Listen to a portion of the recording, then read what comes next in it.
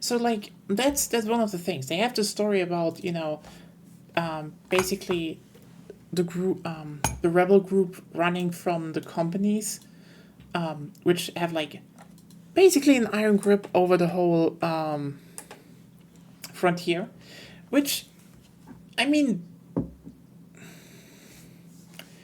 yeah, that kind of sucks.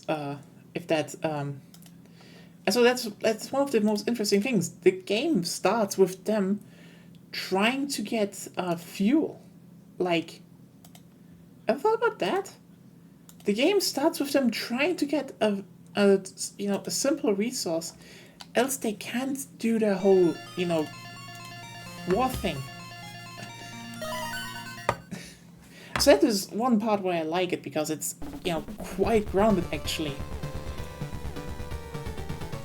That they're like, oh yeah, they need resources, they need all of that stuff. And then they run over someone who, was actually responsible for the protocol that made them lose the first war and holds them down, but he's like basically pissed off right now, and they now have like, and he's like, hey, I actually know a plan on how to throw the companies out of the frontier system. And this is what it's about, because they gather resources and intel, and then this is kind of the most interesting part for me. The final battle is about resources, because basically the company is only that strong because they can fly in, equipment and soldiers from the core systems, Earth, the solar system. But they can only do that because they have the planet Demeter, because Demeter is basically a pit stop, a giant factory slash military planet where they, dock their giant ships, refuel them, and jump into the frontier system. And this is where the whole story ends from Titanfall 1. They basically make Demeter inhabitable, unusable, so they can say, hey, we are not going to be like this is not like the absolute win of the war, but we now have time. They can't send in resources that easily. They can't just hold people down that easily. And this is, in my opinion, quite a clever story if you want to talk about, a conflict, because it is about resources and control of supply lines. And then the second game is, yeah, so I guess we have time fuckery now and a super weapon. Okay?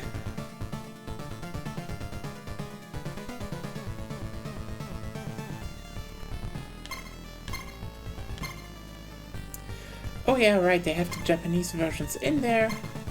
From the show. Oh yeah, that's the thing. Time fuckery as a level was cool. Time fuckery as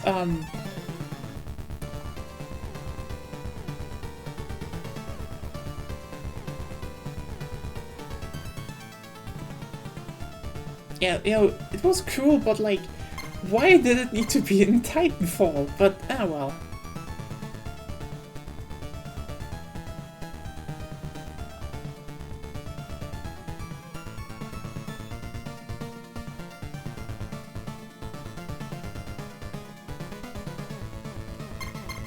You know what? Let's just play one of the nicest games in the series. I mean, I also put that in. I absolutely adore this one. Like, there are great ones. We still have, we can look into Bloodlines later if you want that. But I really love Castlevania 4. It's like, this game does so much, in my opinion, right. And I think this is why I kind of feel like, we're having some spoopy time. Let's just put in a very spoopy but, comforting game. Oh.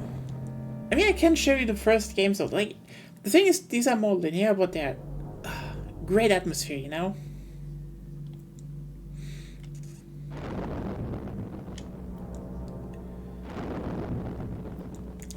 It's not like I do kind of want to make one of, you know, I kind of learned programming so I can maybe make one of those games one day, you know, linear ones. I like the linear ones. I think we do need more linear Castlevania-like games again. Because, you know, the Metroid style, fine. I like them as well.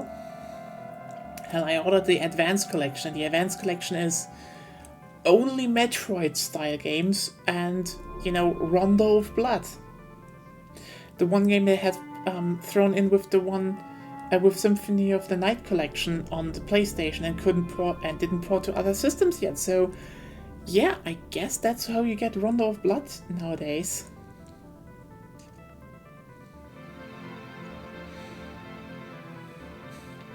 But yeah, this is just my kind of thing with Titanfall. It's like,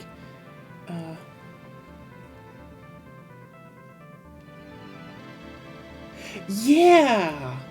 I think the problem with let's just put it like this: they pitched Bloodstained as a Symphony of the Night successor, but like it definitely is based on ideas for a third Sorrow game, because it literally just fucking copies everything from Sorrow, but worse. And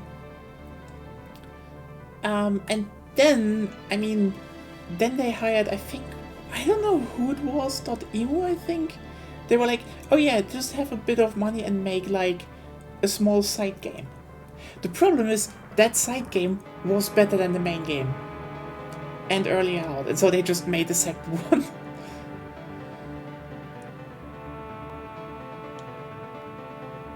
But yeah, I think the old style games are like, the NES ones are good to a degree. Too, I kind of like that the second game tried to be more Metroid already. Integrate. Of course it was. It's not hard, I know. I don't want to shit on Bloodstained, but they better give Bloodstained to different, like... Oh...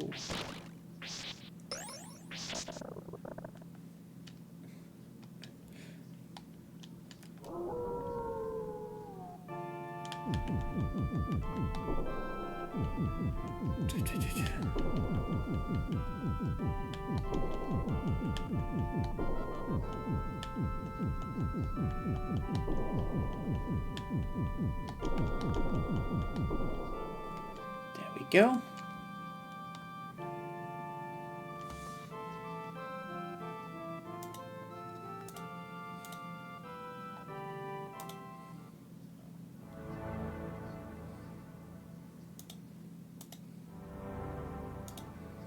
Yes.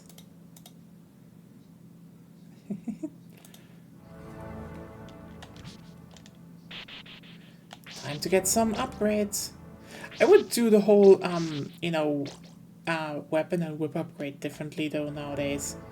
But, oh well, for those games, they're fine. And there we go. You throw...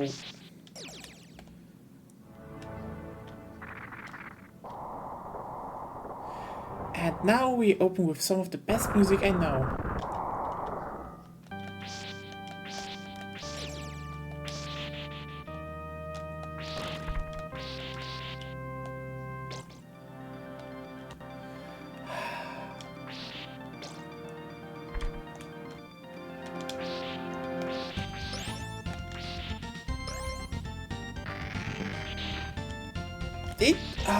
I love those effects, you know?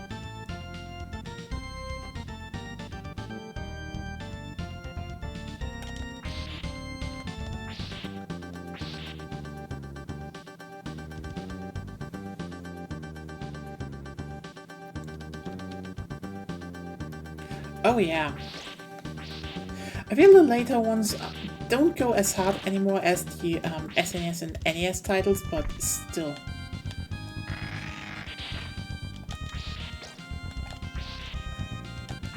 Also the whole, you know, that's one thing.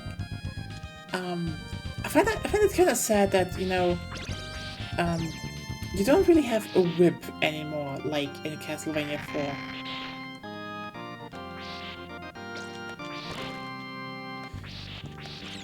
like, okay. Oh, wait.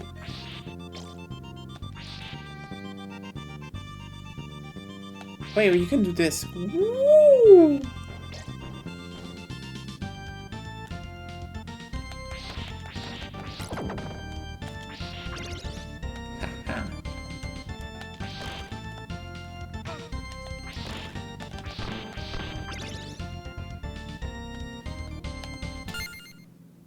Oh yeah, that's one thing you can do.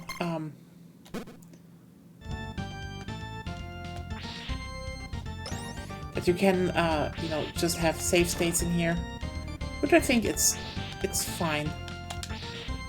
I don't reach them.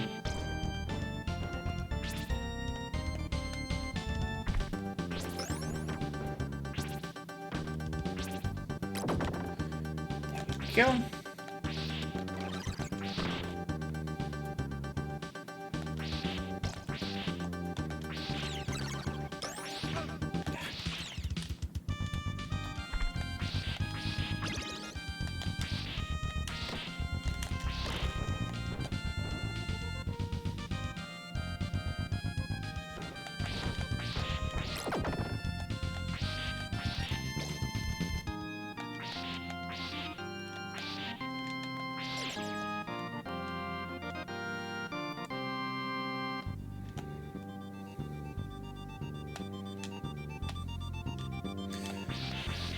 So yeah, excuse me if this isn't going to be like, you know...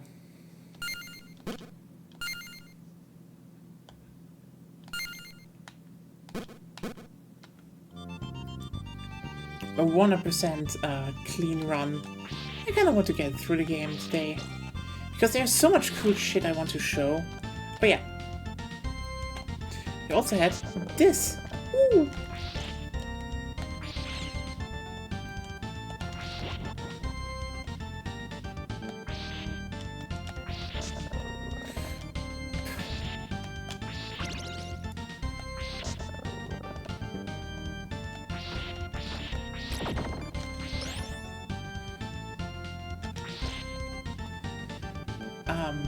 And yeah, I mean, I think Bloodlines also has like kind of a great combat system with the whole, yeah. I mean, I kind of wish there was like just a rewind function that would make it more easy, but from what I gather, they only have that in the Advanced Collection, so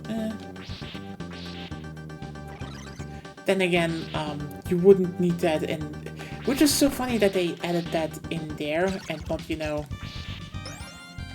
in the games where you could actually need that.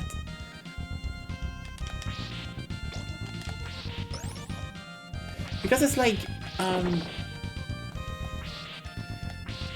well, I think it also comes down to the fact that I mean, probably a lot of people don't want to go and be like, oh hey, do I want to now farm hours for, you know, a soul in Area of Sorrow? And then I sit here and be like, I can totally understand not wanting to do that. Oh yeah, the most controversial thing, you see? Oh, there we go. How did I fuck this up? So a lot of people pointed out that you should use holy water on them. This is where you get holy water here, which, you know, kind of hints at the fact that this game was actually designed with more old school Castlevania combat in mind before they added, you know, this.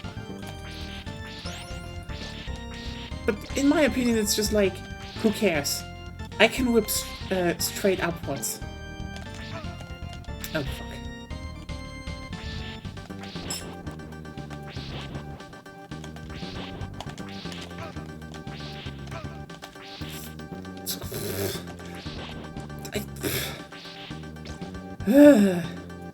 I forgot the horse heads. Anyway, I think there's some wall. There should have been wall chicken here. Ugh.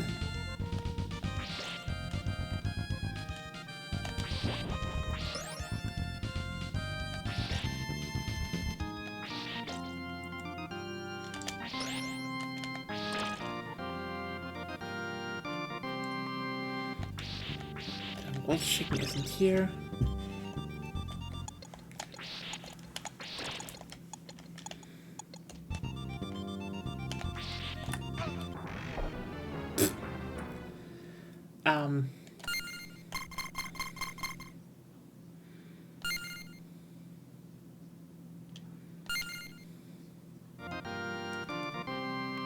Let's just do this a bit more properly.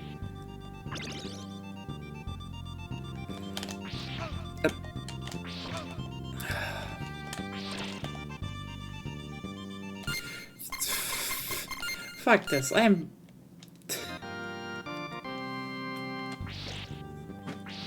Okay, let's do this one more time. There we go.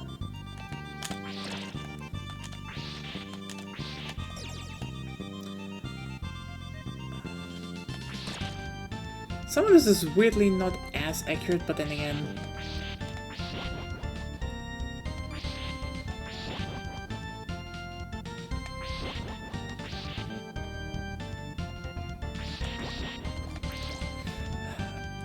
I mean, I can say I have beaten these games without save stating or similar, but also you can say, I can say, I have not played them in years actively, so nope. I have other games to play right now. Weird indie RPGs that try to be like Morrowind, for example.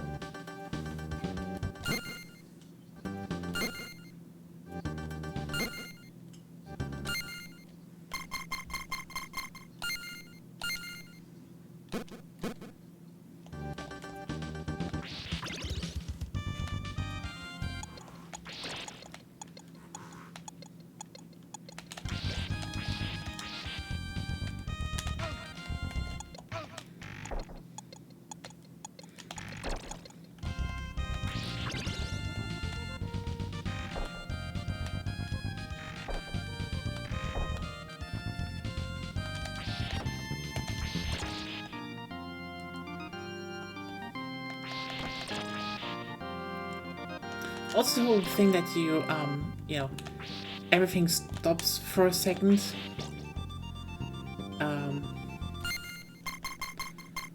Get through this actually. Yeah, it is. I don't know why they chose to do it like this, but eh.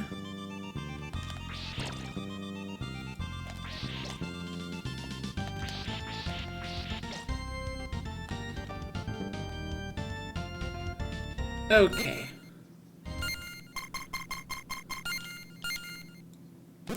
Because now we have a boss. Let's just do this. And this is why, by the way, you use time stop.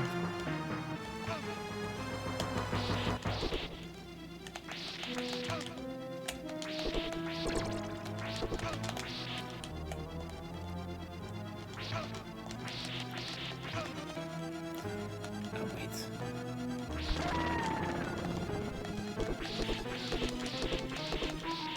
There we go. Oh, fuck yeah. And you always need to touch the red orb. There we go. Because this is still a score attack game for some reason. Also, I kind of like the map from the first game a bit more, but I love how these games are always like, hey, this is where you traveled. Or more like, this is where you will travel along.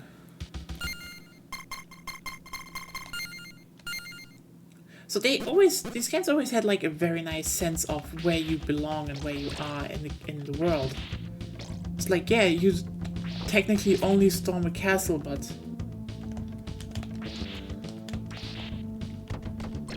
oh yeah, right, you need to swirl your whip. Ah.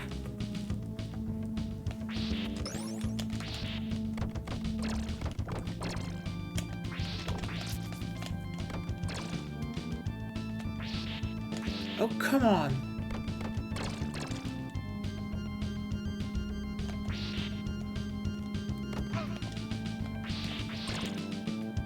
Hey there again. Yeah.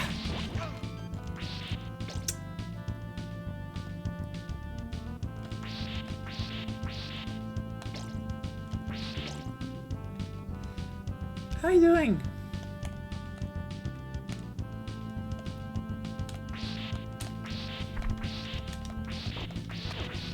What I also really love about them is a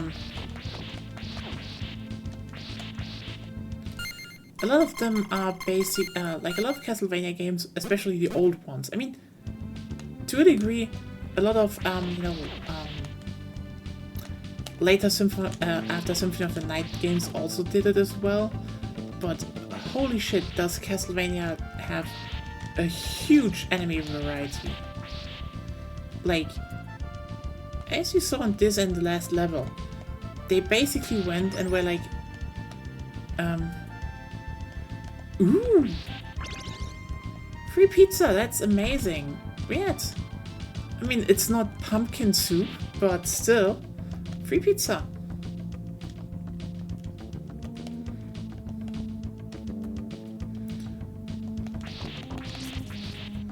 Ah yeah, sadly you don't really see the hedge people in all of their glory.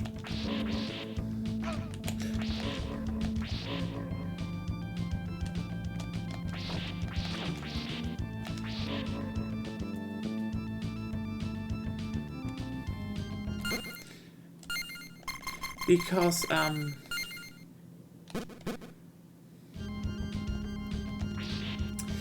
yeah, that's one of the most classic examples of pixel bleed. You're like, oh, they're just dots. Yeah, and on CRTV they would have...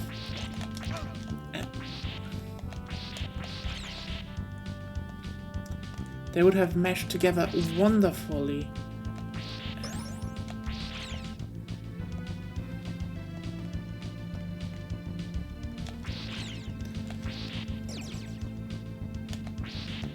Yeah, I get it.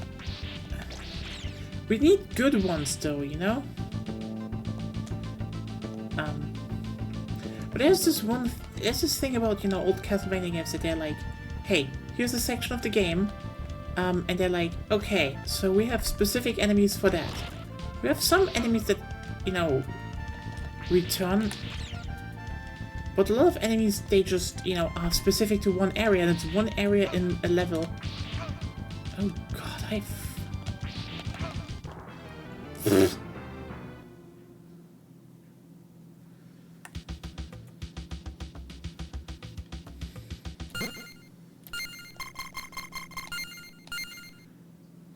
we go.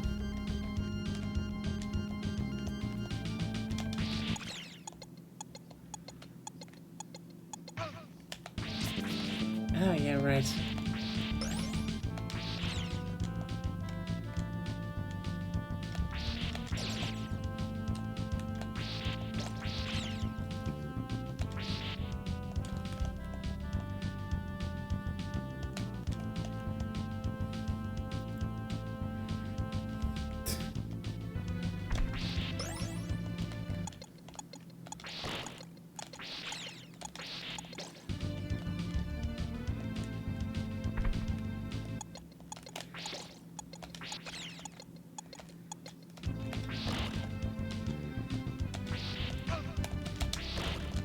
Go. Let's just save that here.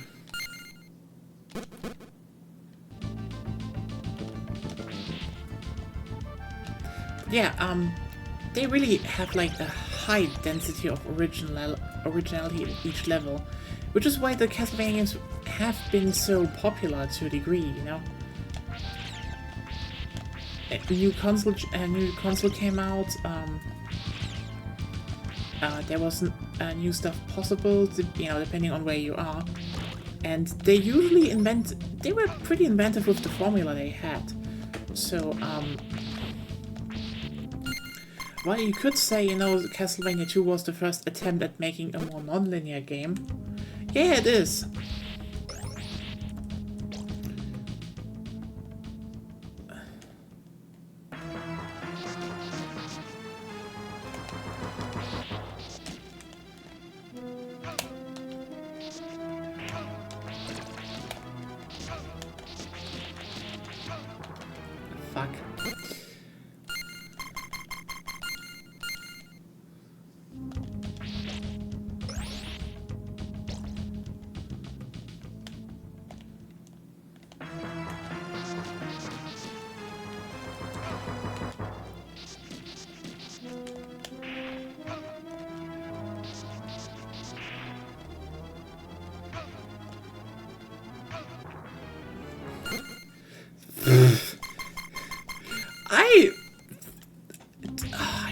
Nah.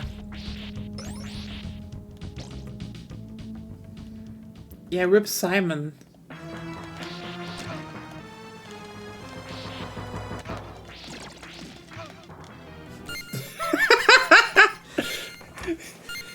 So scheiße sein. Oh, fuck off! Oh, just fuck off, okay? Wie kann man nur so scheiße sein? Ja, ja, ja, ja, ja. Das sagt sie.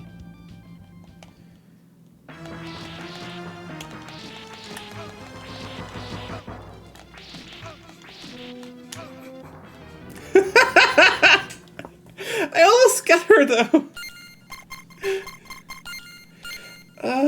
Ja, sie hat recht. Oh, fuck off. You know what? Not one more. Noch so ein Spruch, Kieferbruch. Mhm.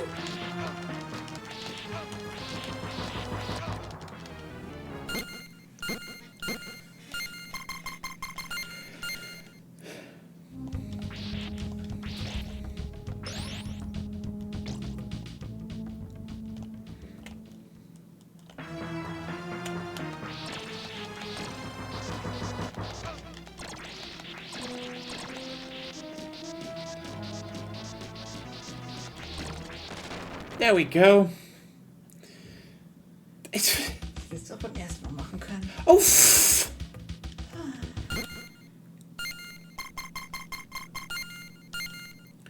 and this was just a mid-boss.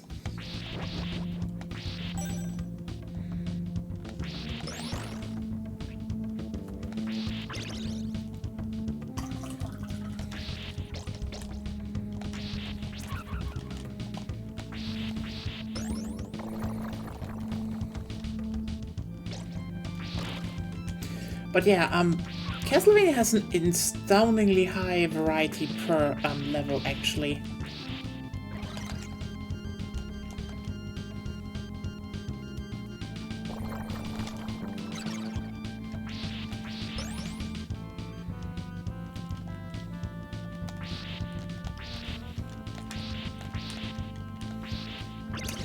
Which is one of the reasons why I do like the old games so much.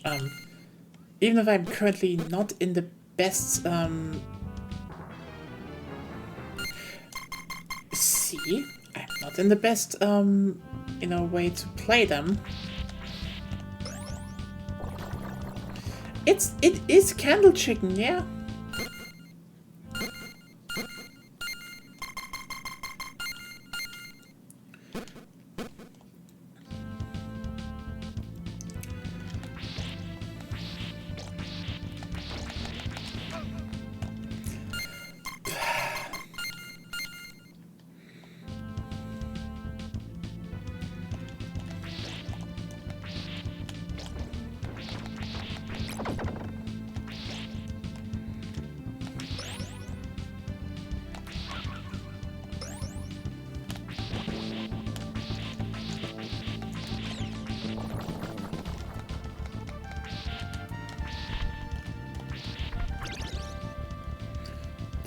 Go.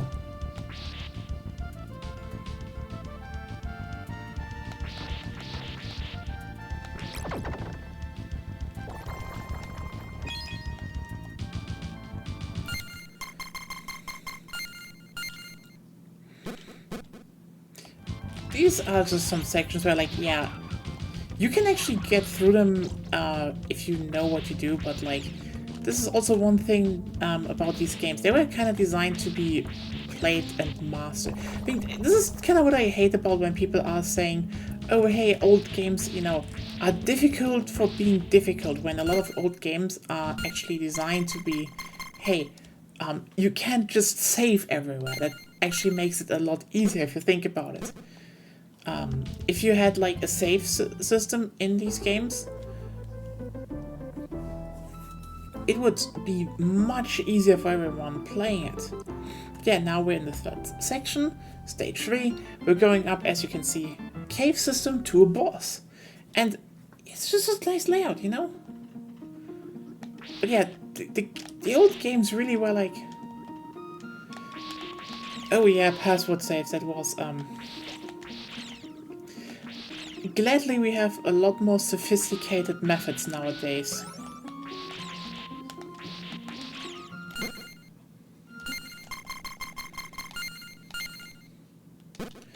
But they had such a good...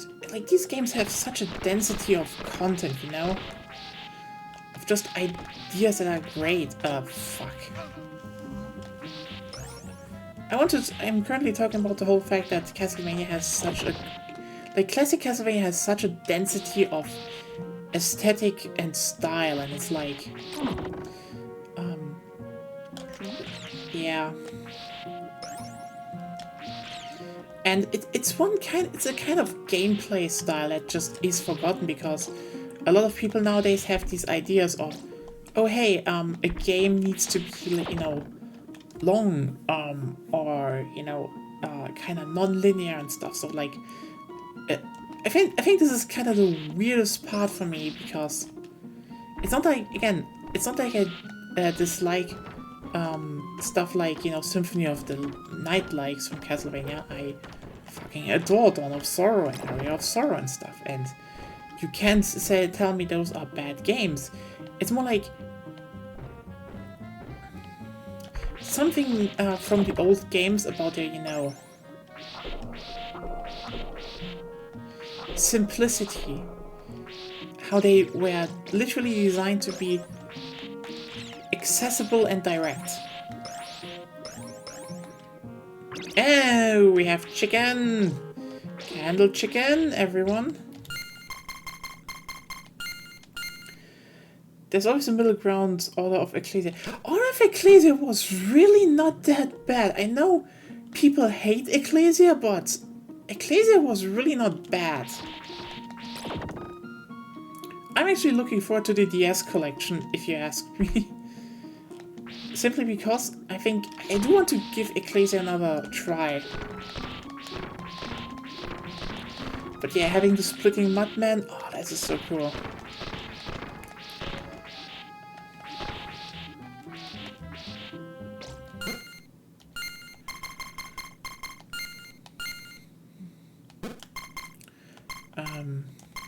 Do I have pixel perfect? I could do 16:9 pixel perfect scan lines. 4:3. That's how it's supposed to be. Yeah. Oh yeah, now it has scan lines. Easily House of the... Yeah, that's true. I think the best one of those is still Dawn of Sorrow, but I think the scan lines are fine. Oh, yeah. The scan lines are really okay. It's only missing pixel bleed. That's a problem. Full pixel bleed is just hard to do, you know? Because you would need something... Okay. That emulates that really well. Oh yeah, true.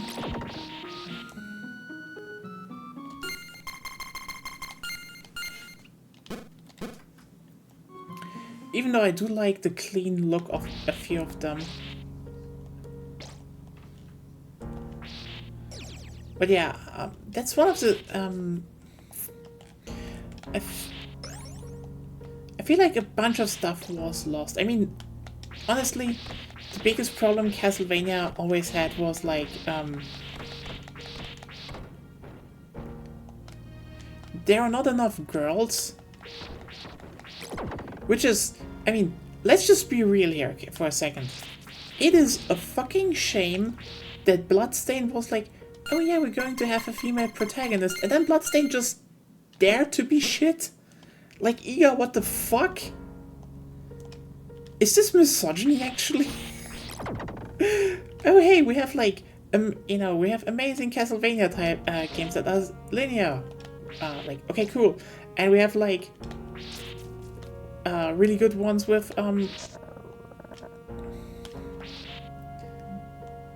didn't like design floods. Yeah, they were just like, I don't know what it... Here's the thing. The thing about Castlevania designs so far is like, Yeah, it really looked like cosplay. I mean, they always had female characters, that's true, and I mean, yeah, Order of Ecclesia is a thing. I shouldn't be too hard about that, but still, just coming with that and being like, oh yeah, we're doing this, and then it's like, really not that good. That was a decision.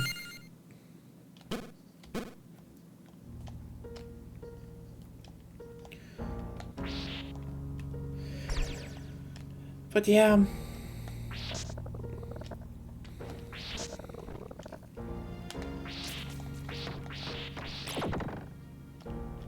But you know what? At least Castlevania gave us Alucard, and then the Castlevania series made us all horny for Alucard.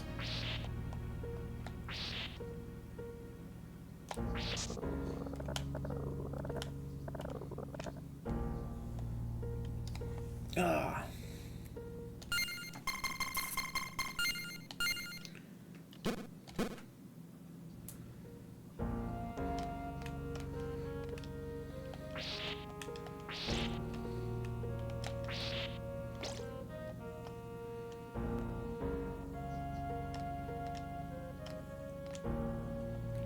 I do like that at the end of, you know, the new Castlevania series, they actually went and were like, oh hey, look, Alucard is back. And you're like, cool. And then you look at the design, we're like, holy shit.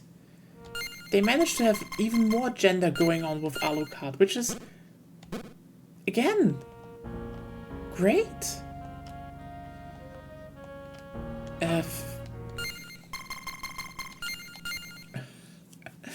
Yeah. But it's still kind of funny that we don't have a Castlevania title yet that's like linear with a female protagonist.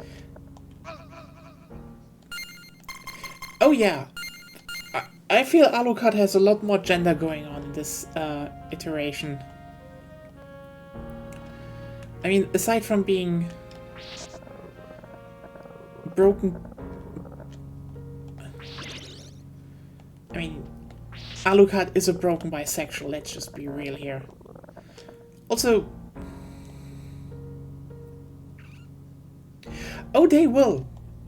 So if you're like, oh hey, I want them to get into Sorrow games, I feel like they did make Trevor and now you know from Rondo of Blood, how he was calling him, because here's the thing.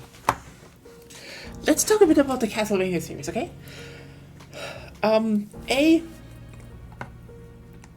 Richter, yeah. I hope Richter gets more character development, because let me put it like this. Trevor and Alucard in the first series were amazing because they had this love-hate relationship, literally. Like, by the way, if anyone comes to me and are like, those people are totally heterosexual, no. Trevor and Alucard fucked. You will not convince me otherwise. Those people fucked. Period. It wouldn't even surprise me if they might do a retcon, because, you know, so the Renars are definitely definitely speakers. They were 100% a polycule. Yeah, yeah. And you know what? I'm here for that. I mean, we have vampires at... Here's the thing. Alucard is 100% non-binary, and here's the thing, you can, like, Alucard is this kind of character from design, speech, and everything. I'd say you can be the most hardest, like, you can be heterosexual or, you know, super lesbian, and you could still look at Alucard and be like, I'd do it. Because Alucard is just that much gender, and it's fucking, like... They turned into a wolf in one scene just because it was awesome. We're like, oh my god, they can be hot but also fluffy, which is amazing. Anyway. I should move on. I'm on a time limit.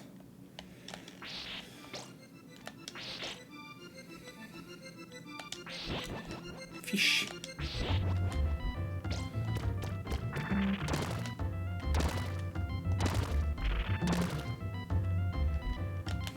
Eh?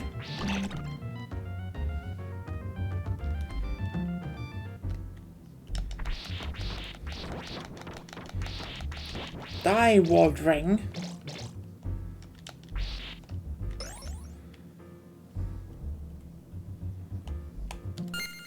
And, yeah. And so, like, it wouldn't surprise me if they'd be like, oh, hey, you know, the Belmont family, you know, Richter, is, like, from the line of, you know, Trevor and, how's she called again? And here's the thing. I'm already headcanon because, you know, the mother and, like, there were speakers. And I'm like, okay, I feel like they will drop this whole thing that Alucard is like, oh, my ancestor, you know, to Maria Renan. And she's like, what? And she's like, but our line's like, yeah, there was just one speaker left, and guess who she had sex with? Because you said it, they're polycule, and she probably had two, you know, they probably had a bit of more offspring back in the day, you know, no contraceptives. And I bet with you, one line, you know, Trevor's got the Belmont name, and the Renars were the one where that fucked with Alucard, because there will probably be the big twist, like, but they're like, oh, where does Renar come from? Well, what was the family name of Alucard's mother then? You know? I mean, honestly, no one would. You need to be an absolute weirdo to not. To just look at this. I mean, there are enough weirdos that are just like.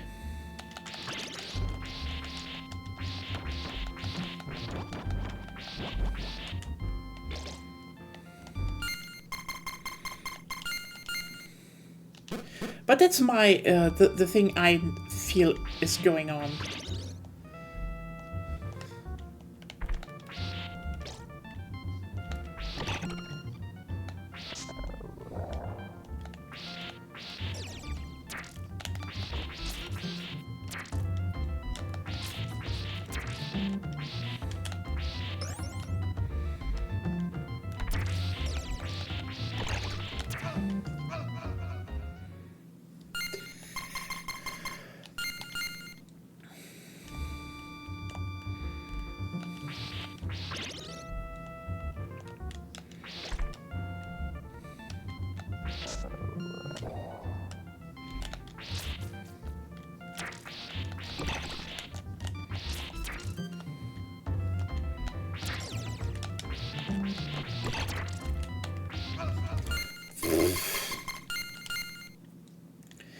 But yeah, Alucard just has more gender going on there. I'm very much down for that.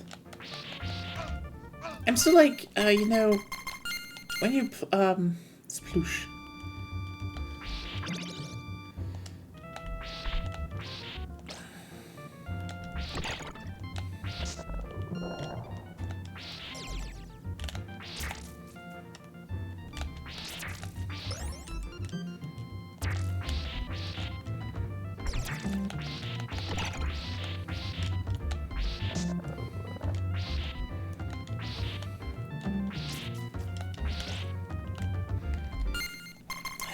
Go through that section. Well. But yeah, the Castlevania series is great. I'm like, only shame it's on Netflix, and fuck Netflix. So far I could always watch it, I don't know. I feel like account sharing will be one of those things that might get to court here in Germany. And probably similar to ad blockers, it will be very funny when the companies lose it.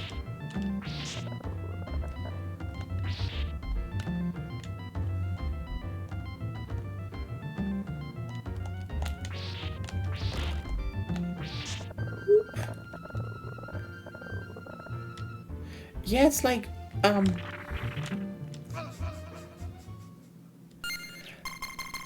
Oh, haha, haha. I've forgotten.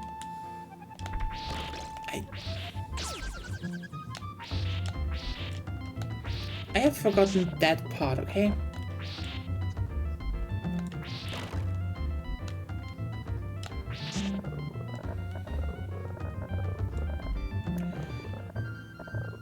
Oh, yeah, yeah.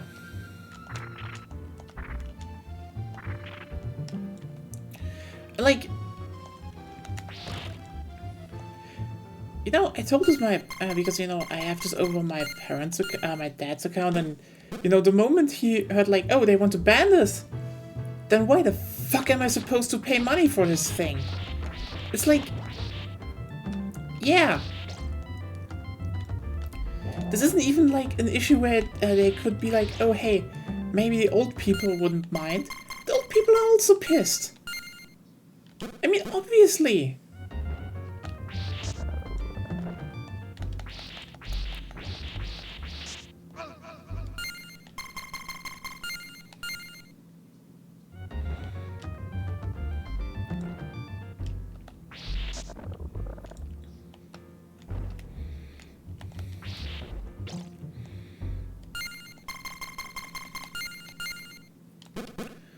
Ah well. I wish they would have done the whole quick save, quick load on a few extra buttons, then you could have just done. Wait, you know what? No. Then you could do stuff like, oh, just save in the wrong.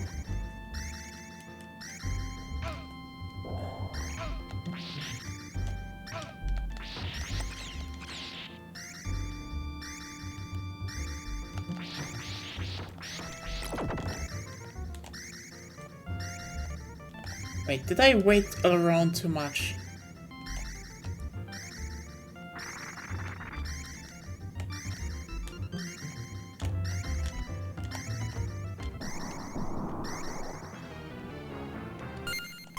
I think I did.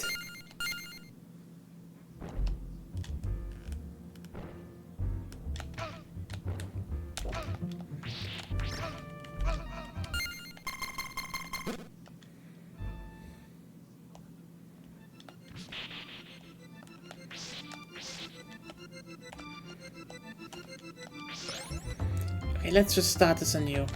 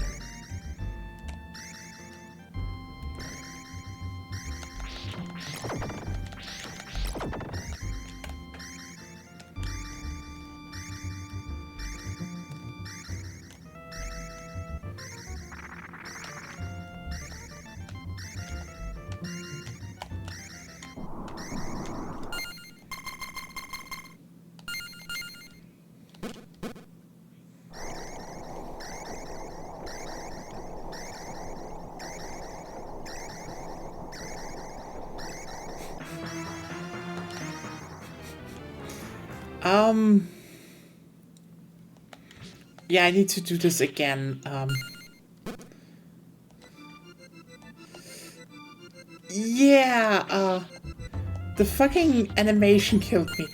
I don't know why they gave this game a time limit. Seriously, I don't know.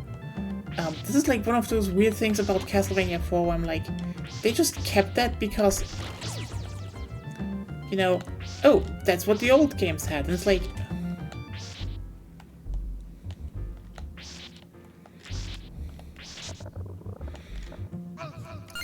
Sees Dragon Dice, you know?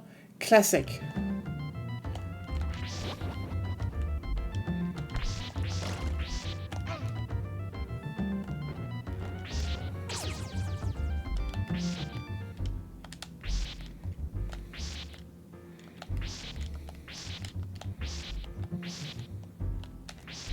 Honestly, I wish Insomniac would have had put one of those in there in the new Spider-Man games. Like, imagine if you could play the new Spider-Man games and then it's just like, oh yeah, there's one of those QTEs in there. That would have been amazing. I mean, there would have been people being really weird about it, but I mean, I don't care. Everyone who knew would knew. There we go, finally having the better.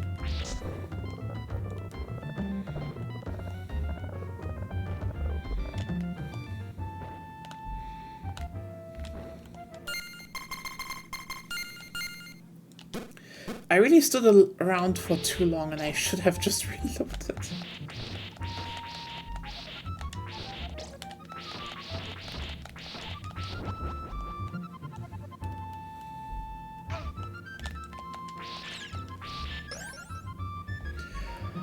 I still need to I still need to play Miles Morales and stuff, so, I mean, the first I have, I just need to play Miles Morales. And then, you know, get to maybe Spider-Man 2. I mean, it has Venom, so, you know, 9 inches of Venom. Treat yourself. It's not my words, it's Sony's words.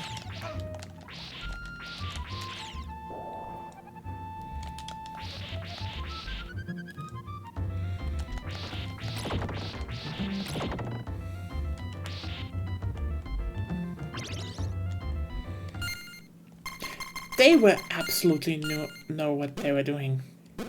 Like,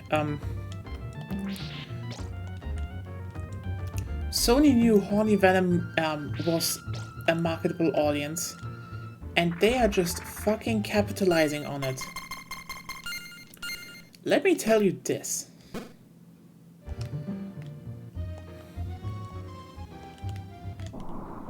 There we go. Let's kill that dragon.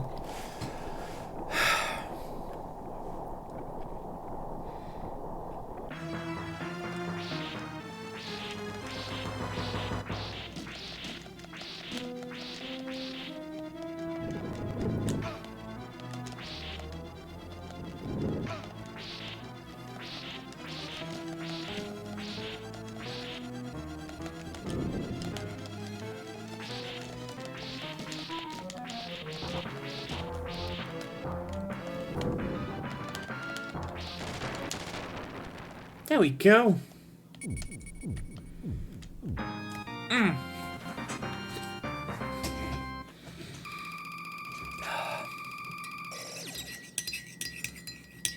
I can play this game a little bit, let me put it like this.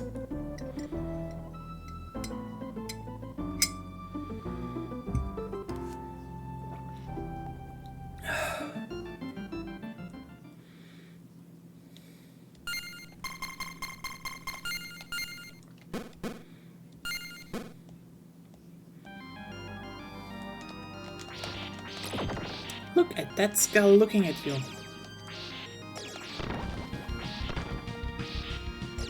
Wall hearts.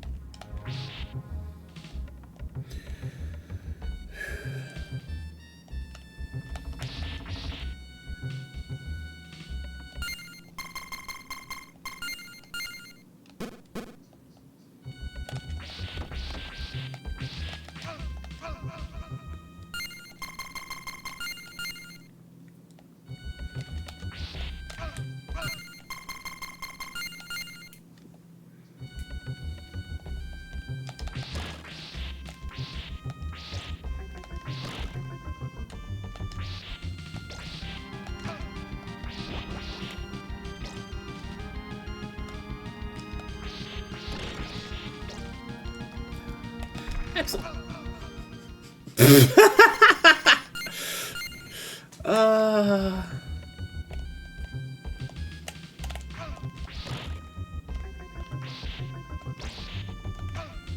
Nope.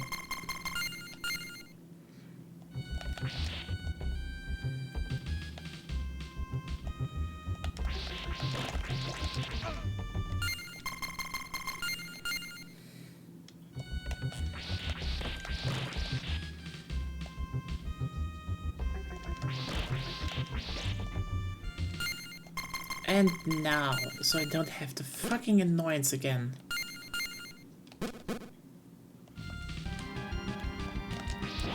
Ooh, it comes out of the wall, I love that. But yeah, look at the happy skeletons!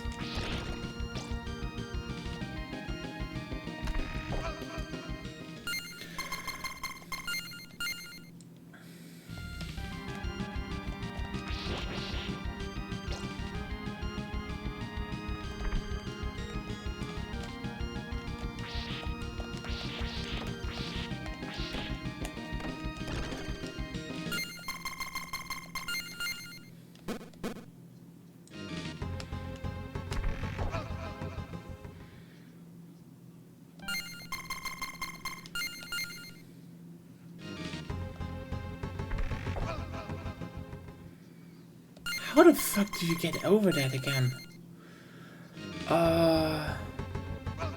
No.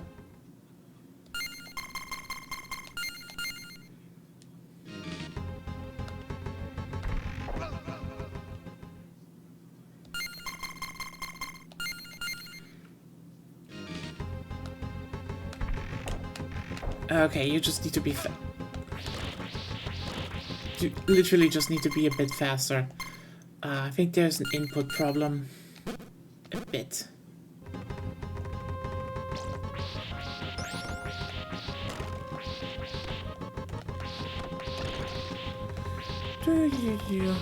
But yeah, isn't this spoopy? We have skeleton heads in the wall looking at us. We have...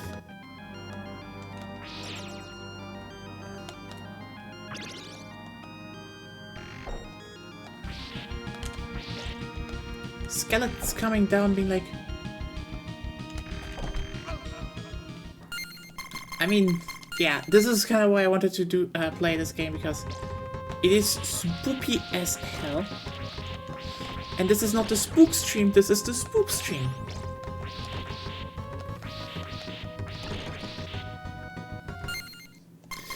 Yeah, true, it has some mean areas.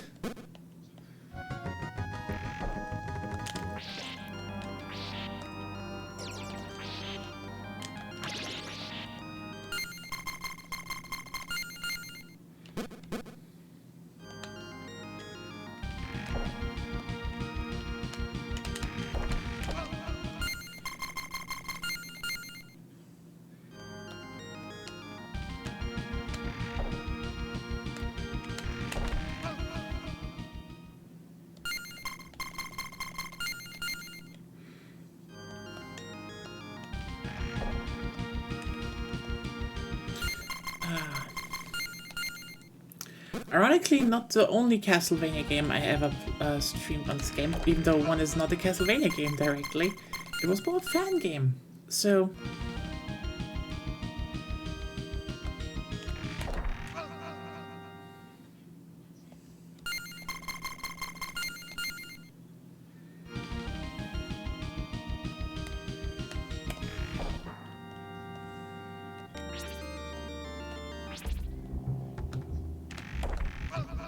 No, I don't think that's the case.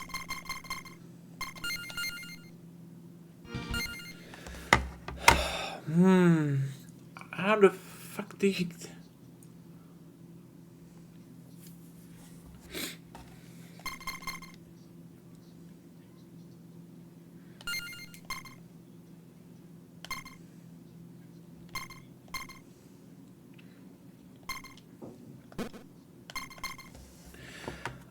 how do you deal with those again? I forgot, literally.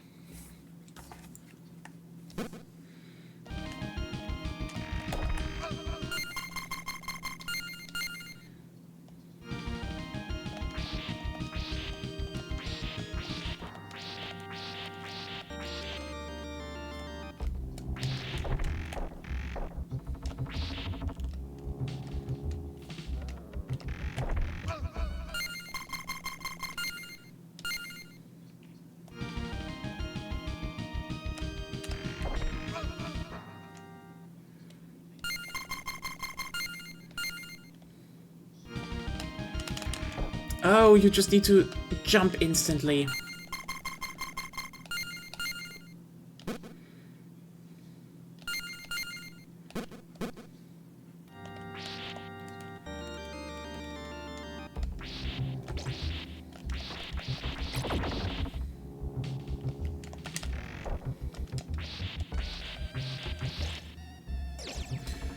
Ah, well.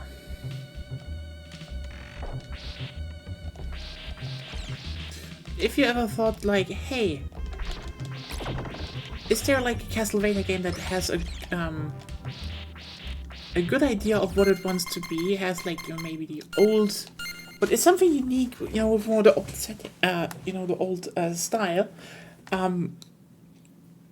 So there's this cheesy Doom what called Simon's Destiny. Fucking play that. I mean, the last boss is...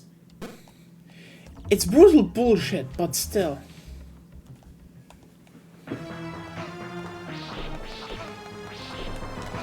Oh no, it's this deadly skull.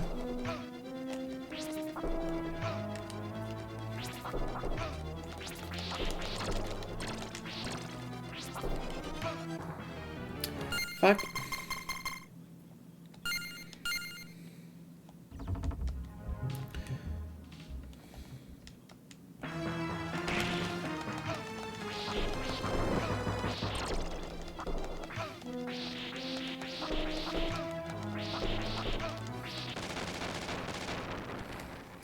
But yeah, seriously, Simon's Destiny is fucking good.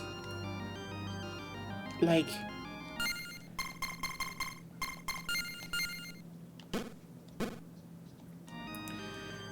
if you ever played GZ Doom and were like... Oh boy, how good does Castlevania translate into that? Insanely well, actually.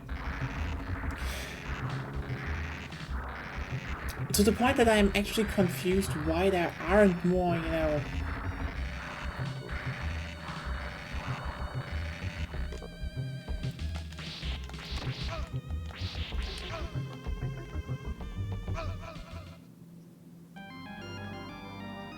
Maybe that is better now. Hey, Stargazing Pineapple. But yeah. To the point, like, I'm actually confused to the point of why have a Clockwork Mansion? Yeah! Because it's in the Clockwork Mansion.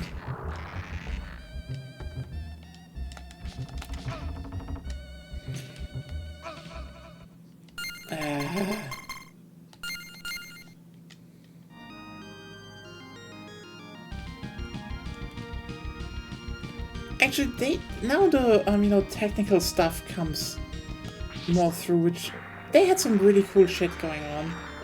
Just need to get out of the room and past those damn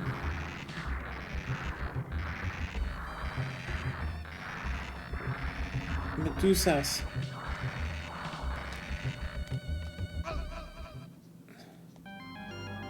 Eh?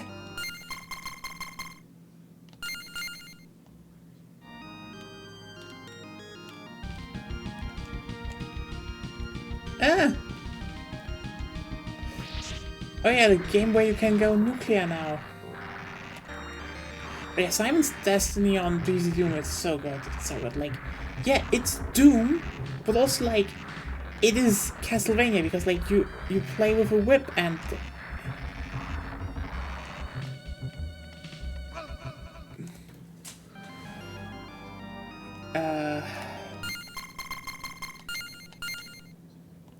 I mean, what I'm currently talking about is like an actual mod.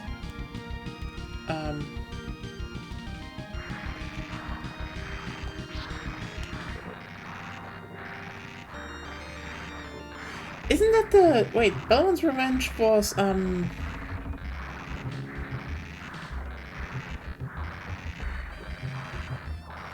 Oh yeah, I forgot. I don't need to...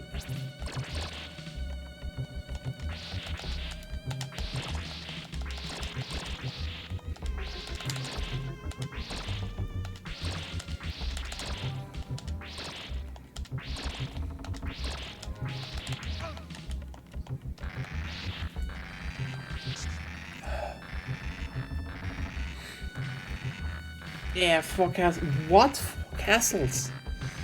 Damn.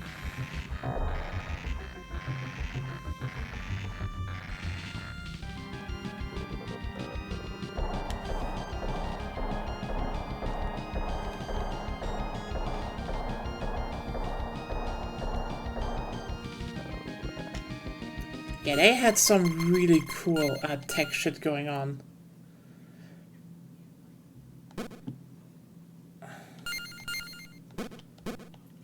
Yeah, you're right, Claire. This is like, that's the thing with Castlevania 4.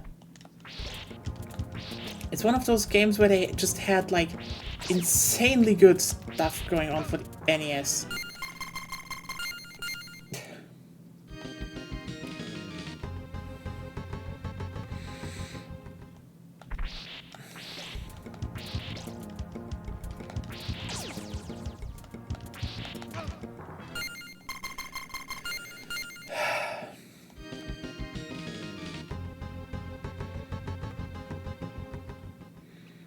Even here you have slowdowns.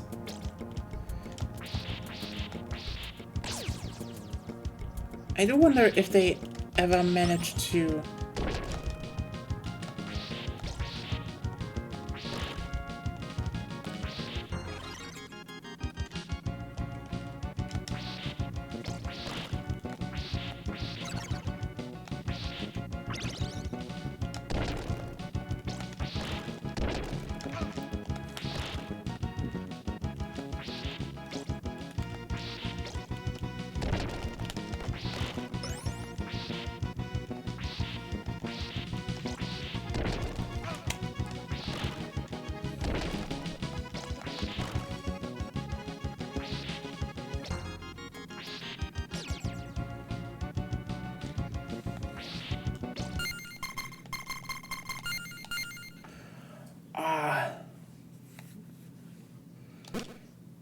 I mean, that's the irony. Castlevania recycles not much, actually. This is literally like... They made a rotating castle section, and then they just used it for one part. I mean, they... Okay, Clock Tower aesthetic is still really cool, not going to lie.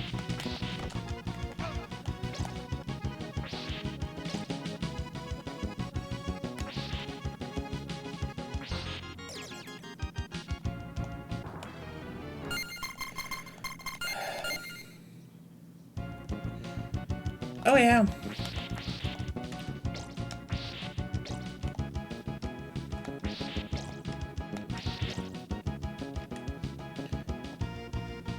It's one of those things of, again, classic Castlevania that I talked about.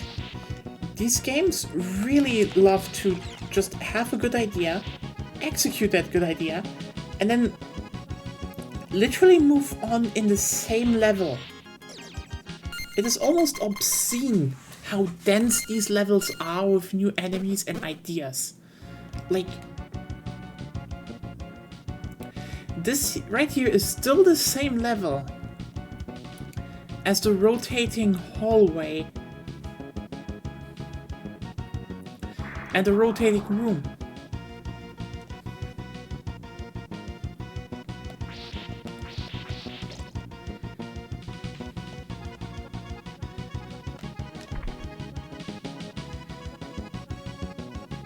They're just doing these, and it's like, yeah.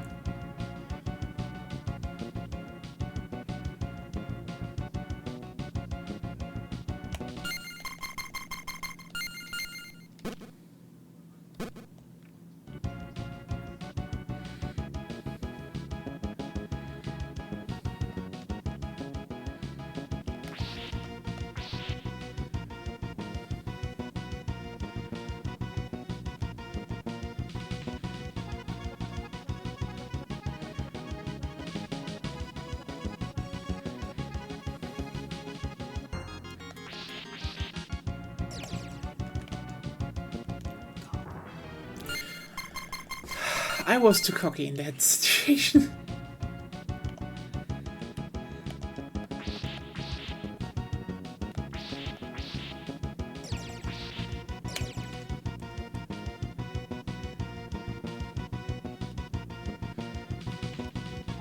I'm still looking for more candle chicken, which is my biggest problem right now.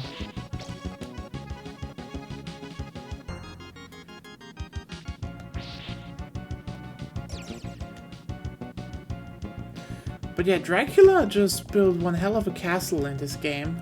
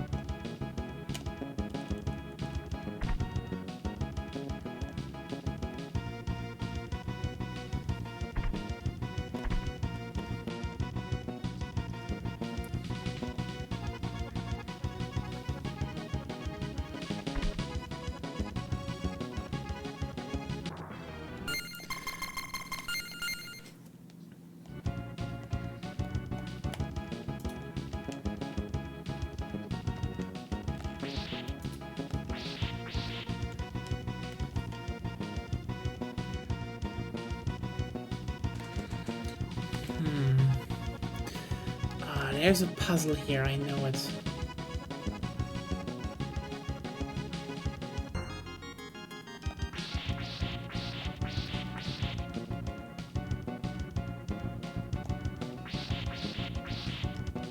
I mean, that's also one thing,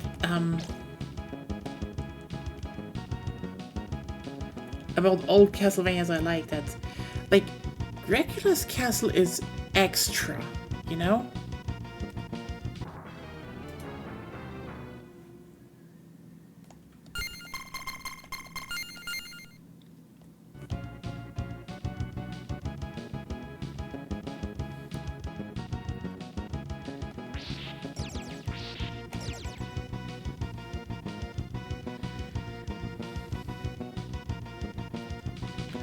I mean, yeah, they just have another idea every 2 minutes, which is like fucking amazing. Like, think about any other game series that has this much density.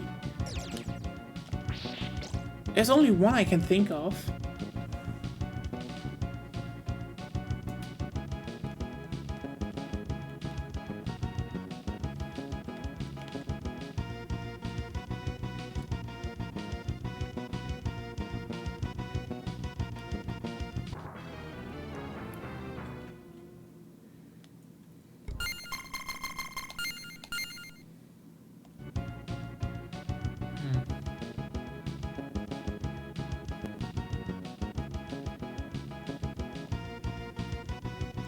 And other series?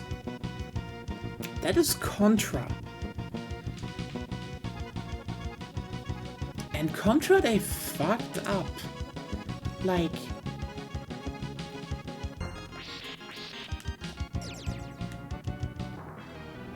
I shouldn't have done that.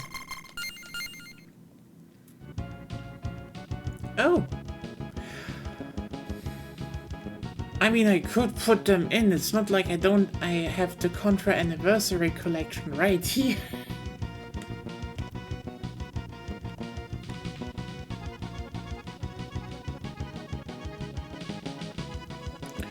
I absolutely adore Contra 3. This is one of those other games where I'm like, yeah, I totally love them. Simply because it is like content dense and just idea dense, I'd say.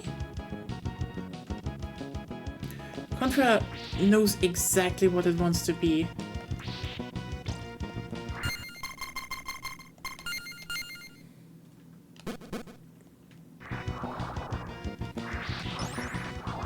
Like, classic Contra is one hell of a ride.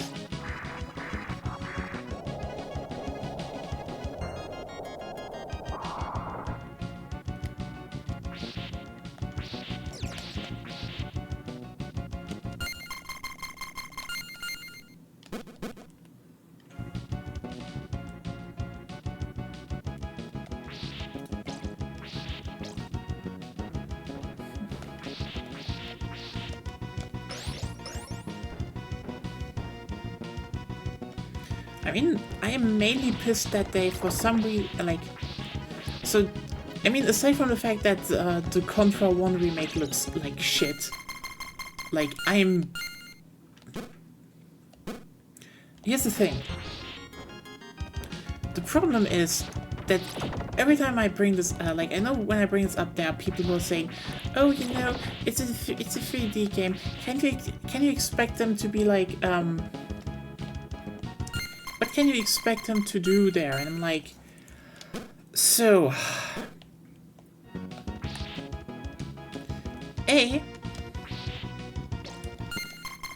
the thing I hate about the Contra remake is, first of all, you can do that. That's, you know, that's point one. They made a 2D, you know, they made a 2D game with 3D, and the 3D looks shit.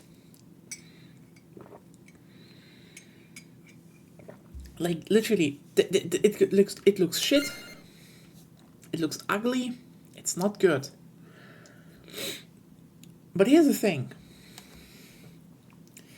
They then were like, oh, hey, how about we also add, you know, 2 female characters, which is like, cool, but why are they looking so bland? Like, seriously, they look bland. This isn't even like when you look, you know, when you look at, for example, Theo and Ellie from Metal Slug, where you still can see from their design, those are 2 degrees, those are soldiers, they can kick ass. They're just bland, insanely bland, and it's also kind of like, here's the thing. So classic Konami games always had a bit of, you know, Schwarzenegger feeling.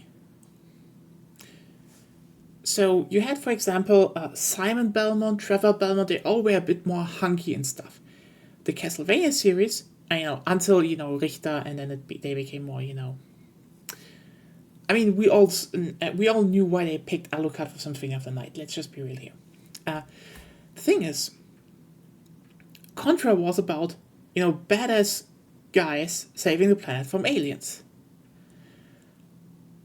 If you're going to make female characters in Contra, either make them look like they are battle-hardened and can kick my ass, and also give them some fucking bulk, you cowards. Give me muscular women that can tear me in half, then I will play your Contra game. Or, you know, still good, have a good design. And now I'm coming back to the whole thing I wanted to point out, because there's a problem. So you want to make a Contra game, but you're like, okay, it's a 2D side-scroller, but with 3D graphics. Well, then everyone's like, well, it will just look 3D, you have to get used to that.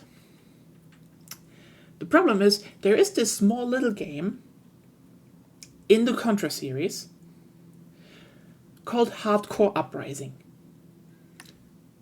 You can Google that.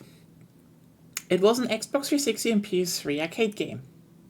They have still not remastered it, which is a crime. It looks still fucking amazing. And we're not saying, oh, this is Arc System Works. I'm saying, then fucking give this a remake to Arc System Works, or at least sell the devs, make a game that looks equivalent or better than Hardcore. Because Hardcore Uprising is just like one of the best looking Contra games out there, and it is done in 3D. It just looks great.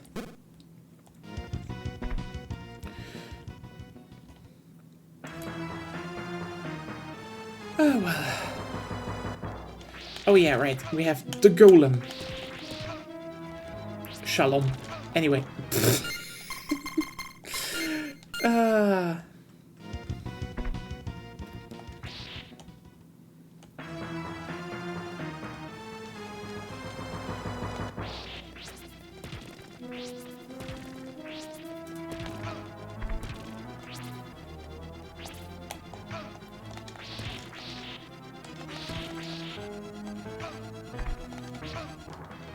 Damn it.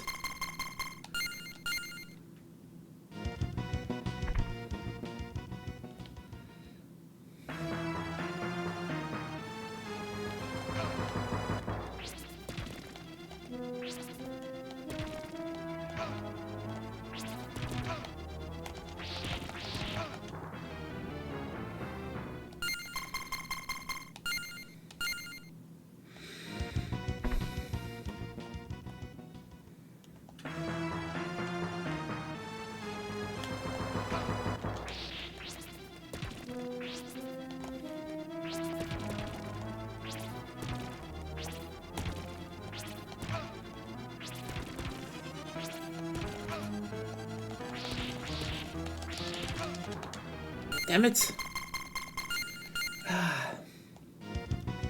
Also, I love how bosses are not that... Like, they dish out so much damage, but bosses in Castlevania are like...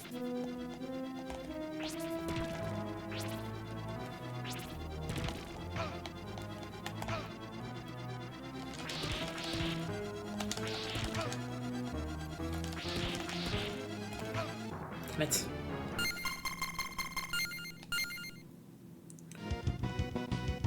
Yeah, yeah. Like on a technical level, they had like.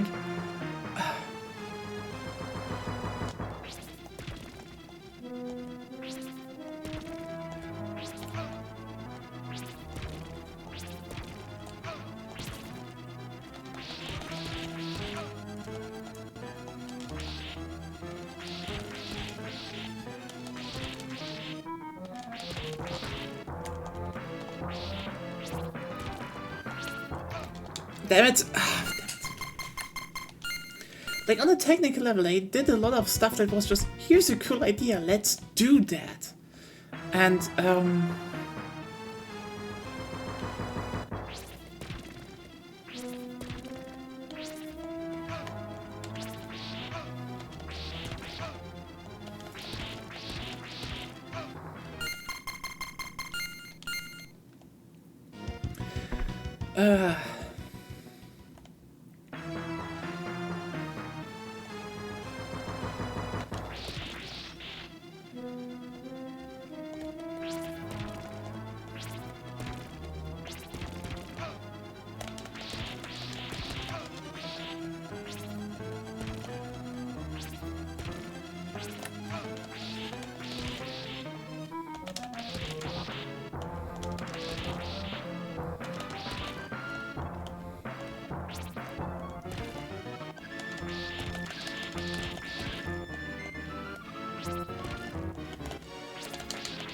there we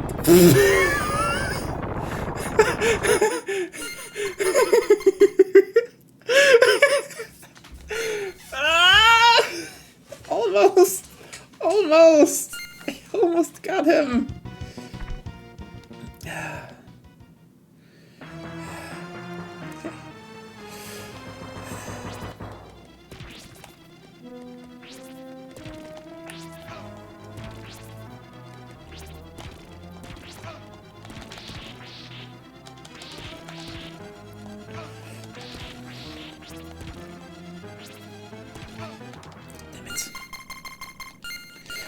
This is just one of those cool things. Like, you can see, I can actually kill his health bar quite fast. It's just, you know...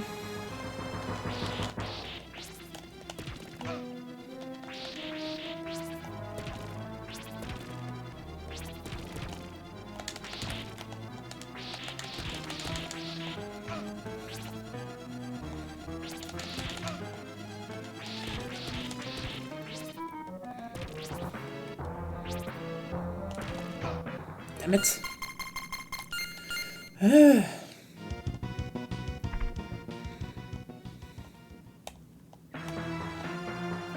But yeah, all the classic horror things are here.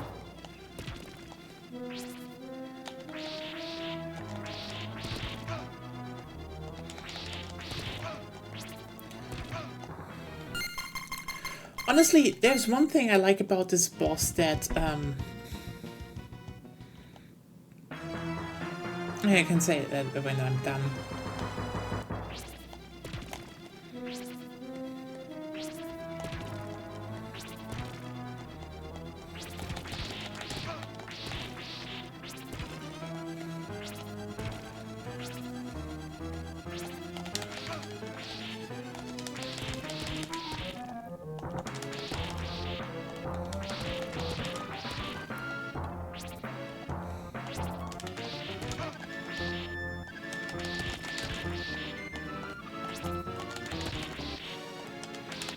There we go!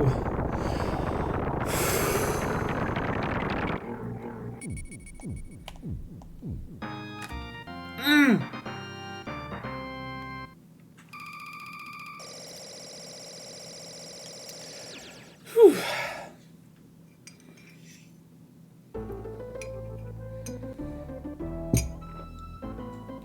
So, the thing about what makes this boss so cool, and I mean, in my opinion, most Castlevania bosses should post-tier death animation. I mean, you need to keep in mind, this was another time. But also, here's the thing. This is like one of the things why I love Castlevania 4 to so many degrees, because this is getting the absolute maximum out of the SNES back in the day, like the absolute fucking maximum. It's one of those games where, you know, like, okay, Super Mario World, great game, and, you know, years later you had, you know, Star Fox and such, and, you know, Yoshi's Island.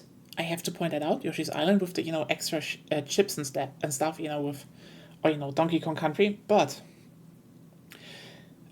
launch, original hardware, original stuff.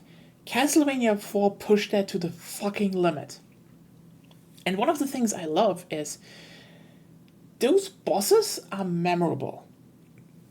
Like, yes, they are a lot more simple and they just ramp up, but like, you have a golem there. You know, just a good old golem that, where you know, knock the stones off, that gets, and you know, they get smaller.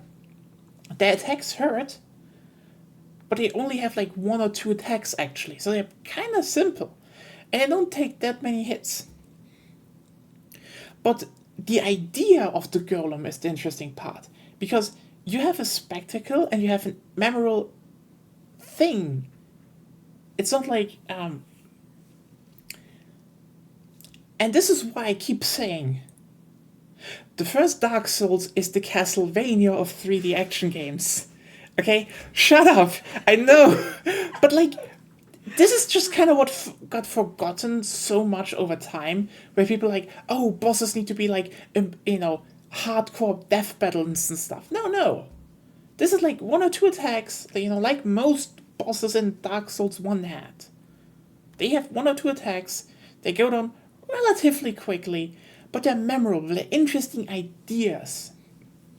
And, like, yeah, what do you remember, who do you remember more? Some two-hand sword fighter McDude from, where you're like, is it from Dark Souls 3? Is it from Elden Ring? Who the fuck knows? Or the Gaping Dragon. The Gaping Dragon wasn't a good fight, technically, but it was memorable. It worked. It was fine. Anyway, time to kill Dracula.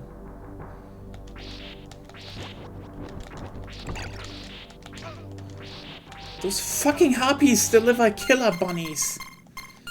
But I mean, you know, they had to do one animation or the other, and it's like,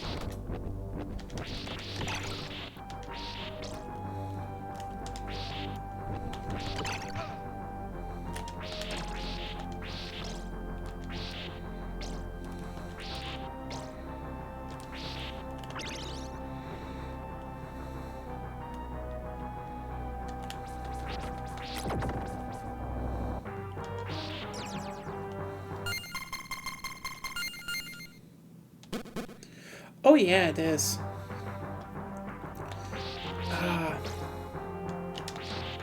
That's what I miss about, you know, that's the thing, you know?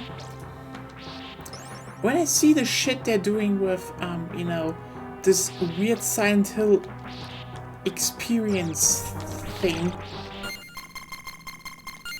and, you know, Bluebird Team getting Silent Hill 2 remake and all that, I just miss old Konami. Because, like, I know most people still remember, you know, the advanced games and DDS games, and that's fine, they're great, I love them. But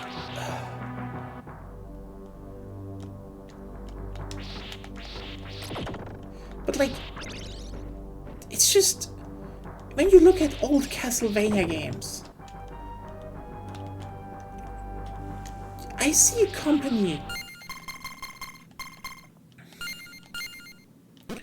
that once put out games that were like literal, not only system sellers,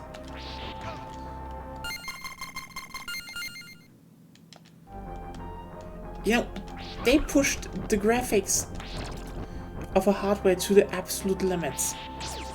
They went and were like, oh hey, we do good graphics, but we also do like actually great gameplay. And they're memorable. It's just like, this is the saddest part. Again, most people remember those games, like, Konami was like,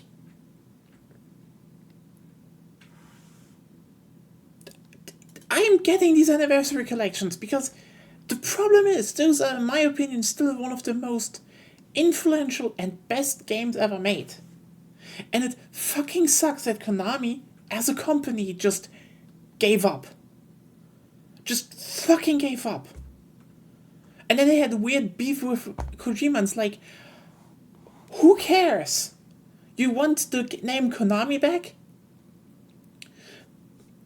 And you feel like Iga and, you know, Kojima don't fit your company anymore? Like, here's the thing. Getting rid of Kojima, their loss.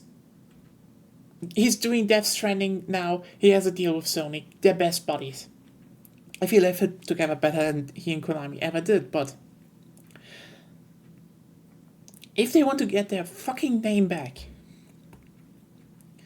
then they would need to put out a Contra game again that is Contra. They would need to put out a Castlevania game again that is Castlevania. And what fucks me up the most about that is the fact that Lords of Shadows was alright. It wasn't bad. And the second game was literally just dead because Konami fucked with them. And what are they doing now? Metroid. Cool.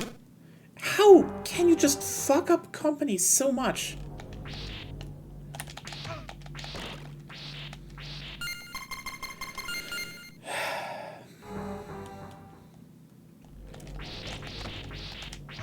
Well, honestly, Boktai would be amazing, but like...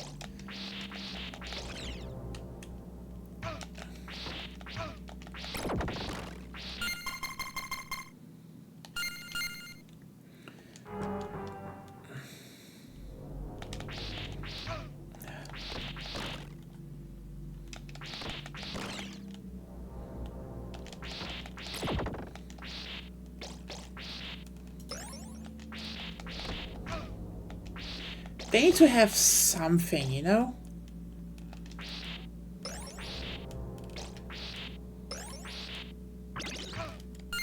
And like...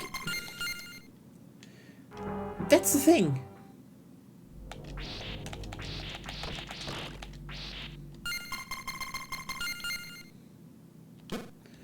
Oh, I don't fucking know, actually.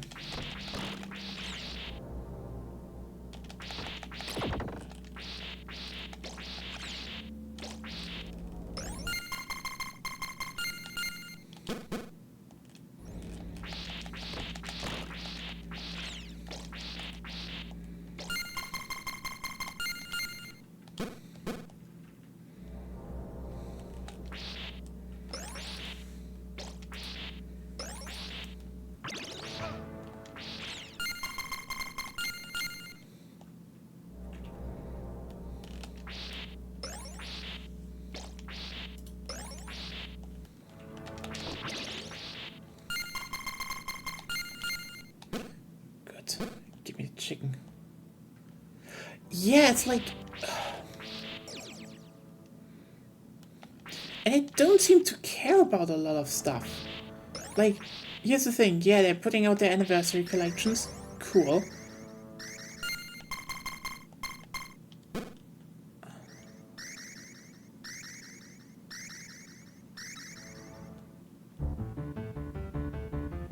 Oh yeah, now we are inside of Dracula's castle.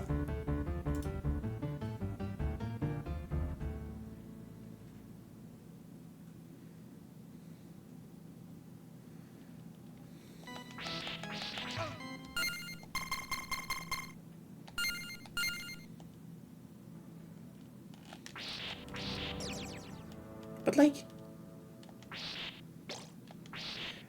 here's the thing.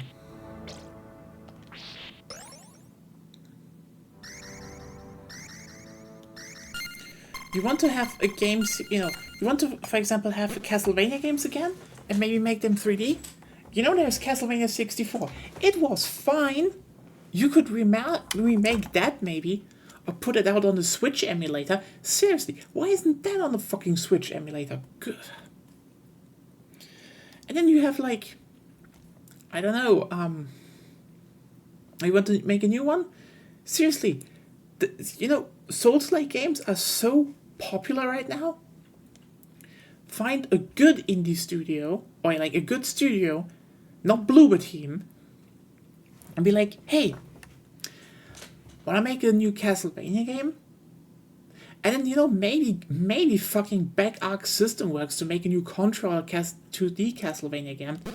Because, like, yeah.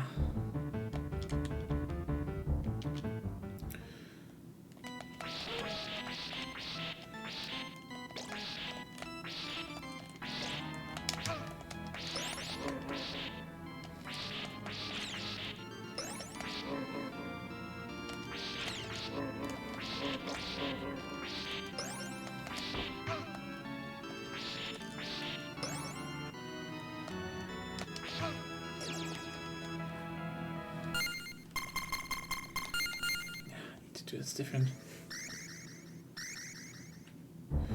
I mean, they're kind of, the whole shtick that they sell is, oh yeah, we're good with horror. So, by the way, this level right here is actually a remake of the first level in Castlevania 1. Because now we're actually in Dracula's castle. The thing is, Castlevania 4 is kind of a remake of Castlevania 1. They just added the whole outside part.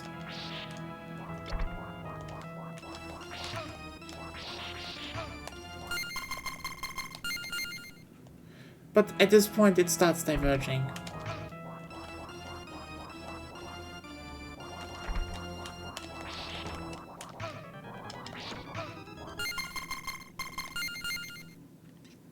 But yeah,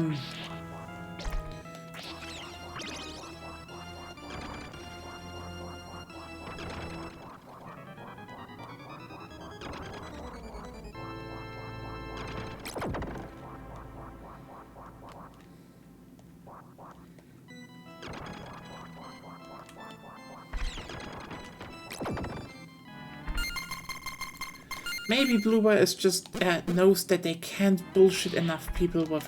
Like, here's the thing with Souls-like games, okay? The thing about Bloober is they're very calculating. And I think one reason they are sticking now with survival horror is the fact that, let's just be real here, a lot of people don't know shit about survival horror. I mean, that's one of the main reasons they're doing this. Yeah, and I mean, only the fucking gameplay part is like the gameplay part is important. Lol. And how many games have been accepted there, you know? Just go over it. I know people say, you know, The Surge 2 is good and The Surge 1 was, you know, fine.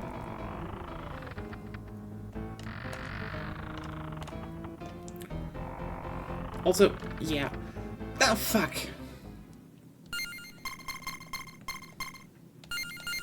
Oh, yeah. Yeah, that's true. That is so true. And, you know, they can copy from Capcom and most people will not notice.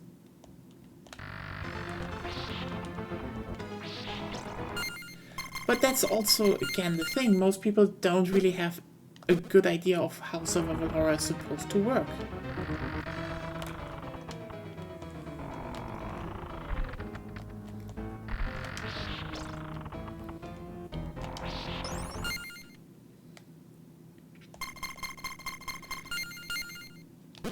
And here's the thing, try to make that fun. There is a funny thing though about this whole combat stuff. Yeah. See, I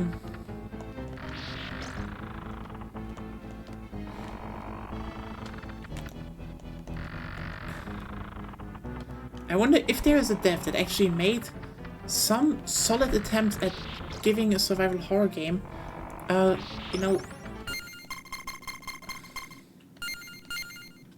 melee combat, and like, oh yeah, right, they're making the new Silent Hill game with Ryokushi's Heaven. And you're like, oh wait, those people? You're like, yeah. Ever played Resident Evil Resistance? It, you know, it had...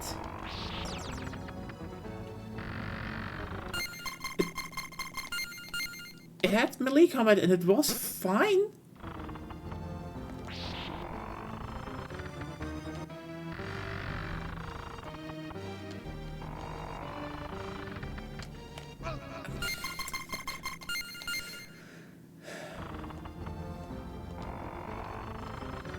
Yeah.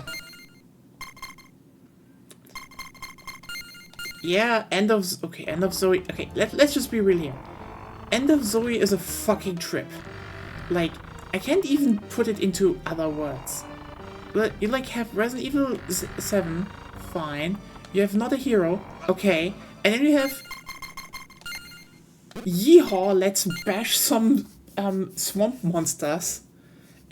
It was like, I fucking love it. Oh yeah, catharsis is like the best word. It was like... It kind of also just worked because it was this short, you know? Also because it was this weird. It was just simply... Like, that's the thing. The melee combat in 7 was not that good in End of Zoe, if you think about it. But it was fun because you could just bash them into... Like, you could just bash them into oblivion. That was just like, yeah, give me that.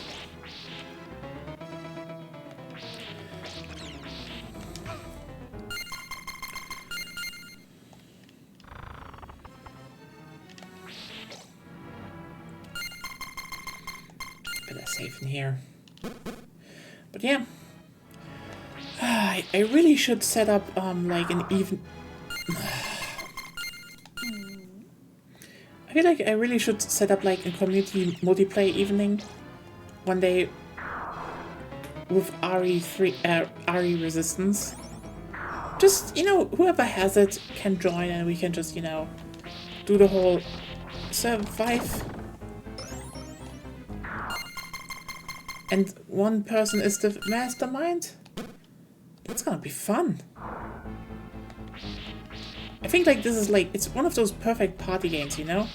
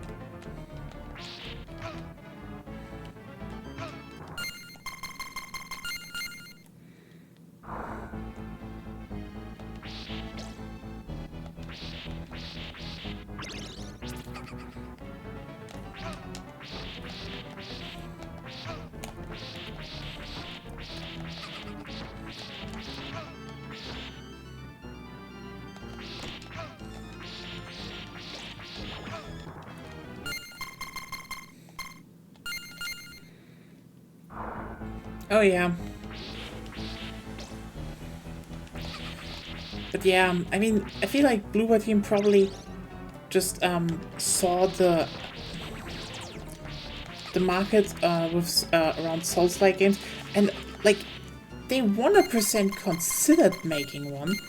Let me be clear here, they 100% did that, but then someone probably was like, hey, maybe we shouldn't do that. Because like, the thing is, if you make certain games in for certain audiences, if you really fuck up, you can just fuck your whole name.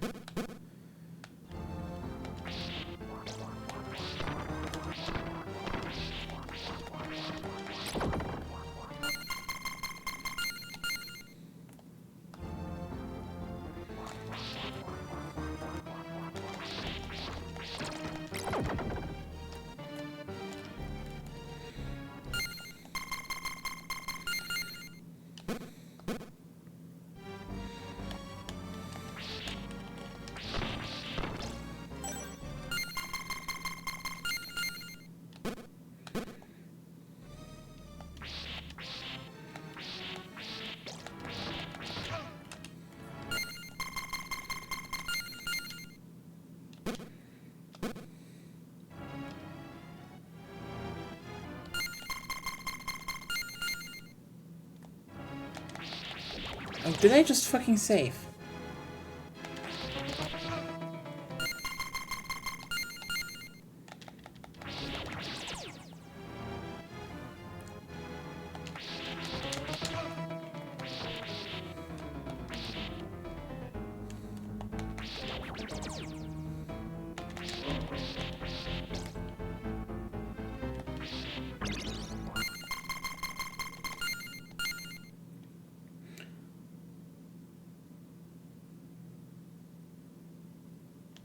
Yeah, that's true.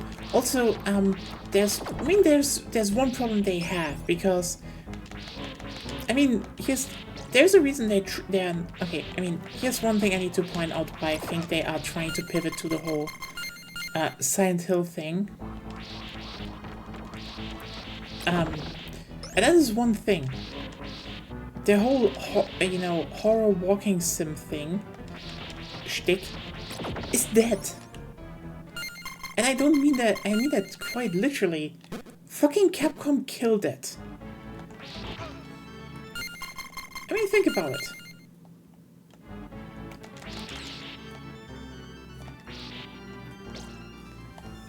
We had a lot of horror, small horror games, and then Resident Evil happened. I still remember how people tried to be like, oh, Resident Evil is making now walking sims as well.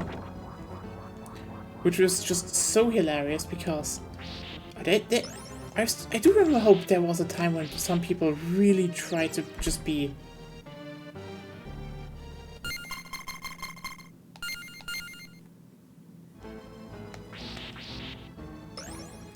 Yeah, it's like...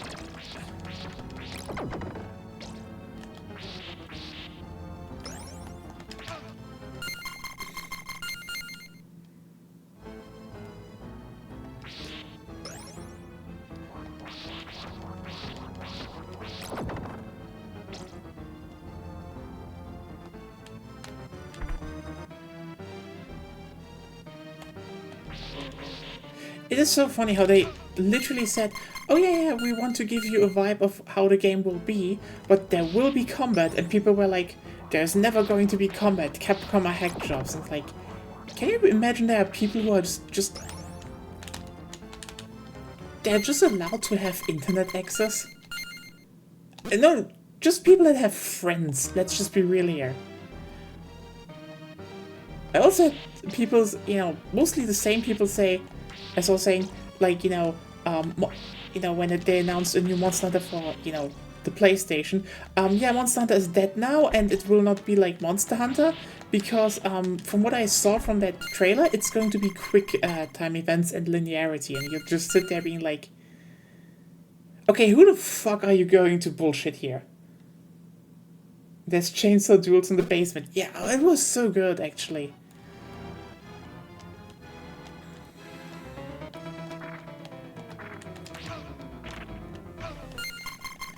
But yeah, that was just so insanely stupid. And but here's the thing. Those were, literal fucking Nintendo fans who were like, just pissed about the fact that, a game series went back to the platform it was on. And they were just in absolute desperation mode about, oh, we need to totally shit-talk this now because else people might buy it or like it even.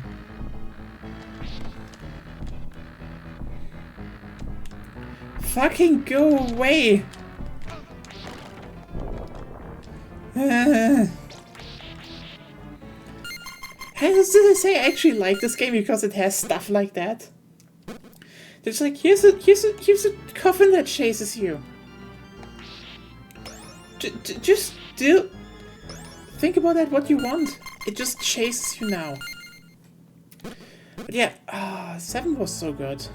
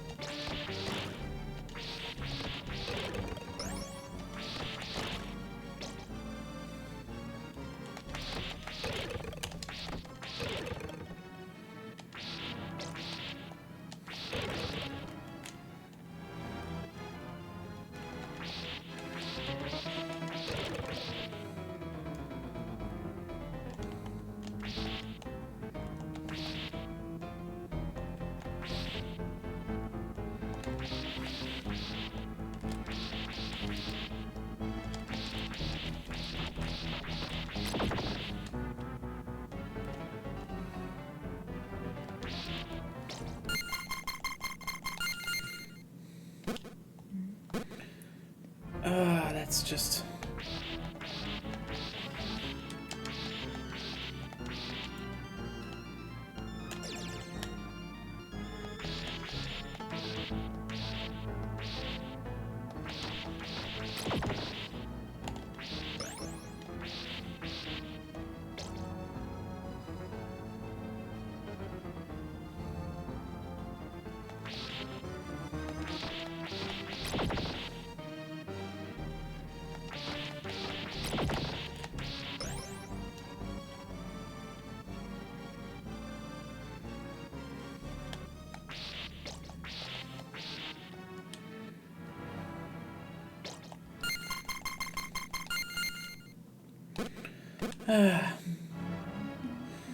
Okay.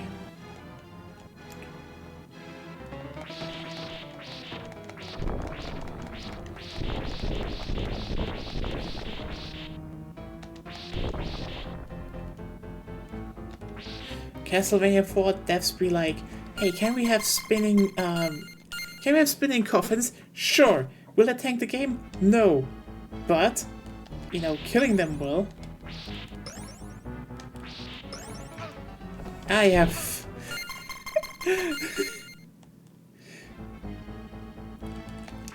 Did I say this is a spooky haunted house? Like, yeah. Oh yeah, right. We're here. Have you actually noticed how many enemies are just one-time things?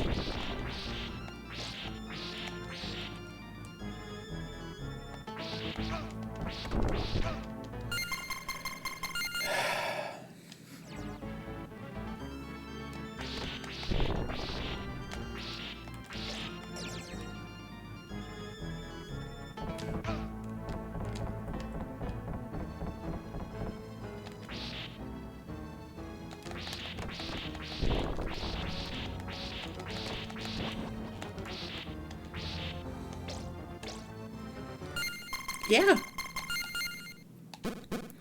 Isn't that cool?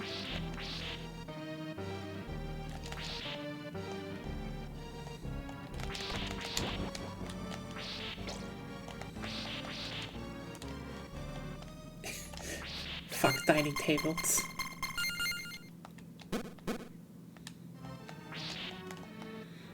Okay, now let's go up here. Oh boy, I wonder what is going on over there when I have some health back.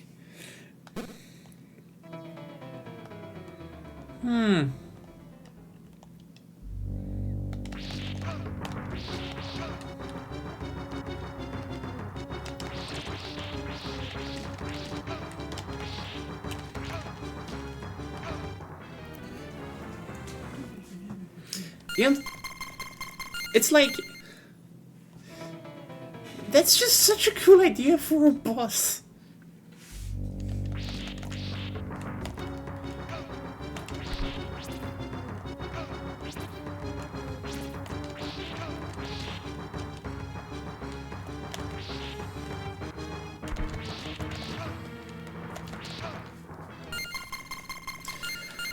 Start kiting them. What? You start kiting them.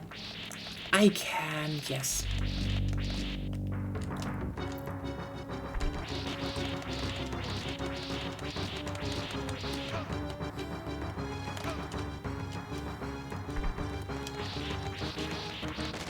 There we go.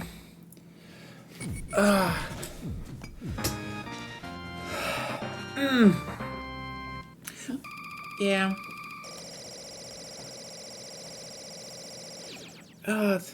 It reminds me of the one time, you know, when like a super old SGDQ where someone played the Japanese version and just accidentally made a world record by just having one hell of a good run.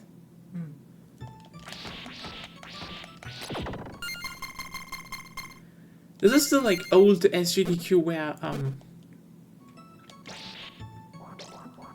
how's the nicest way to put it?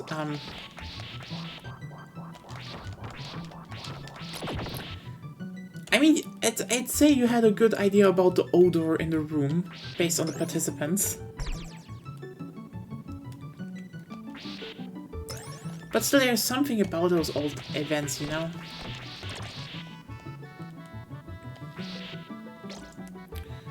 Haunted books. It's more like, you know, the, let's put it like this. I know this is more like a jab on, you know, how people, you know, dressed and looked like. Those were more like, you know, they had way more the whole nerd attire instead of, you know, let me put it like this. A lot of people speedrunning nowadays look like dude bros where back in the day, like, they were like mostly really older nerds that grew up with those games. And like, you had like super methodical commentary on, hey, you need to do this, they're doing this right now, and this, and it is kind of cool to, you know, look up those old streams actually. It was also just a way smaller event. But yeah, they played Castlevania 4 on the Japanese version on stream and just fucking did a world record. Because I think they had an insanely good one cycle on one of the later bosses. So he was like, oh hey, this is like in one cycle. He was just on a roll, and that was just like, yeah, I just broke the world record. And I'm like, oh yeah, that was cool. And way less. I still don't get why people complain about body odor that much. I mean, it depends. Some people just smell. I was in a psychic ward for teenagers there was one guy who bathed like once per month and nobody cared. I mean, sure you can do that, but also like... Well, he had problems. Yeah. Then again, guys have the worst part about that. Like, I mean, that's just one of those things where you're like, I mean, here's the thing. Just don't take this wrong, but it's more like girls cannot bathe a week and still... You're already using the wrong categories for that. It's more like, you know, people with high testosterone, they just smell faster. Let me put it like this. And also stronger. Tend to also. Yeah, tend to, yes, I am sorry about my vocabulary. Biology is more complicated I than your know! vocabulary. I'm doing a Castlevania stream and trying to talk about why, you know, usually girls can just, you know, not bathe for a week and still smell very, very cool, good. You know, probably not that good, but, you know, better. Versus guys just existing for 3 minutes outside. This stink. Then again, I think this This also really depends on how certain groups of people smell to you, because that's also kind of an individual thing. I think you killed yourself. I think I definitely killed myself there. Probably because you're saying not good things. Yeah, I feel like I deserve that.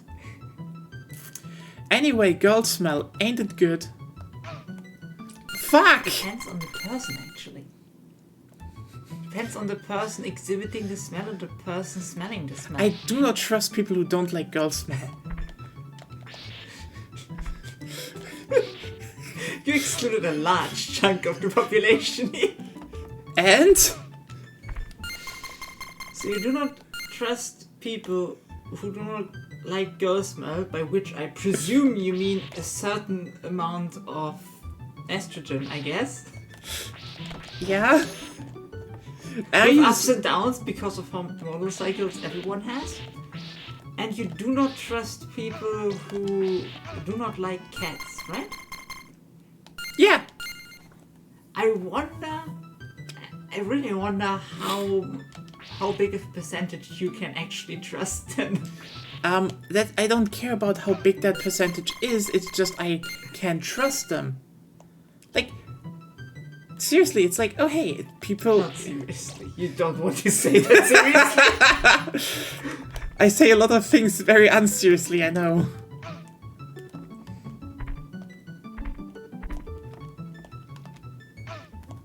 Fuck! Oh wait, you know what? I take it. I take that room. I don't take that.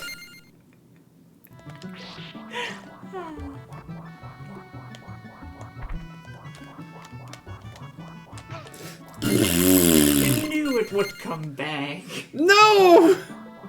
I actually thought it wouldn't. Like the last time.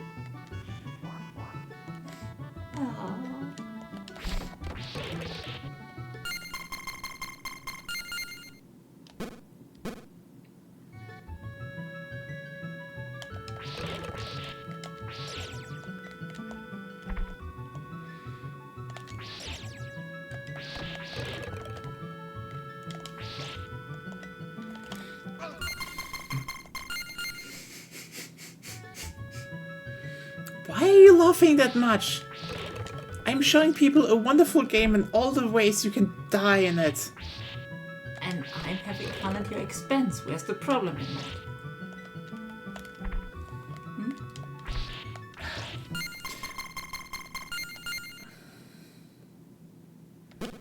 Oh, new GPU driver. I hope it's better and it fixes some stuff.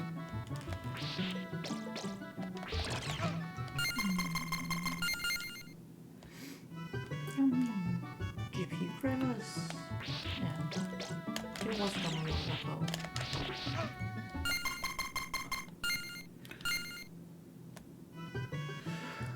Robot Cop. Ah, apparently a really good game.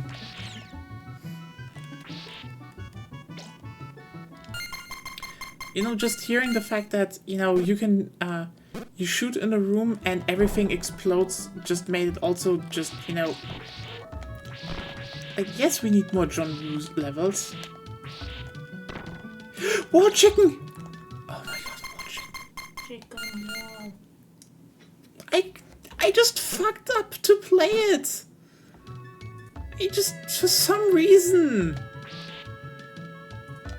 You know, we need to Castlevania in German. Was? Like the 90s or something.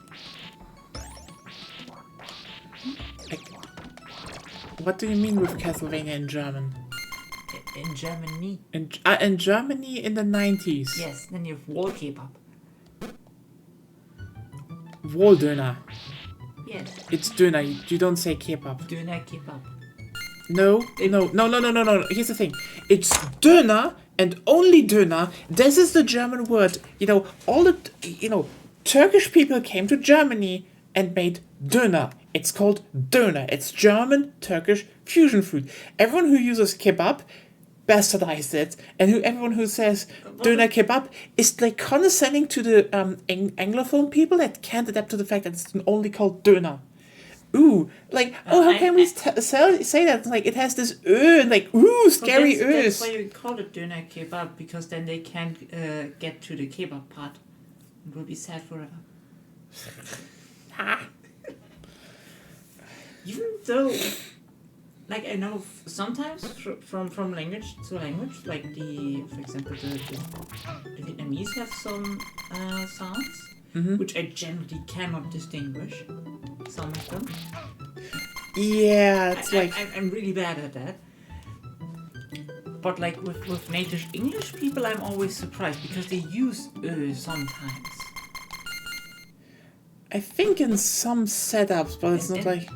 Yeah, it's not in most words, obviously. It's not even in most words in German, but the sound is often used. I mean, this is usually because, you know... Just because of when you slur words a bit. No? Yeah, true. That's why I'm always confused when you have a native English speaker and they just can't do when the word has an but in every other context when they want to use they can. It's just my experience though. I love the rock, by the way, here. Just, yeah, the rock going upwards and, you know, pushing you into, trying to push you into the spikes. That's just such a lovely enemy, actually.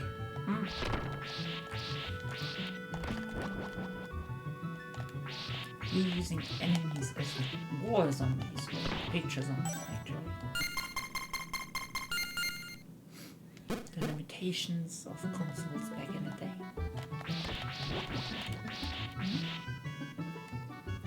True.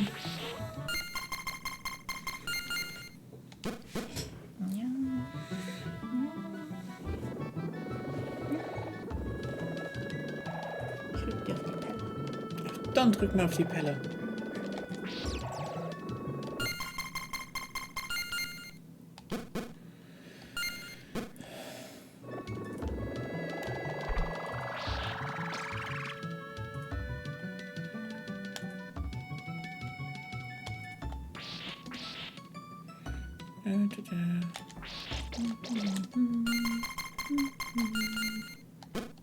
Now my paranoia just kicks in. I mean, can you blame me? I mean, if you're already starting to save scum to show people the game, you should save scum a lot. True.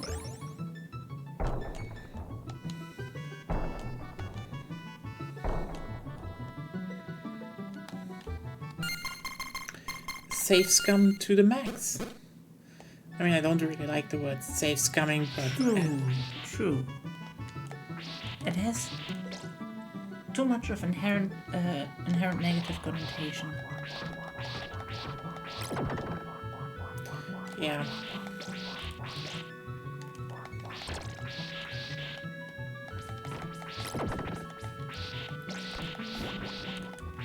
Then, let's say time travel powers. For now. Yes, time travel powers sounds very nice.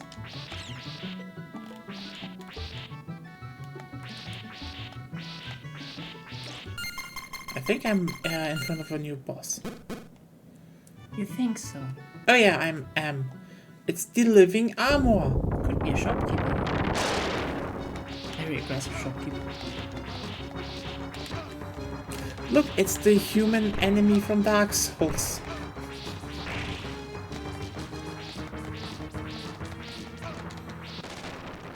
Anyway, this one was easier than most.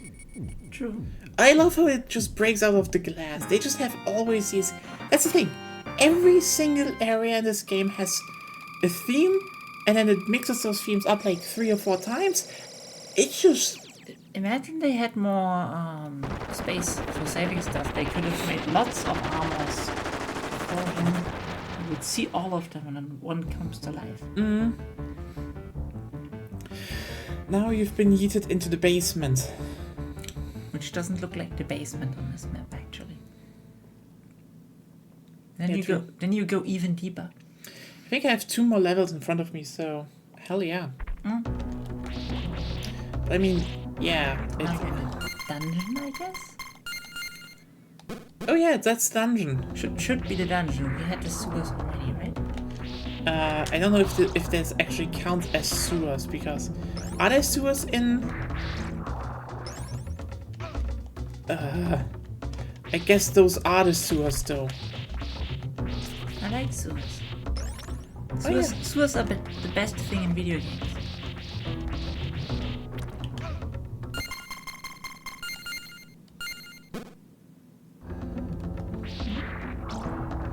Sewers can be really great, yeah.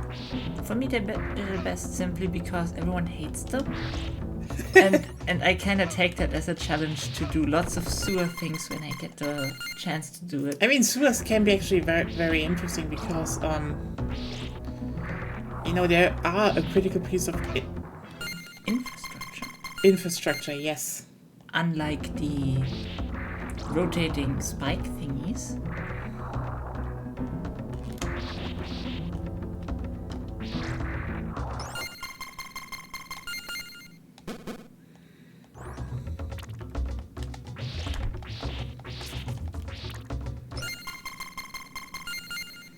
I'm always imagining the usual sewer level that you just wander around in there and changing water levels and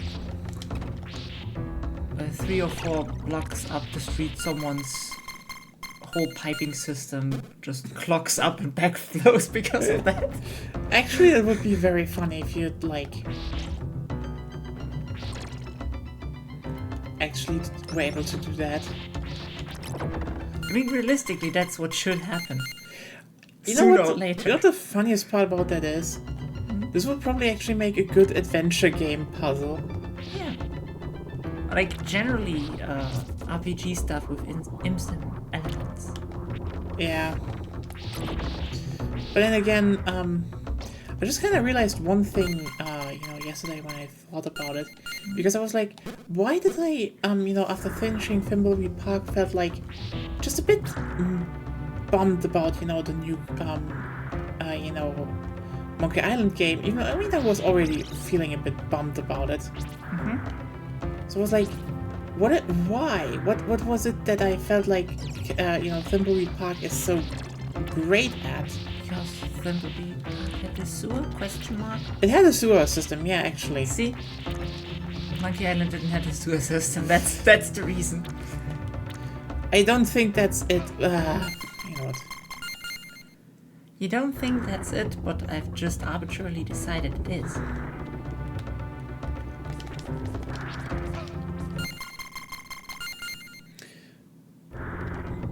I mean, you're right, but I mean, it's more like, let's just put it like this. Guybrush is way too nice in the new Monkey Island games. I mean, no, seriously. One of the things that made old LucasArts adventure games so fun, in my opinion, was not only the fact like, oh yeah, you didn't die, okay? But one of the things you kind of had to get right, okay, is that a game where you can't die compared to fucking Sierra titles had to have something else, okay? And when you played old LucasArts games, oh boy, I need to dodge. Dodge! Yeah, dodge! Like, you were kind of a menace? Like, Guybrush isn't a nice okay. Dodge, not attacking. Dodge. Yeah. Ah! Also dodge the weird sewer water that will drip on your head.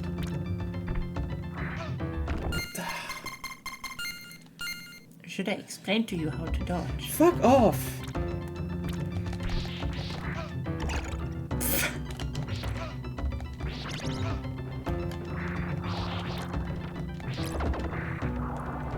I mean, fuck it, I take it. That was more luck than anything else, but it was fine. It was more luck than anything else. Yeah, you're right. If it was intended, I would be proud of you. Totally did that for purpose. Skill. Total skill. Just straight up skill. Hey. But Guybrush was kind of a menace in Monkey Island. Like, more in Monkey Island 2, what his whole character was supposed to be way more arrogant. But yeah, most solutions in older adventure games always had this, had kind of like this, flair of you're just making shit worse for everyone. You need to get up there. Gotta get up there. You're making shit worse for everyone involved, and like, hopefully, and like, no one notices. And then you had like, and then you had like, the new Monkey Island game, where it was like, oh hey, it was a bit more zany, but less, it was way less, you're an asshole. And maybe they just wanted to change him. I don't know.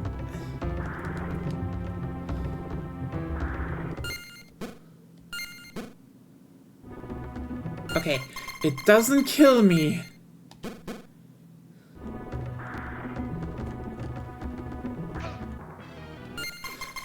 Or maybe it does. Maybe it does. Who the fuck knows?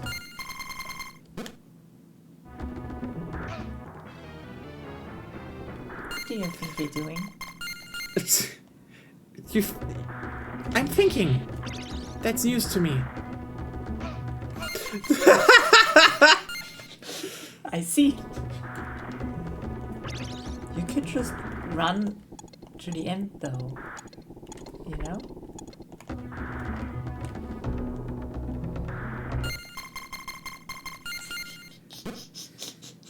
What?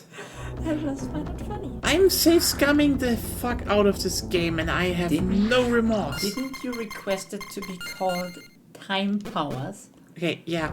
I time power the fuck out of this game and I have no remorse. Also, why is everything Trying to kill you?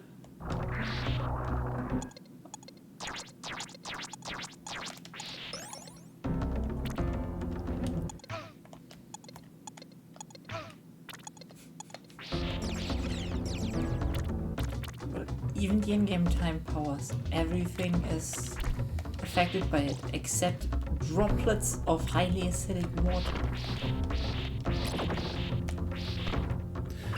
But I have acquired the wall chicken again.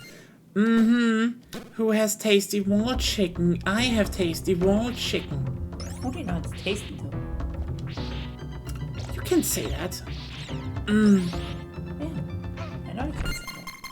And the bat can kill you.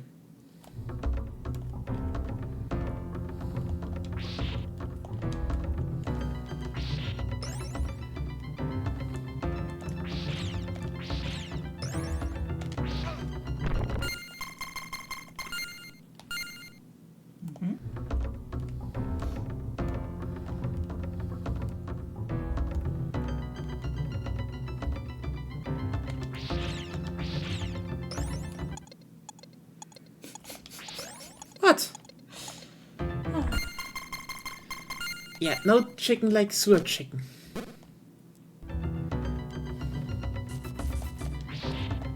I just wanted to make the joke that Guybrush needed to become nicer because the subtitles for One Piece became worse.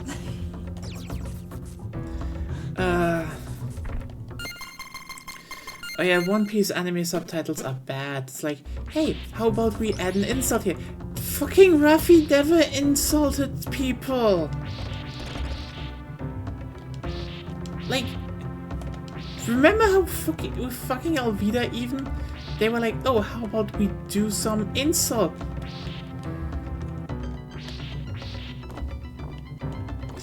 They were like, how do we some insult? And like, he said Oba-chan. Son. Oba-san. He said, basically, he called her an old woman, which she is. It wasn't even, like, fucking meant to be an insult. She just, for her, it was just like, you know.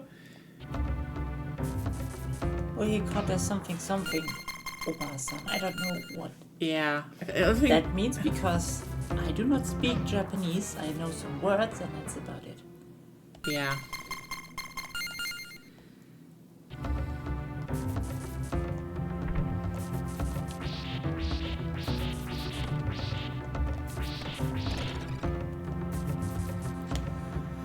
Ah, well.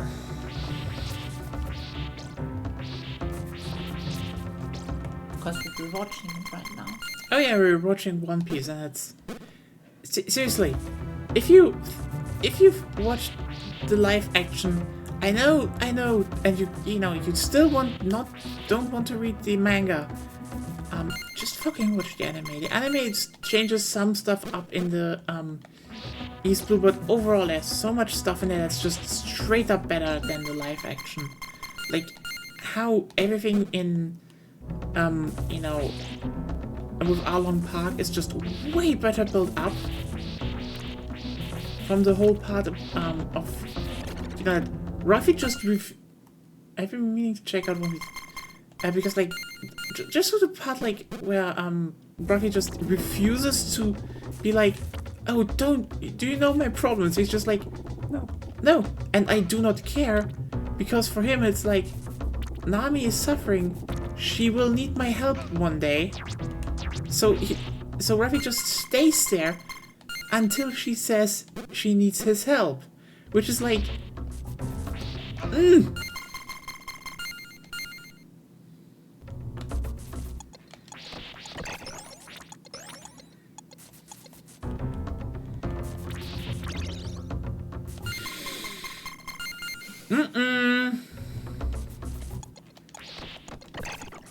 Oh, you should watch One Piece, Claire.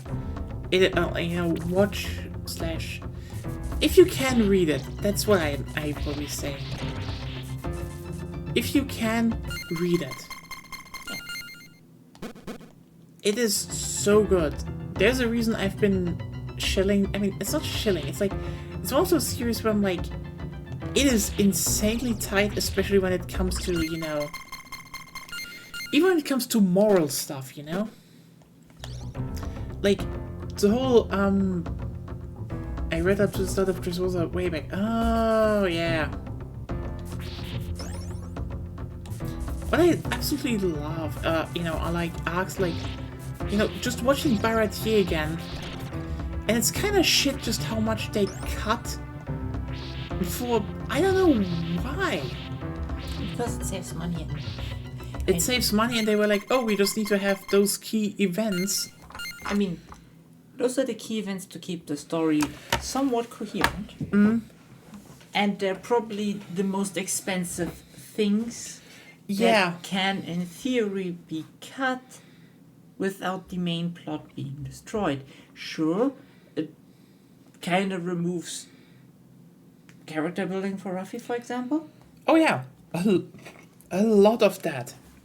Like, it's so... I just hate that they removed Krieg, and people are like, oh, but Krieg was that... Krieg was interesting because Krieg is... Like, here's the thing. Don Krieg is ruthless. But, and this is kind of important, he's not just a mindless asshole. One of the things why he wants to get the Baratier is because for him it's like, hey, if I want to get this, if I want to get this pirate crew running, I need to run a really tight ship. He kind of does this with cruelty, but for him this is how I keep order and everything. You know, that has nothing to do with your point right now. Sorry, I just like... You just... Tangerine. Yeah, I know I do tangerines. Oh yeah, right. Right, Frankenstein's monster!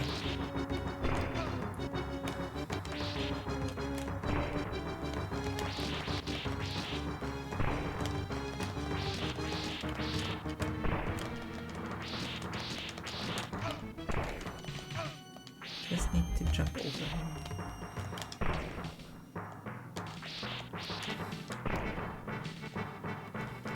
Come over here. Nope.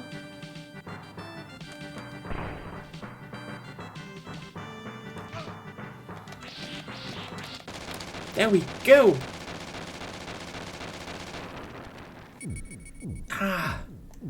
In the worst version, those potions would have killed you now post-boss. That is true. Would be fun though. Would have been really fun though. And now... time to get up to the upper parts again. I think this is the gold level, right? I do not remember actually. But we're almost at Dracula though, which is... I mean, we're going over time, but who the fuck cares? Yep. You will suffer afterwards for it. What? I have nice soup today, and oh yeah, it is the gold level. Oh, I fucking love this level. This is just aesthetically one of my favorite ones because it's like, hey, ever had like, you know, a whole ass, how's it called, treasure chamber as a level?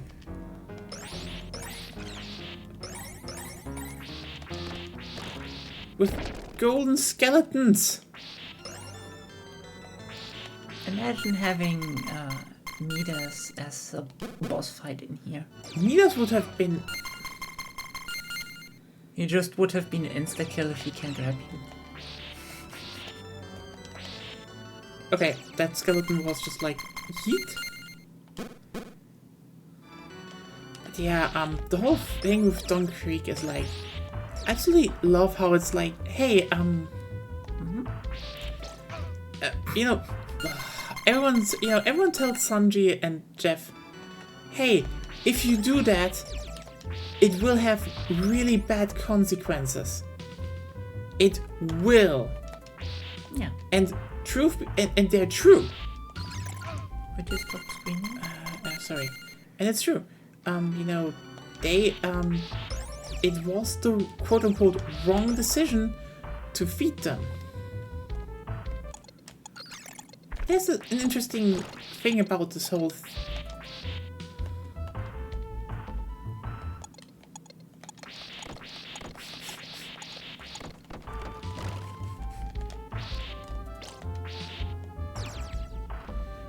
There's an interesting thing about the whole, Baratier arc. It's just about the objectively right thing versus principles. Not only that, it's also like there's a quite important moral in there, I think, because feeding Don Creek led to an objectively worse outcome. But yes, it was also the morally right thing to do to not let people starve. But as Sanji kind of points out,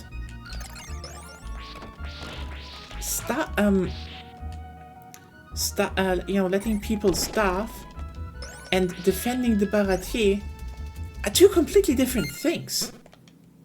Well, really depends on how you look at it. You could have said.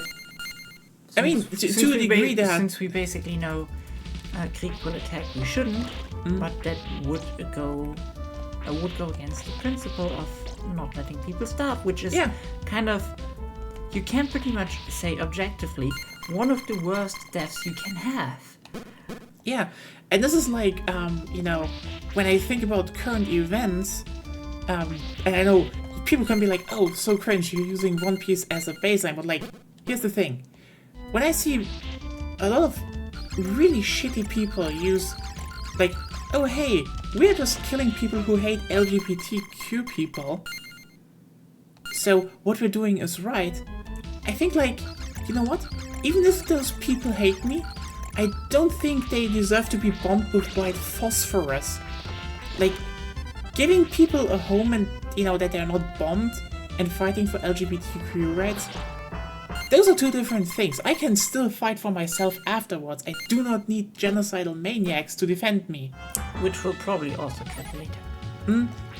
Even if it would have been true that, every one of those people they're bombing would hate me. Anyway, it's still kind of funny how One Piece just formed my moral code looking back. You mean it had an influence? It had a big influence, yeah. Yeah, I can see that. There are worse books out there. Oh, there are way worse. There's way worse stuff out there. It's still One Piece is at least one story where you genuinely have people with compassion, and compassion actually winning, and making compassion worth, that's the thing about Sanji, Nope.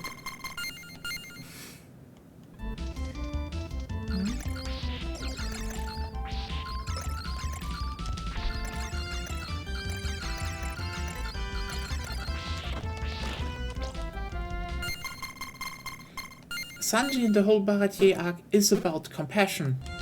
Even for people who, might hurt you in the long run. But I think it is a good moral principle to stand by and saying, hey, I don't let people starve. Just period. It's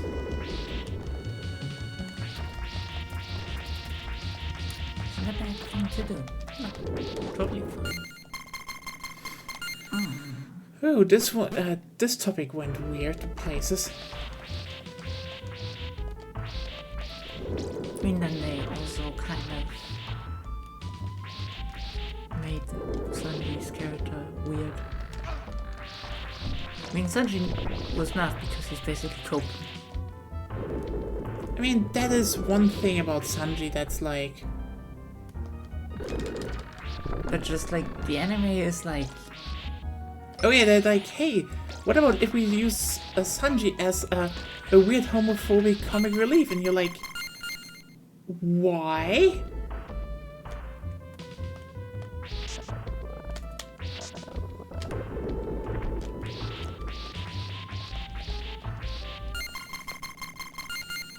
I mean, the anime itself had somehow always, especially in the beginning, maybe I don't remember everything, always like some homophobic jokes in there. Yeah, I mean, And I still don't get why, especially nowadays. let me.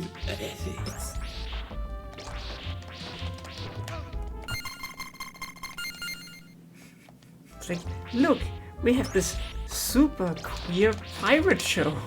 Let's put some... I mean, they didn't know that yet. I think, like, for most, Mr. 2 was still... You know, East Blue was not as outgoing for that yet. Yeah, I know. But especially, like... You know, here's the thing. That's You not should that- have noticed at Belmare, like, hey, wait, Nami doesn't only look like a disaster lesbian, but her sister and her adoptive mother are all just literally the disaster lesbians. But then, you know, the show was made by heterosexual people, and they will always try to blend over that, even though it's kind of obvious that they are just, you know, disaster lesbians. Yep. That's why I don't like the anime. Could use a reanimation at this point. I'm all for that. Someone should tell Toei so. Like, the next arc needs more time. Just Oh, reanimate One Piece. Honestly, reanimate. It's kind of funny that people to this day say either they should make a big filler arc or just reanimate. Oh. What else should they do?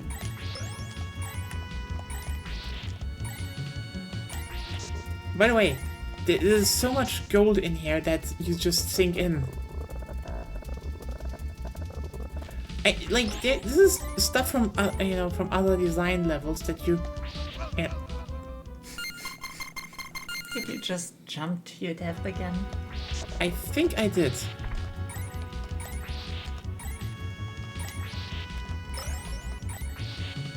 But yeah, that would be, in my opinion, probably the best thing. I should probably start putting your picture up actually in the stream so people know you're talking. Well, they know that I'm talking because they're hearing me. I mean, that is true, but also like...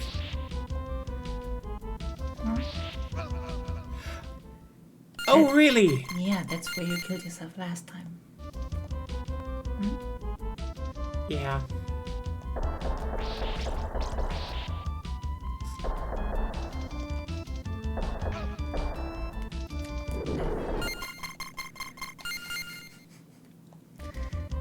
And wouldn't that be nice? Wouldn't that be nice? Nice to reanimate One Piece.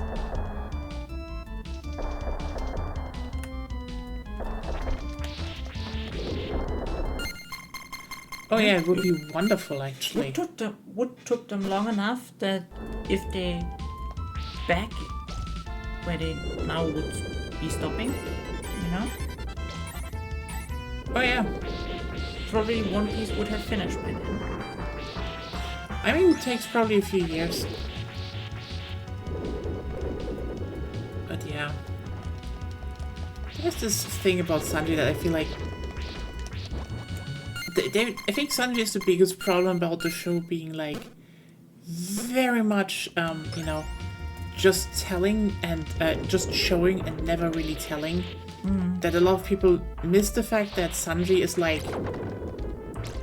a fundamentally broken person that can't escape himself. Like, you need to keep in mind, as we learned later in Whole Cake Island, Sanji is like, has literally fear of losing his humanity, and the only guy that could have been a father to him, or was a father to him in some form, is himself is Zeph, and Zeph is, head deep into a lot of toxic masculinity shit about. I mean, okay, Zeph isn't an asshole, okay, but he absolutely cannot express his feelings, like at all. But like, if you actually watch Barahiro or read the manga, you notice the reason Sanji cries at the end, like why he tears up so much, is during the whole arc, Jeff isn't that nice to him. Because he can't honestly express his feelings. He just is stuck there. And this is the thing. You need to keep in mind, this is the guy that raised Sanji, who Sanji owes everything to. No wonder Sanji is, to a degree, very much broken. Like, the last thing he says to him is like, don't catch a cold. That was what? That was the nicest thing. That was the nicest thing he said to him. And Sanji always just wanted him to acknowledge that he does that. And this is why he tears up, because he's like, because in this moment he like realizes how much Zeph actually really fucking cared for him, but couldn't express it in a normal way.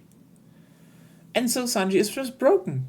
But you still notice how he's like actually, he's not like he's not like actually a homophobe, because like, remember how he gets told like someone would kill all his friends, and one of his initial thing is, if you lay a hand on the Okama, I will kill you myself. And you're like, he considers them his friends, like, yeah. Which kind of clashes with the whole extended cover story animation. Yeah, which is just, they were like, hey, let's just make it homophobic and more like that.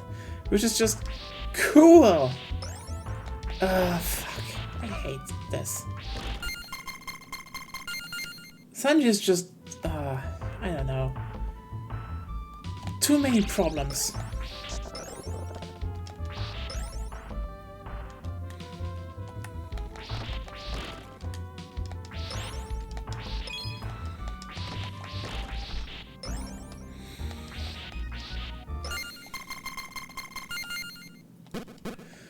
Okay.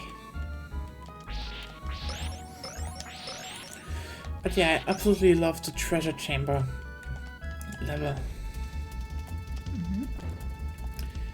I mean, because it is like... Hey Govsoft Girl, how are you doing? Welcome to Castlevania 4 and talking about One Piece. Sometimes. We just talked about One Piece, so, that's that. Die, you damn dragon.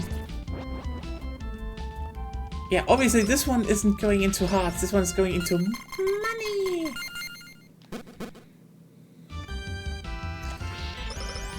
Yeah.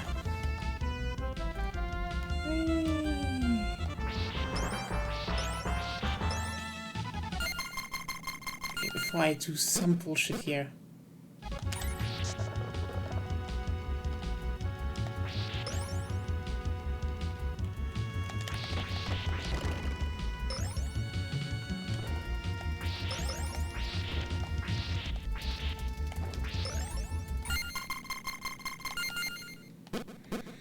Paranoia just goes rampant right now. See? This is why it goes rampant.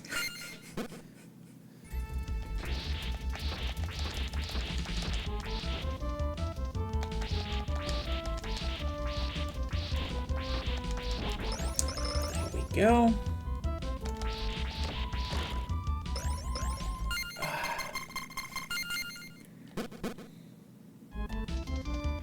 But yeah.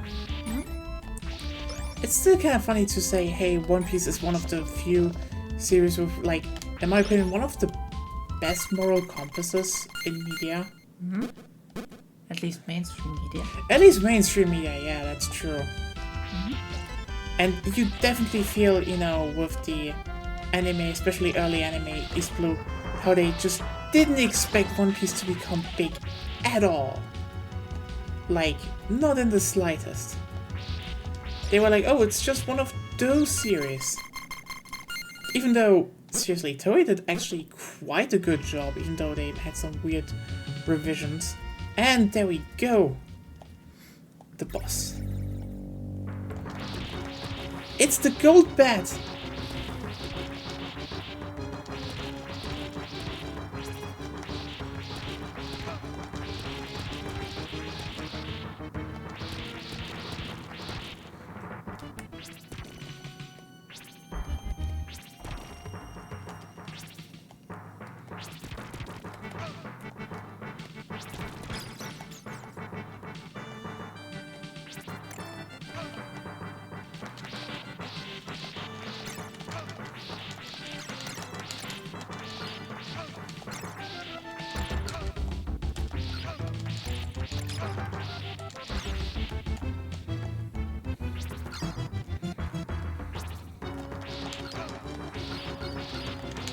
There we go.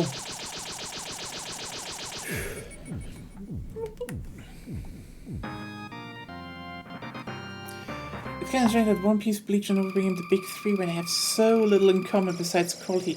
Well, I mean, the big three were, you know, mostly known to be the big three because they got most people into anime, you know? Yeah. And also, big most viewership. people, yeah, big viewership, and people were like, I think the funniest part about that, in my opinion, is that, oh yeah, up the tower, over the bridge, and then we're at Dracula. I think the funniest part is that One Piece still gets lumped into with them. You know what? I should just be like, yeah, she's here. Say hello. Hello. Yay. I'm here. You're there.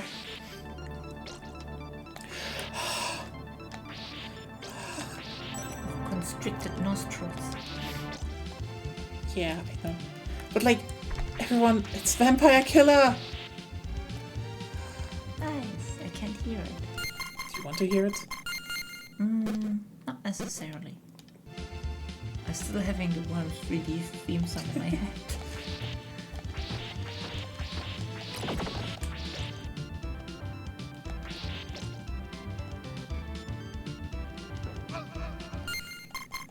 I just fucked up. Yeah.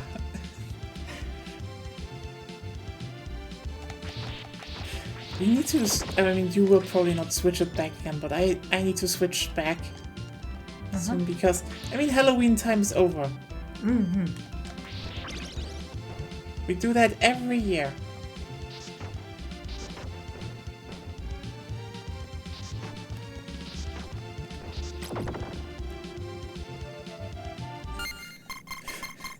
No worries. Well, but yeah, I think the funniest part is that One Piece is still like classified as like that people are like, oh, it's one of those big shonen ones. And like, it's so funny because sometimes One Piece has fights, but like, One Piece is a mystery. I mean, it's an adventure show with mystery. Like, it even follows one of the core principles of mystery, that is, if there is no body, they're not dead. And it's like, yeah, right?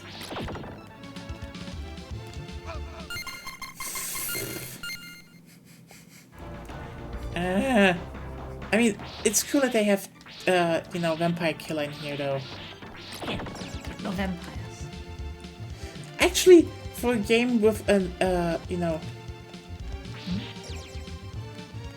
for a game that has a song called Vampire Killer in there, yeah, there are astoundingly little vampires in Castlevania. A lot more. What are you trying to do here? I don't know how to get up there. From the cogwheel to the left. You're right. Just need to time the jump correctly because the stuff is weird. Hitboxes. Yeah, this is like literally, The hey, cock teeth. You know, this is... Is it even called in English like that? What? The cock teeth? Cock teeth. The teeth of the cock wheel. No, I think it's more like...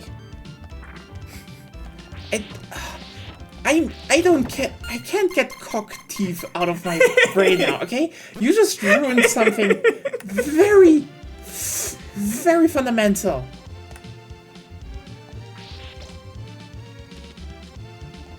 The letter, not cock teeth, cock teeth. Cock teeth, yes.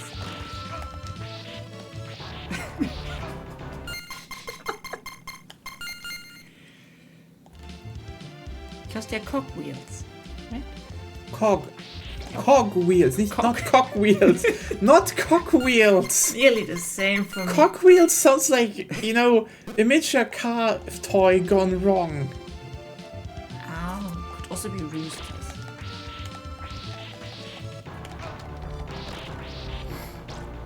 I have trouble speaking, so because of my nose.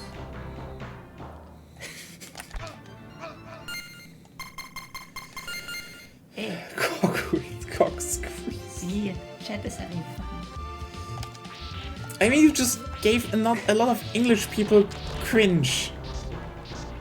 Yeah, but it's good cringe. There is good cringe. Yeah, my cringe. Because it comes from the fact that I'm not able to speak that well right now.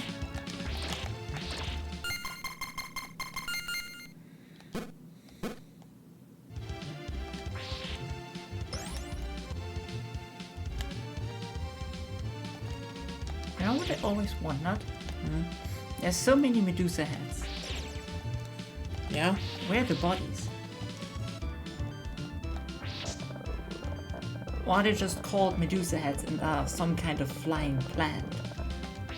Because the Medusa you killed also died, like those Medusa heads. I mean, there is a Medusa in the original game. I enjoy this. Well, good for you. Good for you, Ganya. Someone enjoys your cringe. Yeah.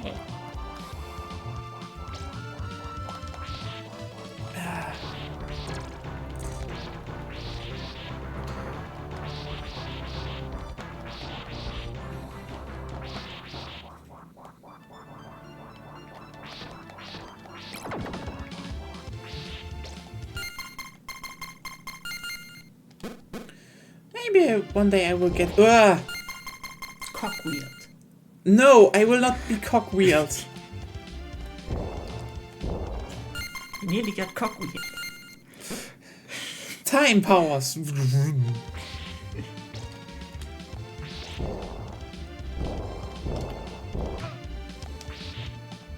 that's how you still got cock-wheels. Fuck off. Hot Wheels versus cock-wheels.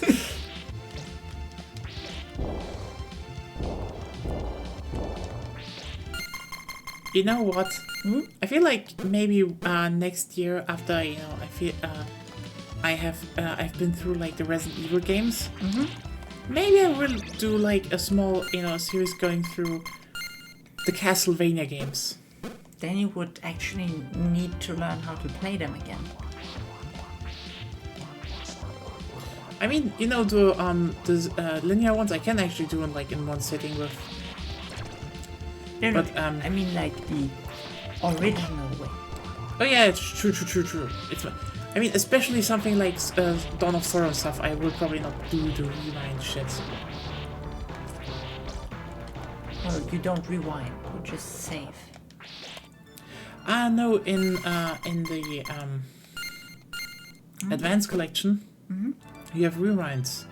Yeah, but right now you're saving, and the original way is without saving. Oh yeah, but the original way was also like expecting you to play like a lot of times. Yeah.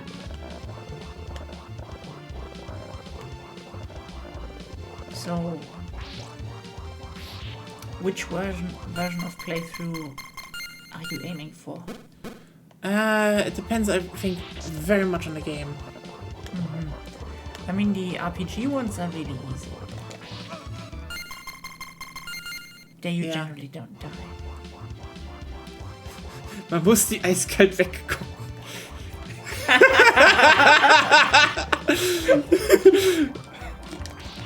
Yeah. Germany. Germans. No Austrian. Well, Austrians are Germans. Kind of. Kind of. Same culture group. Yeah, same culture. The culture group of thinkers and philosophers. Which for some reason is called Germans. Even though Germans are just part of it. Ironically, the only thing that the Romans left us, that we are the Germans.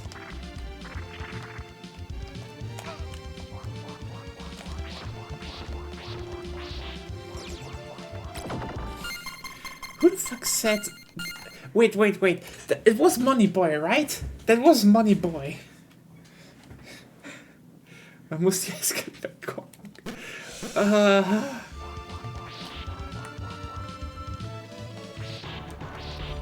God. Money Boy is one of those things where I'm like, I should never introduce anyone to it because they think I'm just bullshitting them that this is like popular here. I mean, if you want to do a long-running series, you could try playing Case of Kut without adventure. Oh yeah, That could take a while. yeah, but I don't want a long-running series. I want a series that is fun to watch. Well, could be fun to watch. I don't know. I don't watch things that much. Also, I will get water. The water, my friends. Yes.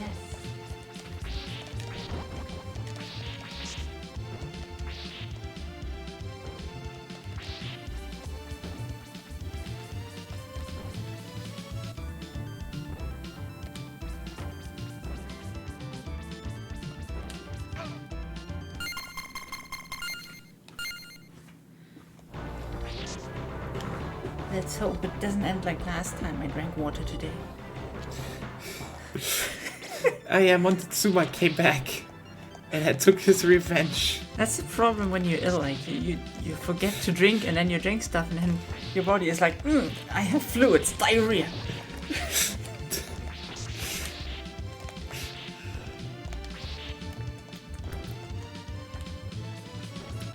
Standing cringe you're producing here. That's not cringe, it's a factual report. There we go! Like, holy shit, that was annoying. True. And now I can just jump here.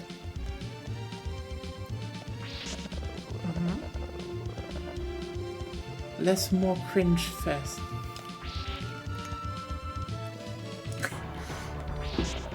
Yeah, the fact may be cringe. That's true. What is cringe? You're not falling, are you? Am I stupid? That's not a question. What is it then? A temporal fact.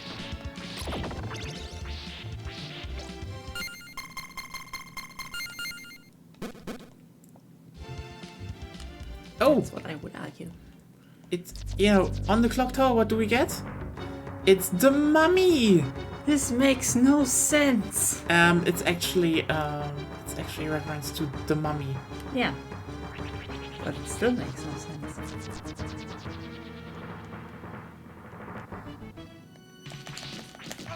But kinda does the same thing the one boss in Mega Man does. No, death comes in a later game, I guess. And an earlier game, I think, too. Yeah. No, death comes now. You know, death on the clock tower is else. You actually had the, I think in the original Castlevania it was the Wolfman.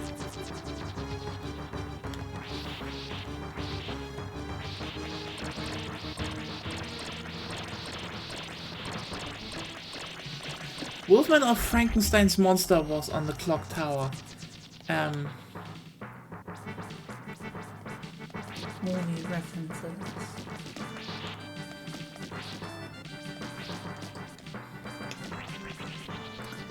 funny thing is, I just know the thing about the Mega Man boss because I played I Wanna Be the Guy.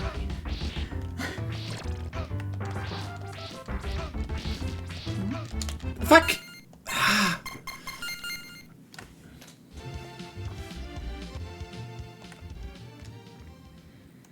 Sure, Clock Tower would make a fun game. Oh yeah.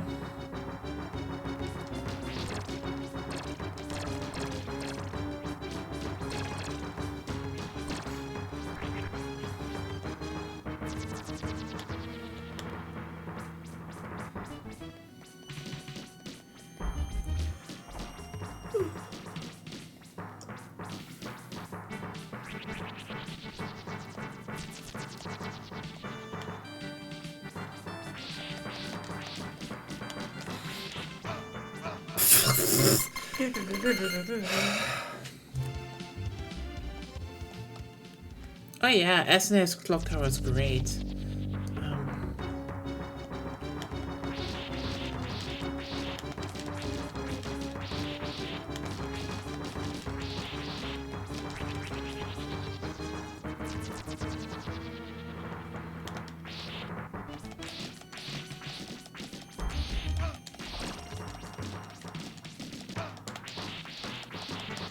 There we go. Just one cycle, a whole two cycle basically. Ah.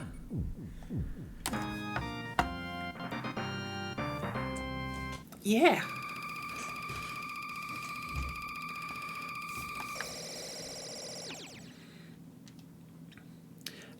Now we will defeat Death. Death is always the stage before Dracula. Because now we have to go. Oh, is that already Dracula? Do they have Death in here? I don't think so. Yeah, true. I don't think Death is in here.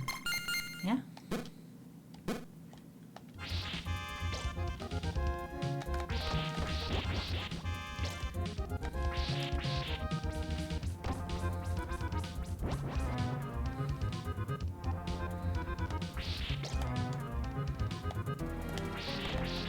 They have no money anymore because they conquered the gold chamber.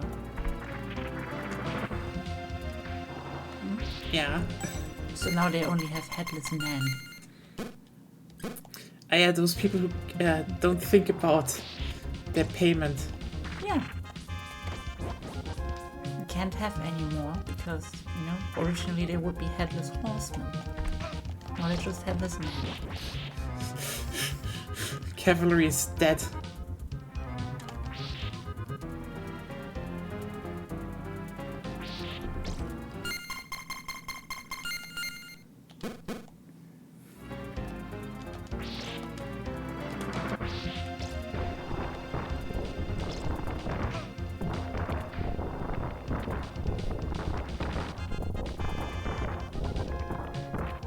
Stone beds.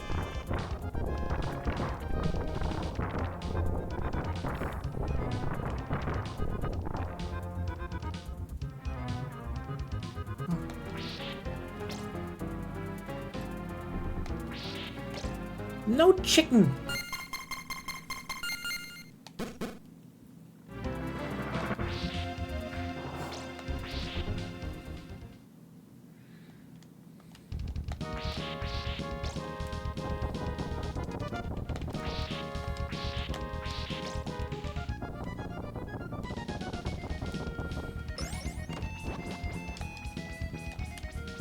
That's the wrong direction.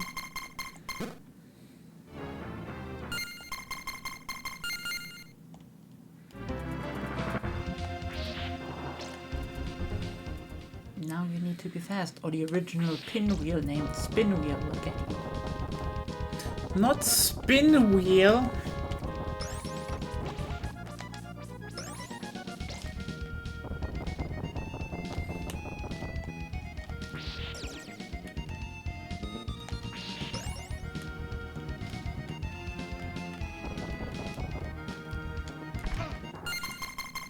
Spinwheel got you. Oh, To where? I don't know. To where you can't just annoy me. There's no place in the world where I can't annoy you.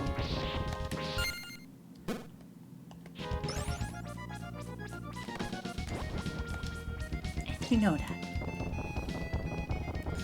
Thanks for the annoyance, Dan. Thank you.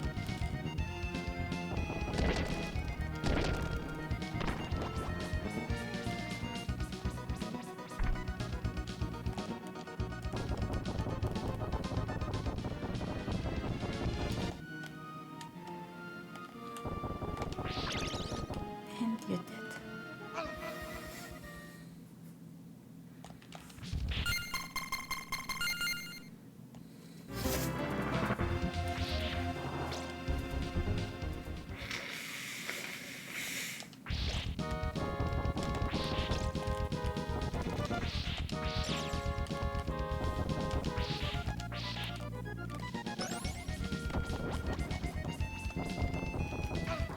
Fucking stairs. They were better in this game, but classic stairs. It's not like, you know, they're... Oh no. Oh no. What? I'm thinking about Yu-Gi-Oh! Bridget again. What about it? Why are there so many stairs? Don't remember? I remember the line, but I don't know the context anymore. Context is Seto climbing a lot of stairs and cursing the man who invented stairs. Oh yeah, right, that was... Just the man who invented stairs.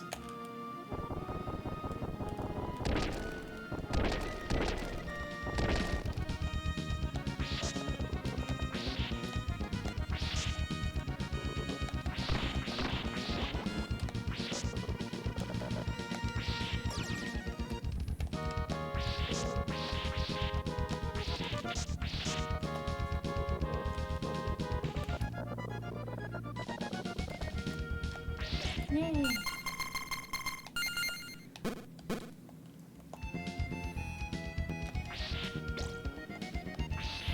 Oh right, it's that part of the game again.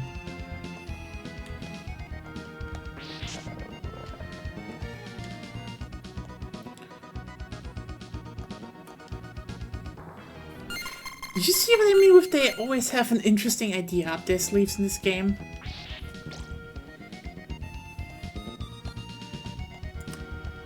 This must be programmed in a really, really weird way. I have no clue how they did that. Or they probably just have horizontal lines there that drag you with them.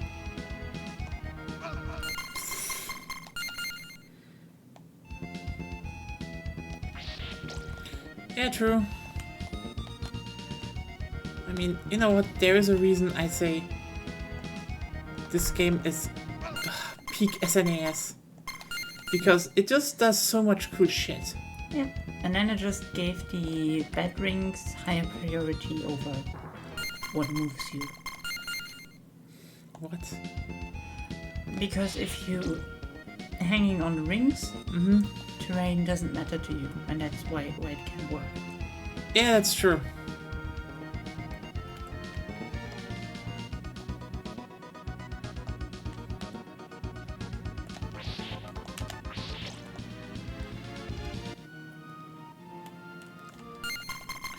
But also again, they have the section once and then, you know, new stuff.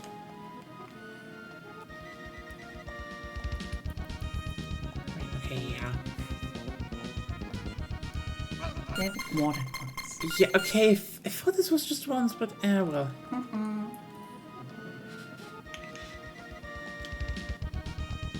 But generally they're using it once per level. Once. No. That's the wrong way to say it. Like, they're using it in one level.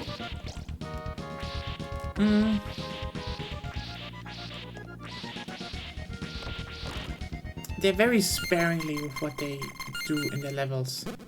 It's like, yeah, have a good idea. Which is kind of ironic if you think about that they had, well, not much memory to work with. Oh yeah, like this is kind of the thing why I think this game is so...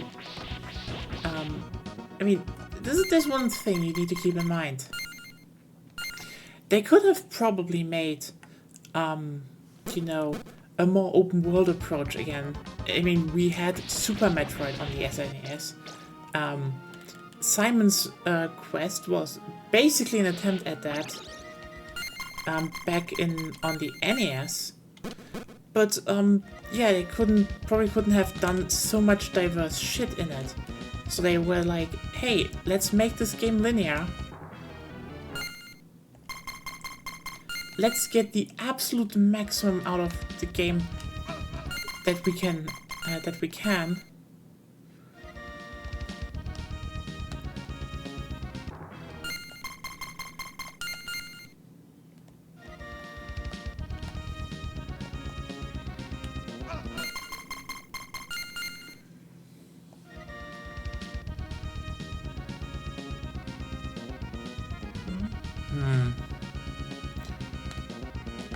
I don't know how to do this again.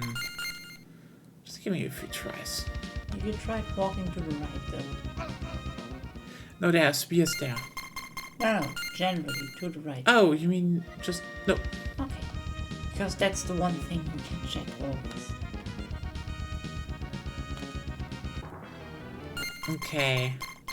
I believe you need to do small jumps.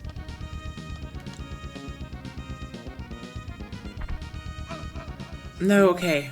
Small jumps. No, it's not jumps. You need to walk to the left until...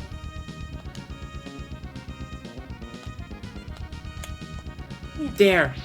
It's just... It's kind of an evil pattern because it is less... I believe it could be faster if in some areas you would have jumped. No, I tried jumping there, but then I touched the spikes and die. No, you jumped too much, and especially on the wrong thing. And then you can't get there anymore. Yeah. So now we're up in a tower. No, here's Death. Here's Death. Yeah. Death is in the game. Wait, no, it's not Death. It's that bird thing the guy once cycled.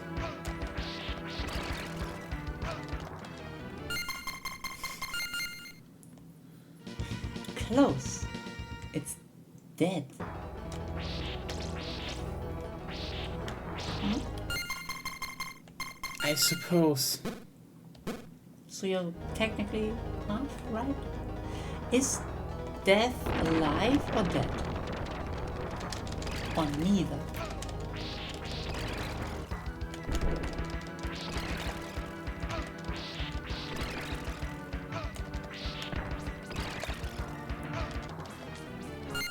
What the fuck? The boss never jumped around that much. You could stun lock them. Depends on where it is when it gets hit, if I saw it correctly.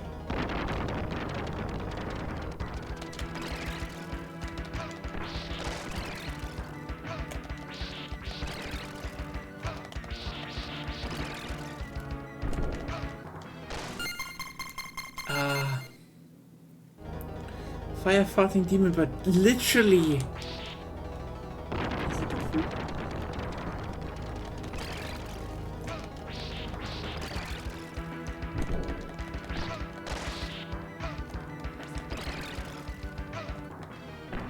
I don't get what the fuck. Try standing on those pillars.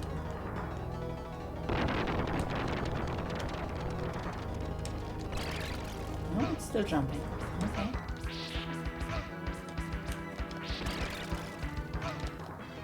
Also, if we can't figure out how to make it not jump, just hit it once and then move instead of mashing.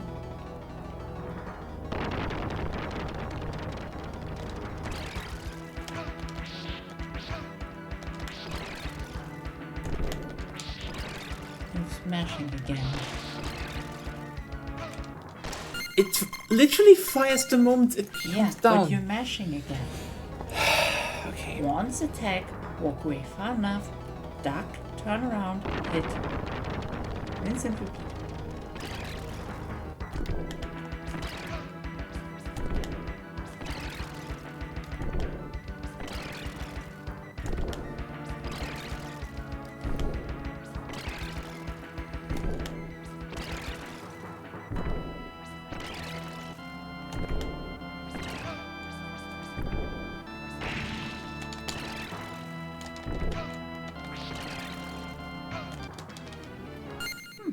Second phase.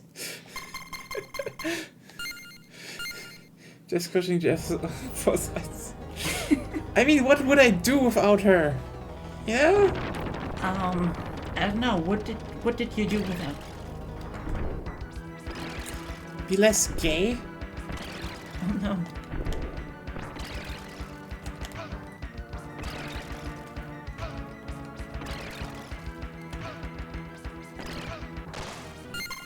You also don't need to mash your cross button.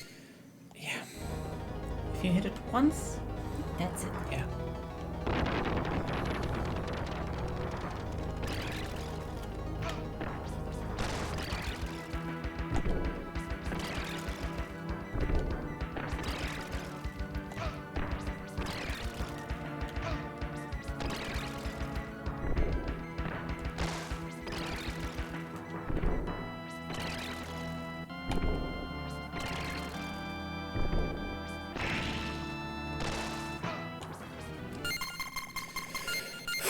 Almost got. I believe you could make the process more effective if you would jump over them when they're on their way back.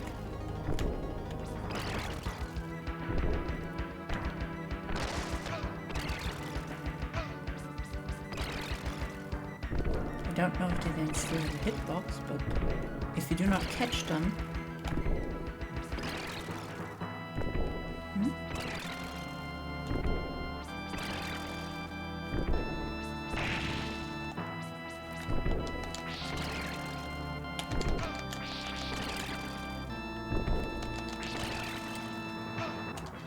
Fuck! now you've started useless attacking again. Okay. And again, try jumping over the crosses when they come back. I can't. I need to duck from the thing. There were situations where you could.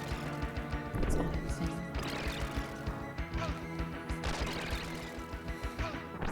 Nope. That's too risky. Right now, you're not even trying to jump, you're ducking way too much. It's like the bird jumps away, you start ducking and crouching.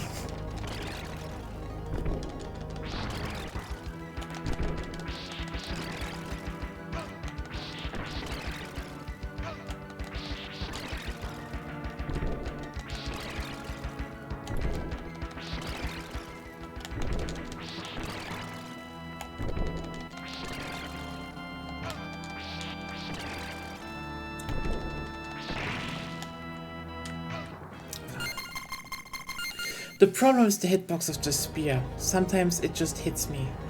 That's probably because it goes from down to up.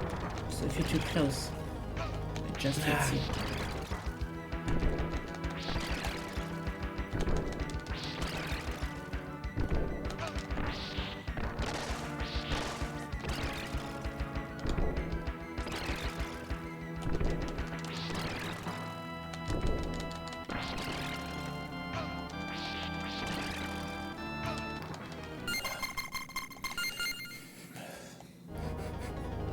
What should we do? I will beat this boss. Should I try to beat it? No, this is my Spoopstream. Okay. We don't want that mishap to occur again, right? What do you mean with that? I still remember you like, I want to beat it. And you gave it to me. Mm-hmm. In the assumption that I couldn't beat it, and I beat it.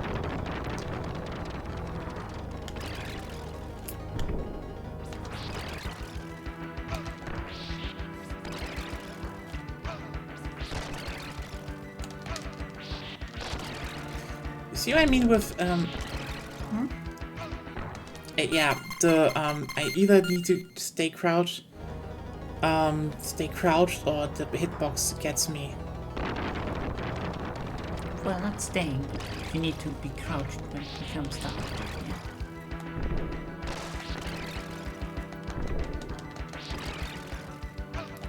Also, he comes down so fast, actually. Well, it wouldn't be a problem if you just would stop mashing the button. Okay, let's see. Yeah, I will.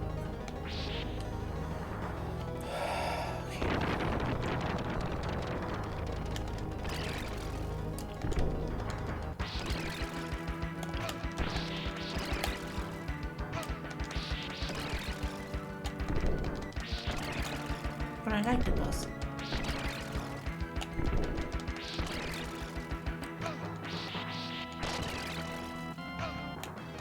Because he's extremely simple, but the window is extremely tight.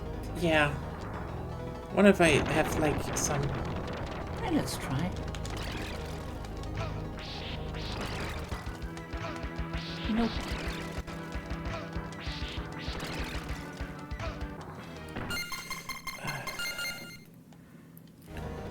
Okay, fuck.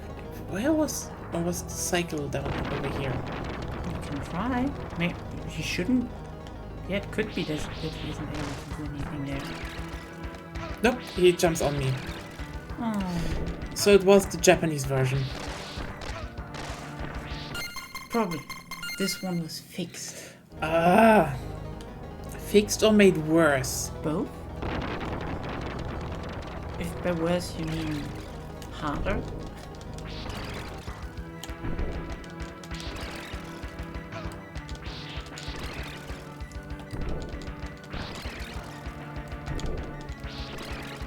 I'm mashing.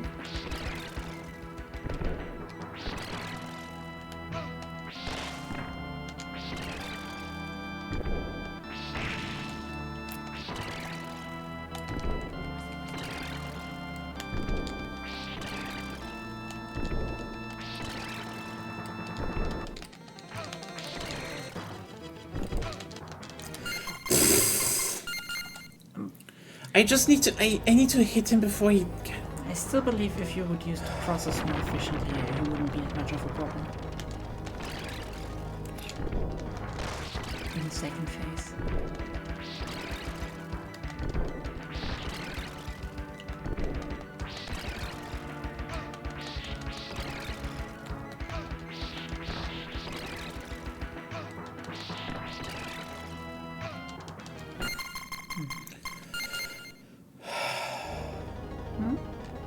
I don't know how I get fast away. Like, need to be ducked, but also like... No, you don't need to be there.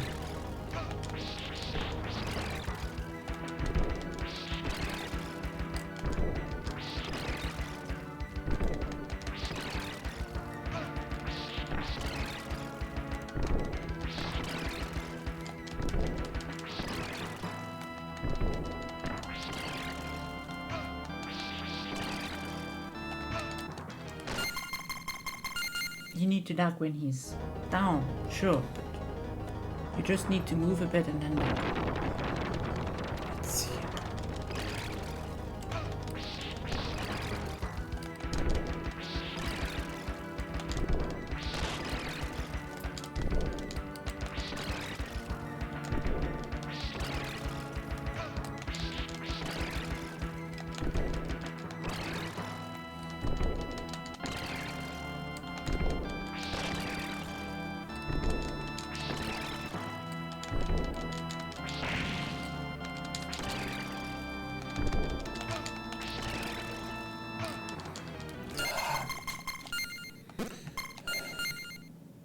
But yeah, in the second phase, I believe when you throw the cross and he jumps, and you move towards the cross and it comes back and you would just jump over it, he would be hit again.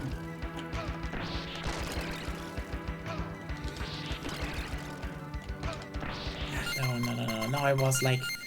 I was not concentrated. Yeah, because I was trying to tell you something. Yeah, it was dumb moment. No. It's after the boss fight.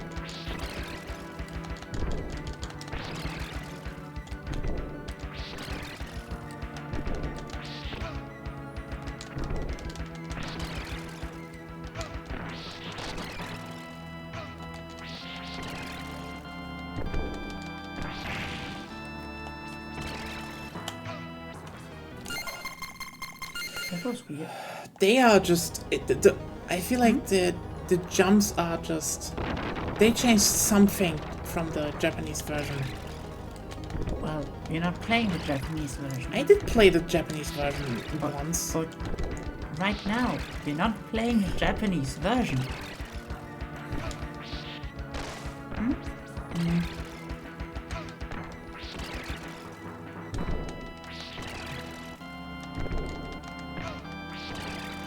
I do wonder who thought giving the bird so much invulnerability and the constant jumps on top of you were a good idea. Because something is... I never had this many problems with this boss.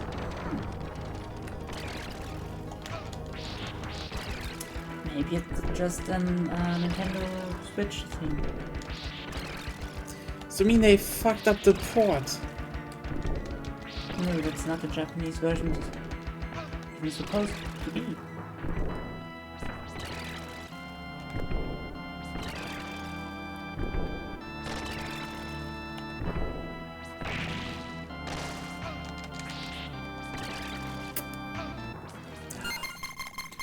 I mean, the cross is still way easier to use and you have enough hearts. Well, the thing is more like when his invisibility ends.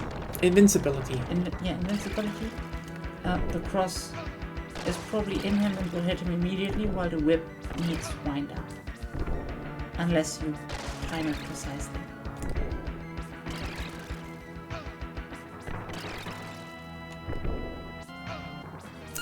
The biggest problem is just, that he just jumps immediately.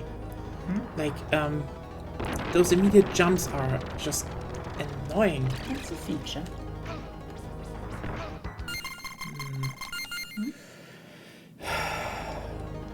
Yeah, which is like, I don't remember him being that annoying or having that much invincibility, because it's not like this is impossible. I know he was stun lockable. Try whipping upwards. No. No, when he comes down. Can't. Can't? Now, to whip upwards, I have to press those two buttons, then I stand up. Yeah, I mean, before he lands on you.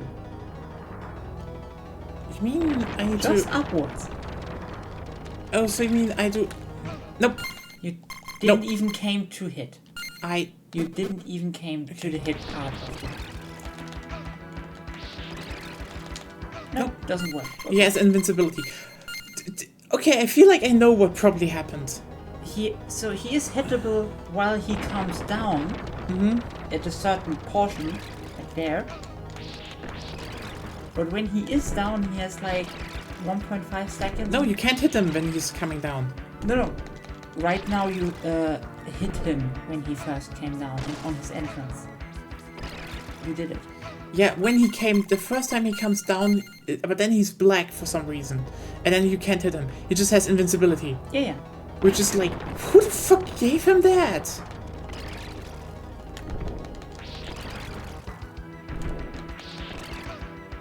Who the fuck thought this was a fun boss?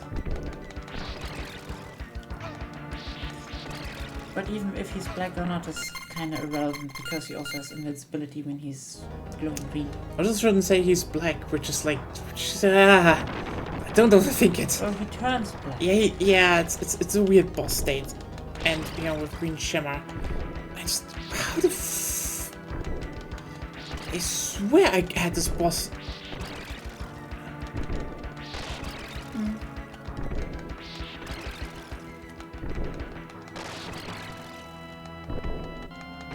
I know that even in the Japanese version, people say he's probably the most annoying boss.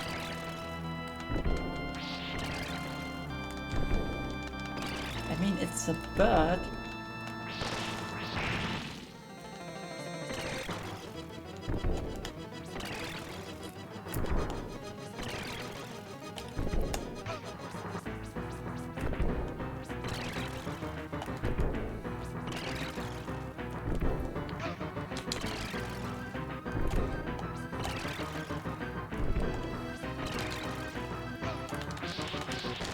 Oh, there we go! Took you long enough. And it's the fucking mid-boss! Yeah, I forgot!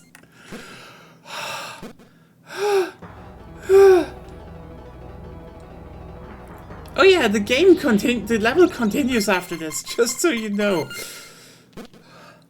Fuck that. I wonder if there is a V for this.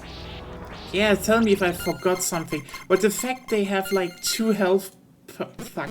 How is here. this collection called? Anniversary collection. Candle chicken, yeah, I know.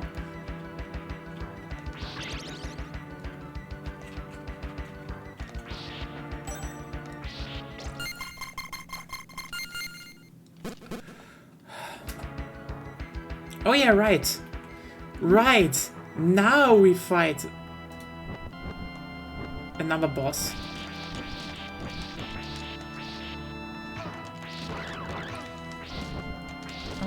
Super Castlevania 4, right? Yeah.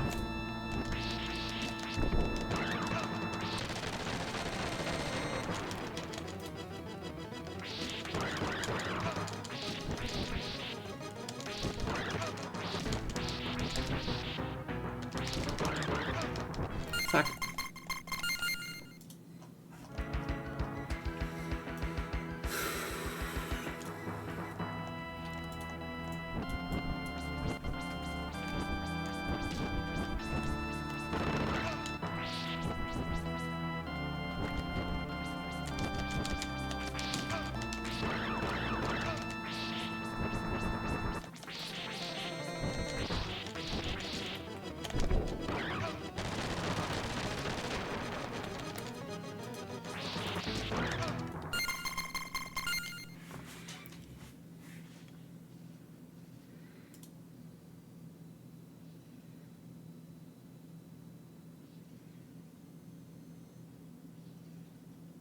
Hey, it's the other guy from the first Symphony of the Night boss. Yeah! Alucard just needs over a few very tough bosses in the, at the beginning of Symphony of the Night that's like... I feel like the thing about Symphony of the Night is that so much, about it is like... just building up on references from the previous games.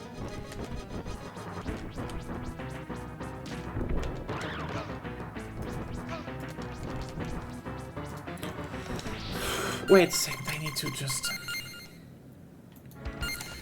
I believe the trick with the bird boss was that you need to hit him in the head to do a lot more damage. That's what the pillars are for. Really, the fucking... Oh. And then he also doesn't jump, I think. He does jump, but it's not really a problem because you just need to run from one pillar to the other. Because you obviously need the high ground. You, as the obnoxious Star Wars reference person, should know that. Fuck off. Just fuck off into the sun. Or into the depths of Mustafa's lava. I don't care. That statement was... No. I am Who's Mustafa and why does he have lava? Okay, you know what? Fuck you. I'm not the obnoxious Star Wars person. I just know bits to make better references than you can imagine. I'm not an obnoxious Star Wars person. I'm not an obnoxious Star Wars person, okay? No, you're the person that makes obnoxious Star Wars references. Fuck off. Because I'm the person that just says midichlorians were a good idea. I mean, hey, I'm also that person who's... I'm not making that many obnoxious Star Wars references. I do old shit. Like Lord of the Weed. Dun, dun, dun. Aufmachen, Drogenfahndung. This is how I break into Dracula's room. Ich hab nichts. Was brauchst du?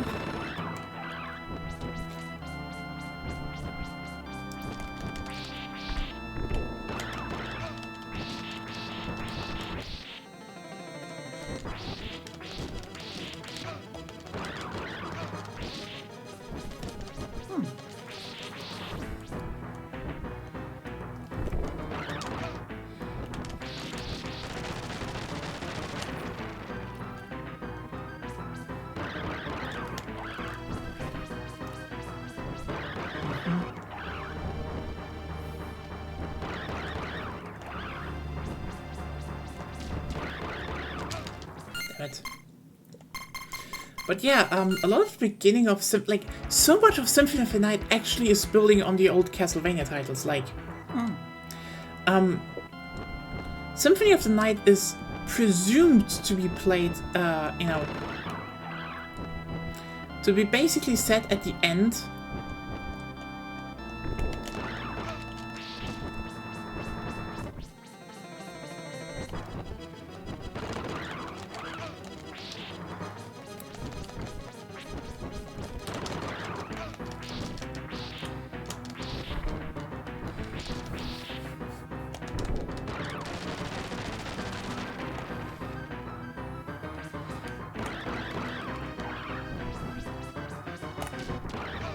Fuck! Could have just walked to the left more. Yeah, I know. Tactics aren't your strong suit. It is also late. Yes. But I will finish this game. Dracula's ass will be mine. Oh, this is what this whole quest is about. To kill Dracula, yes. No, to get his ass. Yeah, sure.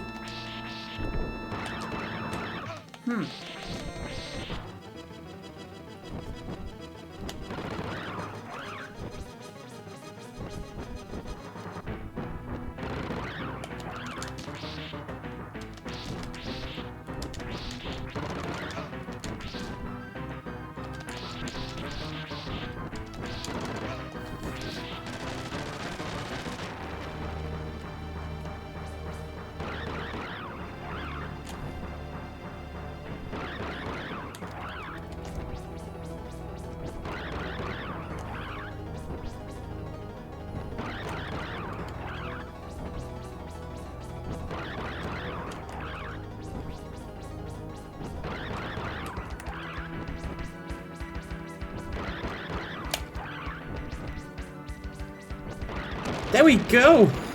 Fuck you! Ah.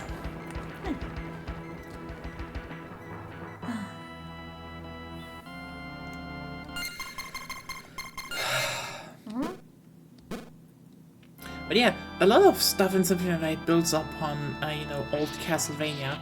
Like, I mean, yeah. First of all, Richter. You play Richter in the beginning, which is like... You need to keep in mind, Rondo of Blood was still very new at that point. Or it's still very recent. Even though most people don't know it that well in the West. So they were just like, what the fuck is going on here? And it's like... yeah, there's a reason Shaq was a thing. And then the Germans came, were like, why is he Oh called yeah, hi! Judge? What? And then the Germans came and were like, why are they calling him Judge?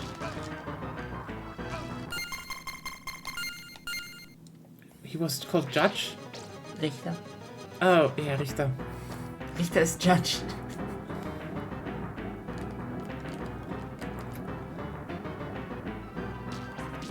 What is he called, a profession?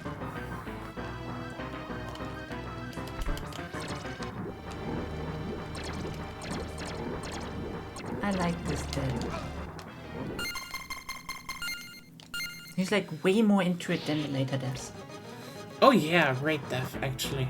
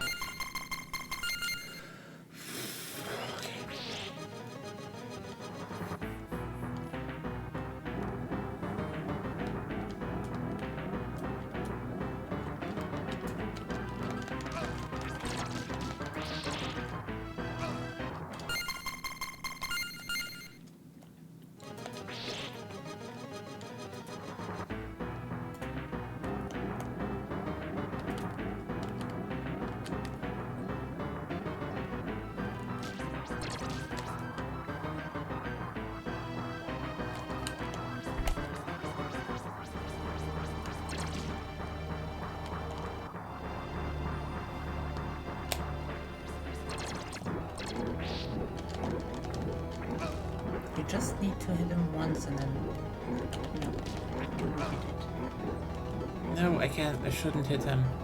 You can without problem hit him once there. Also, I know how he can defend against the small sickles. Just keep the whip button hold and point upwards. You just need to hold the thing upwards when you stand below him. Okay, good to know. Can I tell you, just upwards? Just do upwards.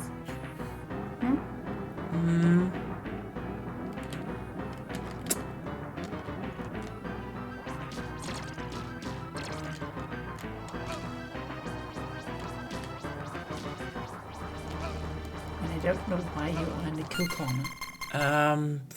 Wait. I tried to get out of here, but You don't even need to stand up there much.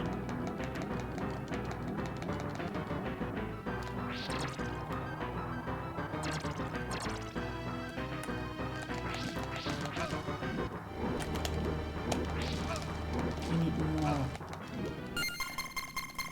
You can hit him once, always, when walking away from him, but you need enough distance first. yeah, wait.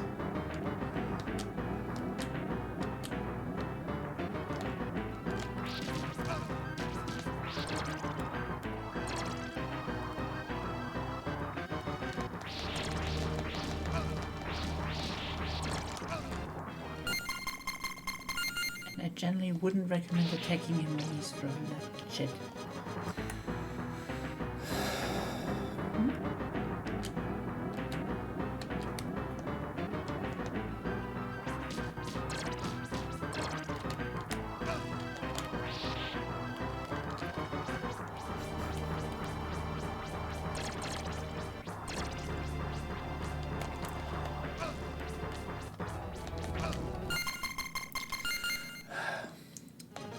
Why do you make it so hard for yourself? I don't know what the tactic for this fight should be.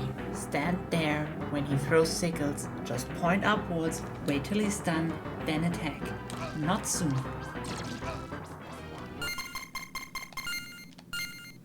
No corner, no nothing. Okay.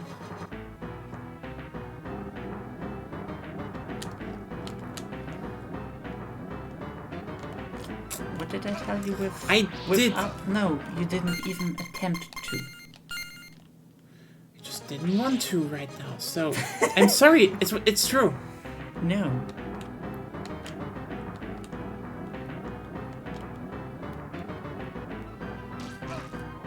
Bit further to the left. So. And then you can hit him.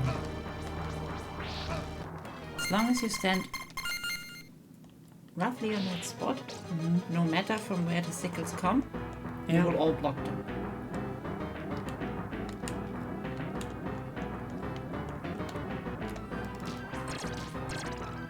I believe you're a bit too far to the left. It's fine.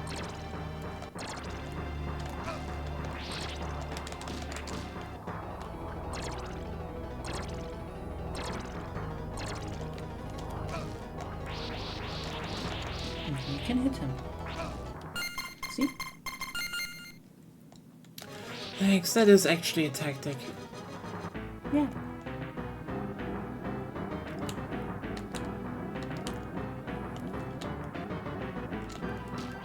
But as I said, you're standing a bit too much to the left. Because then the one sickle makes problems.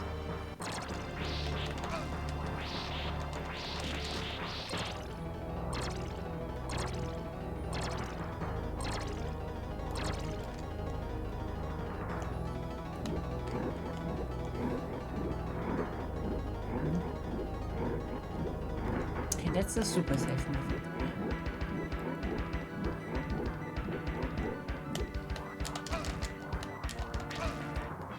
But I don't think it will help you much. Yeah. Don't know how to dodge the circle then. The circle is you let yourself be sucked in, walk away from him, sometimes hit him, and when the circle comes, you just jump over it.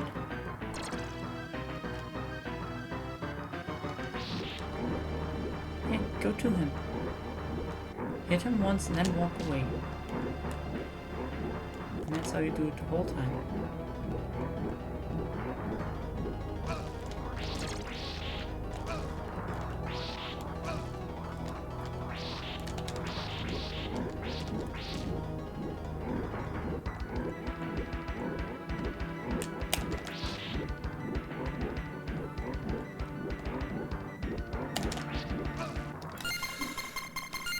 You should always walk as far away as you can.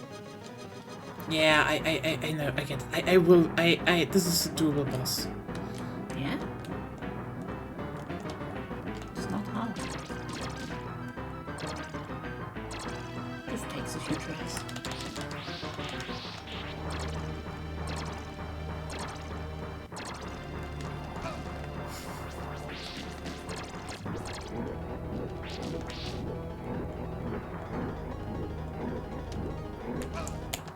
Okay, why didn't I get to jump over it now?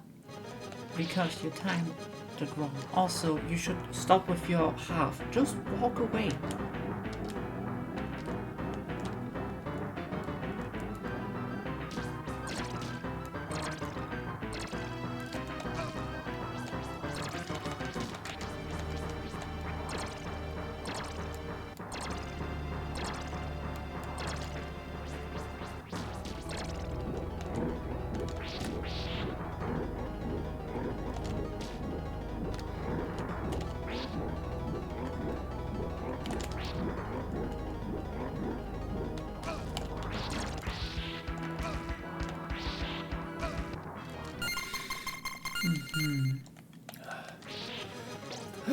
Sorry. No problem.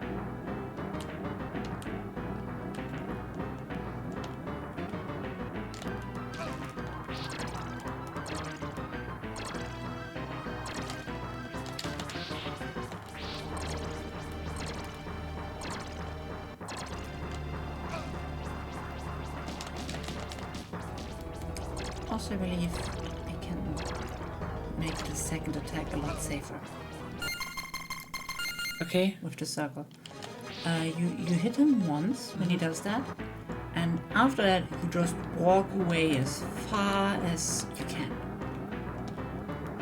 Go back into the position you're in now, and you should be safe.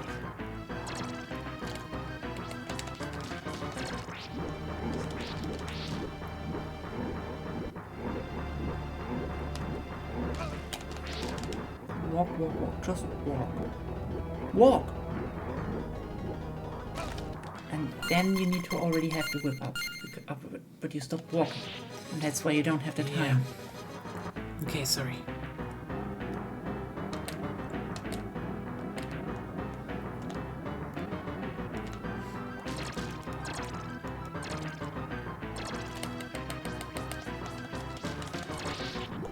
So attack a few times until you need to jump over the circle.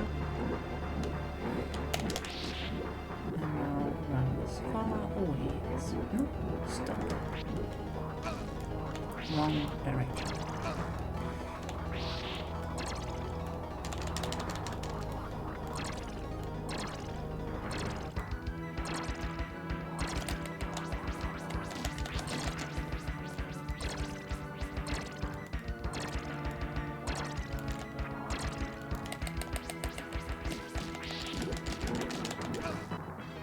Fuck! Almost. You always try to do more damage than to play safe. Yeah, I know. But At this moment, I'm like... also, I told you already, the whip needs to be on the right side. No, you didn't tell me that. Didn't tell you? Okay, now you know.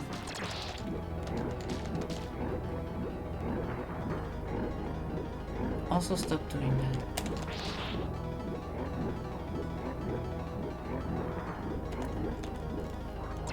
See? Works. It works. Because the whip looks cool, but the hitbox is ugly. As in so many of those games. You come down. You come down. Death? Death? He has time.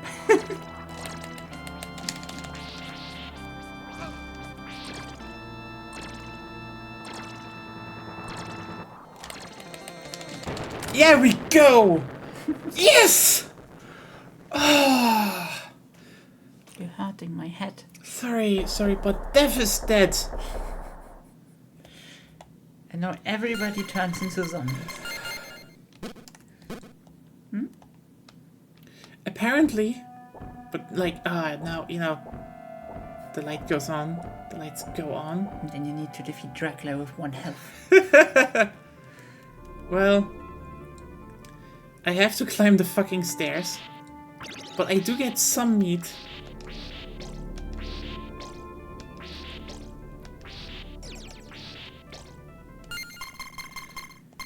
This is too much mercy for my taste. Is there some hidden chicken? No. No hidden chicken. Time to Time to fuck up Dracula.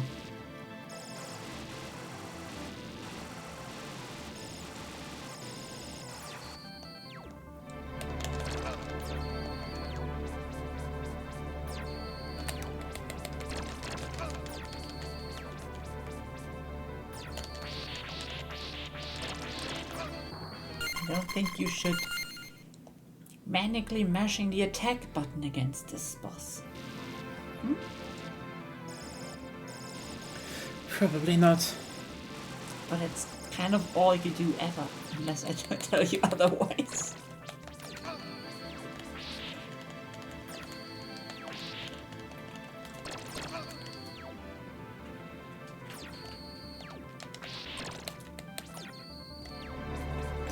Oh yeah, probably. It's... No?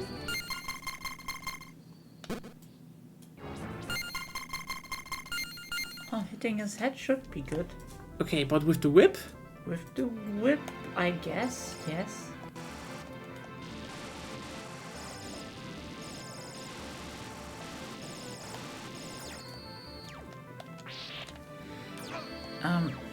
I believe you need to hit the fireball, the big one, and then jump over it. No. Attack it, then jump over it. How? You need more space between you and the fireball, obviously. Okay, I'm just very confused. Simon's hitbox is weird, okay? Okay. Is this Simon even? I think it is Simon. How should I jump over that though? Over those you probably need to clear the lower 2 ones to jump under. Oh, duck under, sorry. How the fuck?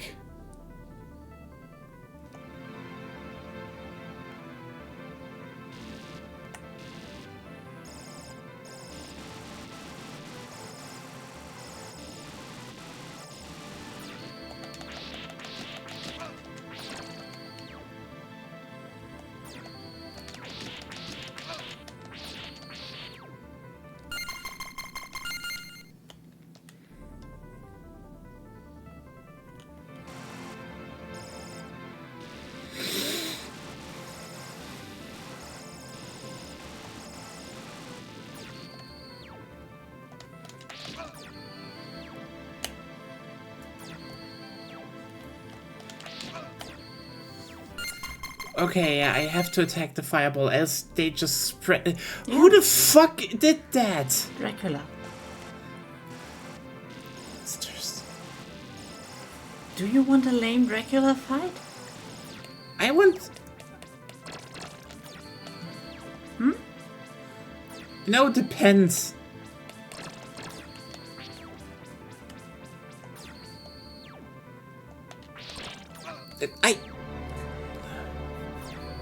spacing his shit, that's all.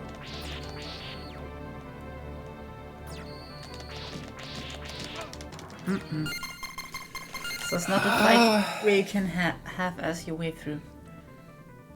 I know, especially since I only have half health. Not even. But yeah, you need to learn what to do and then execute it repeatedly. Or just die by touching him. You know, I'm actually very tired, but Well, you thought playing the actually very long Castlevania game was a good idea. it wasn't that long. Maybe I should have chosen Castlevania 1 true, but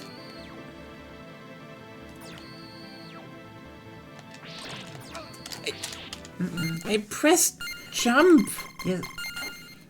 You have to hit the fireball with the tip of your whip to have enough time to jump. Probably not that precise, but yes. Roughly.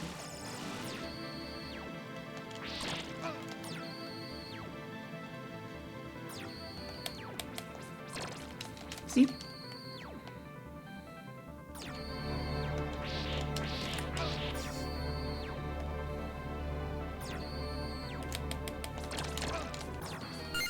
I don't know what to do against the 4 ones.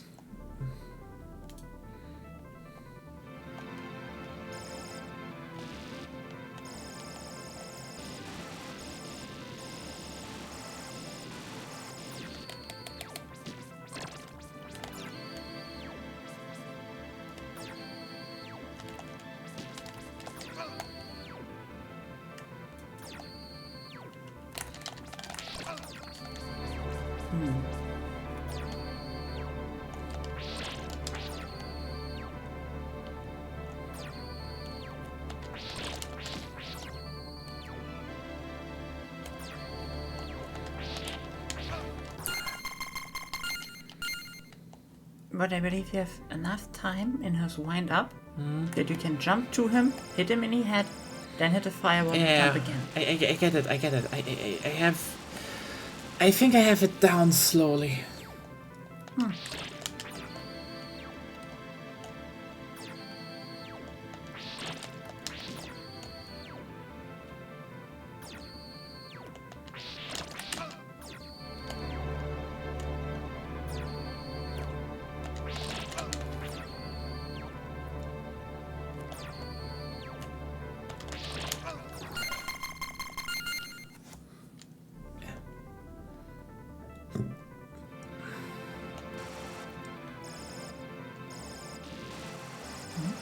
Wait,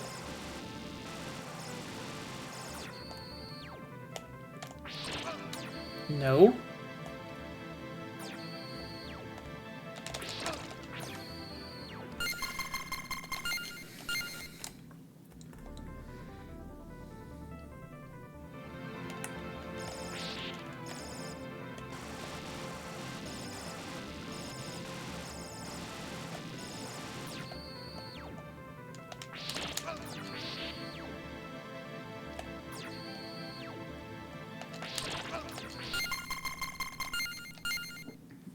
By the way, if he's that far away from you, you can just jump to him to hit him in the head once. Yeah, but then he... Yeah, you can still dodge the fire with him.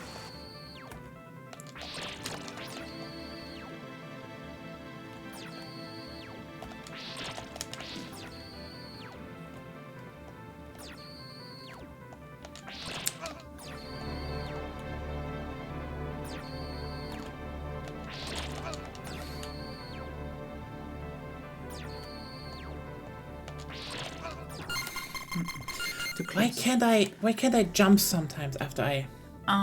You're too close.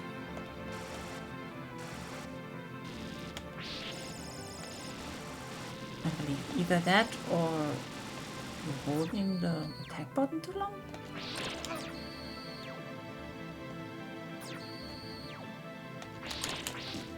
Controls on Castlevania 4 are a bit unique.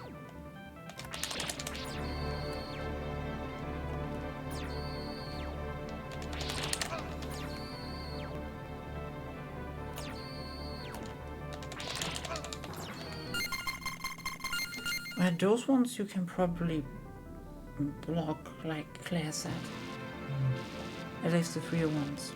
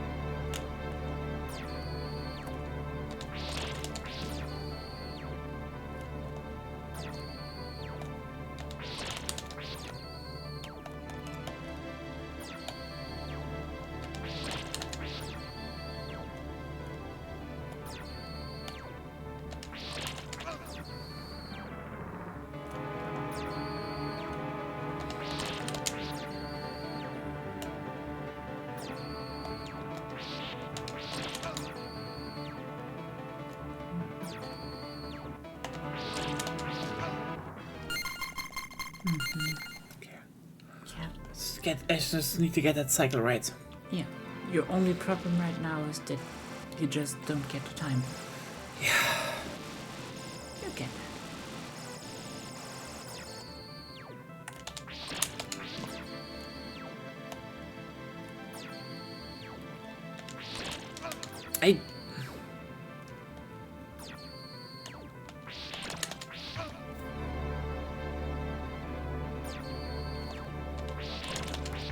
But now you're positioned wrong.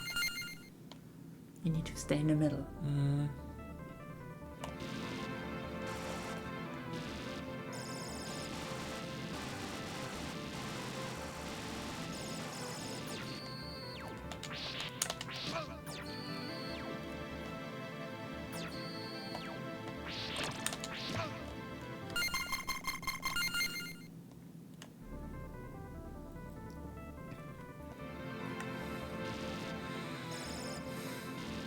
I get it. Yeah.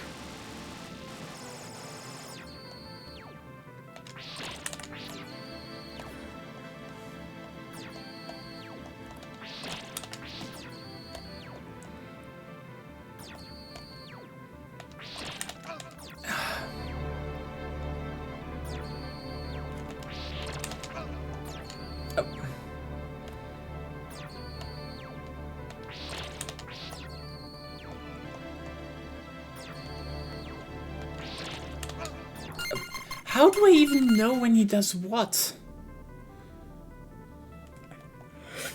I believe you need to react to that.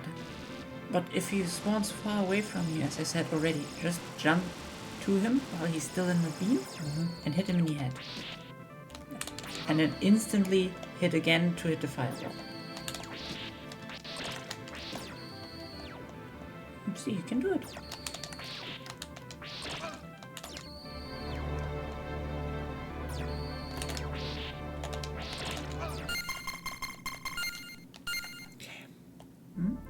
Because if you do that, you get him really fast in the second phase, and then you won't have to deal with the 4 fireballs. True.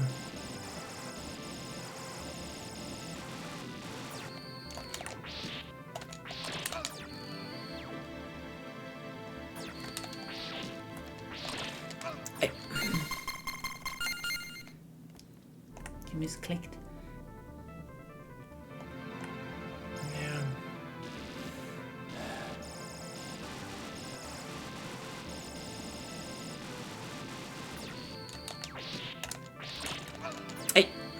You waited too long. You walked.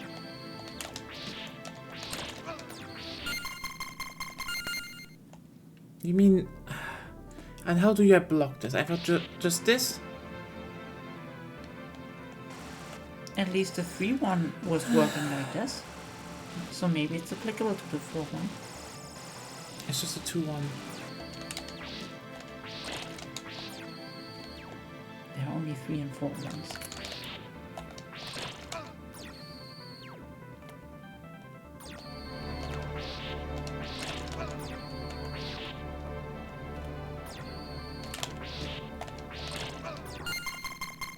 But yeah, the 3-1 you can also just block with the whip. Okay, then let's see this. You're only missing damage then, but... I think I have the best whip though, so... Not even damage because you lose a damage window.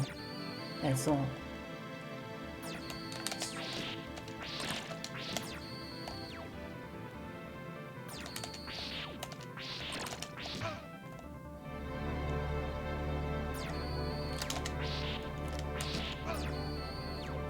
Your priority should not be necessarily be damage, but survival. Yeah.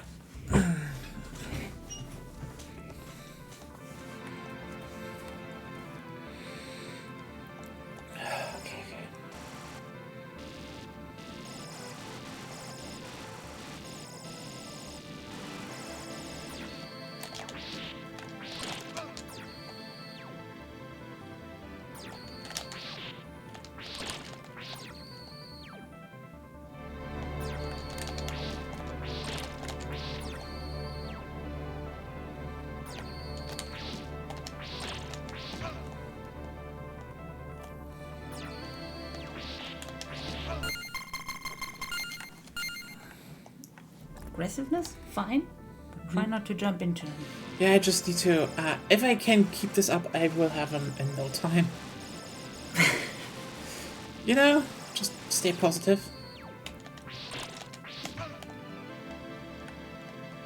Oh, staying negative there.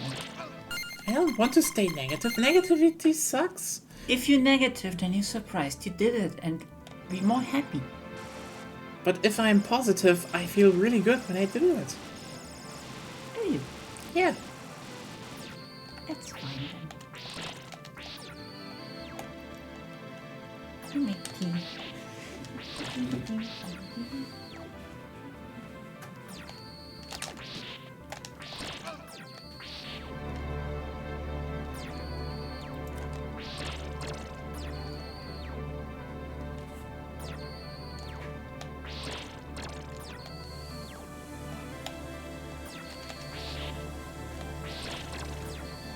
Okay. Then I know how to get through the first phase. Also, yeah, Claire, you're right. I just have to hold up the whip. Which, you know, should have been obvious at first.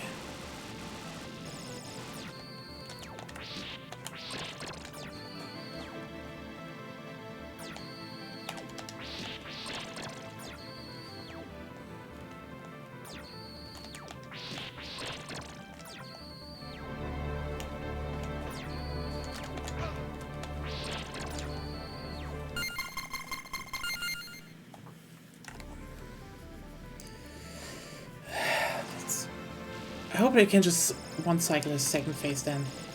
I don't think you can. How much invulnerability did they add to Dracula? I don't think you can one cycle him. And if you can one cycle him, it's probably nearly frame perfect shit.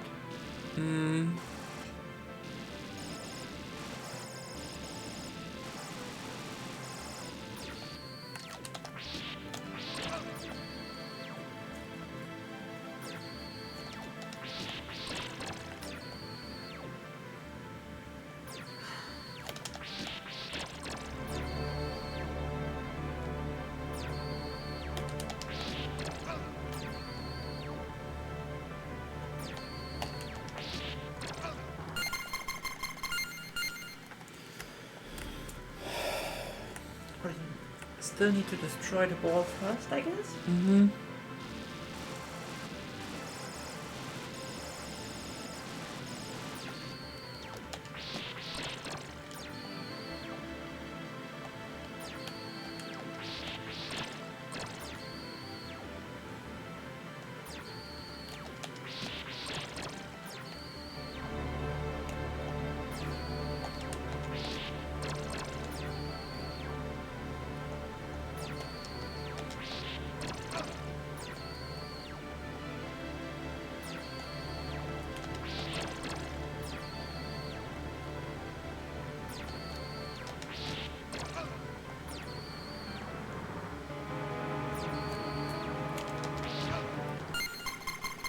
Always jumping forward, right? Yeah. You could just jump upwards and whip.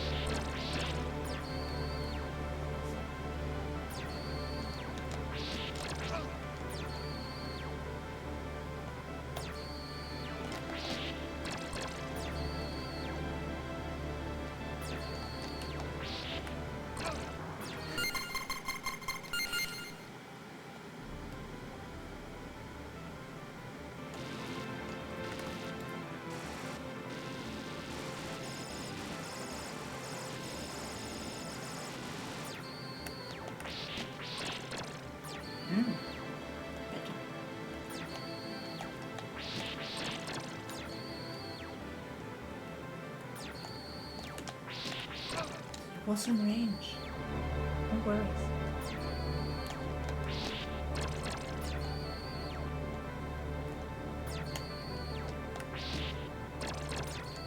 See?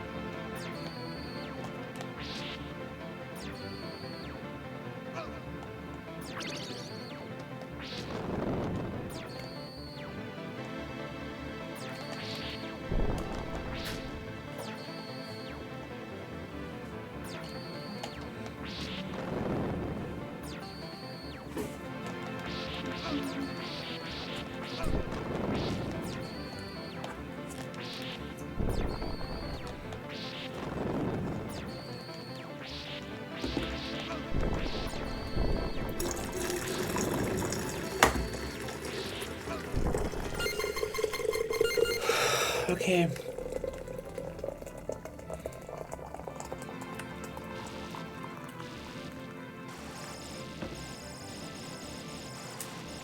Okay. Yeah, you just, Started with. yeah, it was Sorry. like, Wasn't paying attention.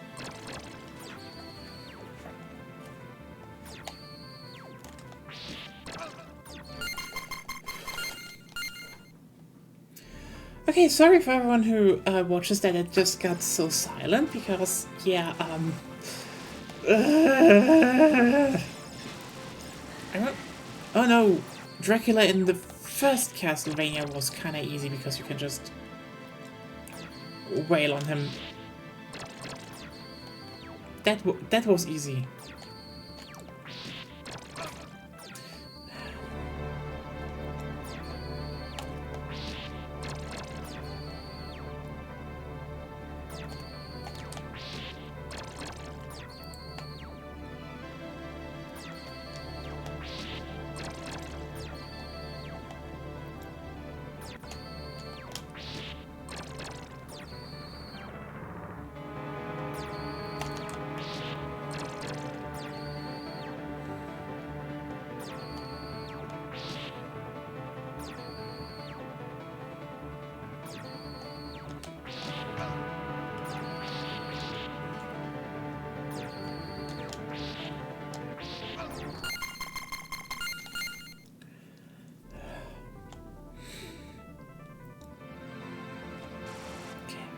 Let's fucking do this.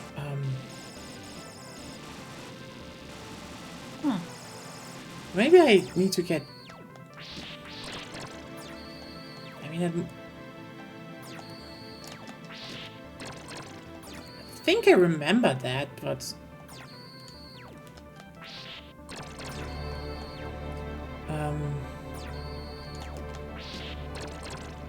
I do need to find it, though.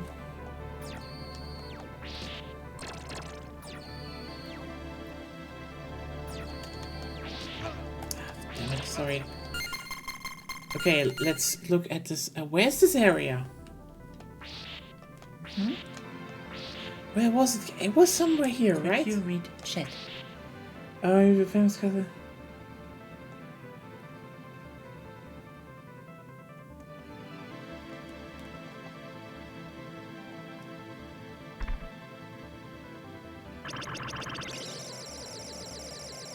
Read more.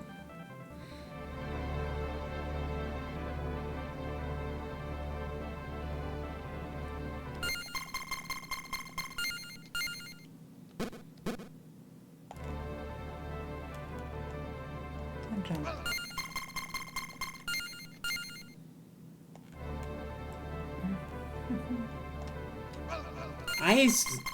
Nope.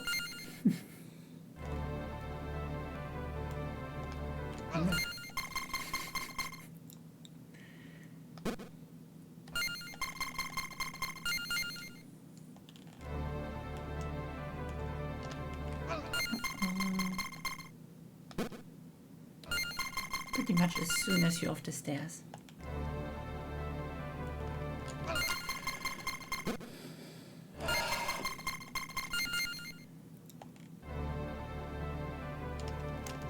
Hey!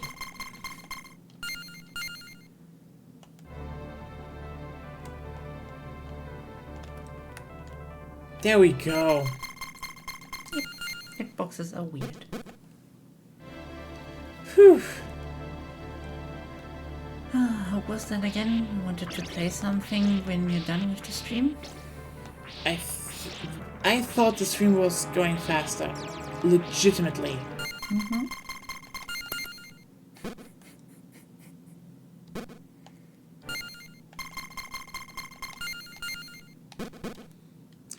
Anyway, hello Dracula. Time to get your ass whooped. Whipped? Whooped? Depends on if his ass is cream on. Right?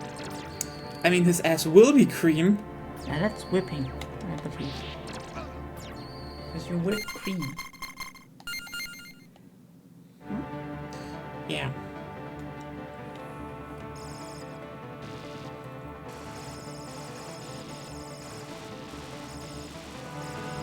But the economy must be in shambles in this time period. Like he's all this gold and still a broken window.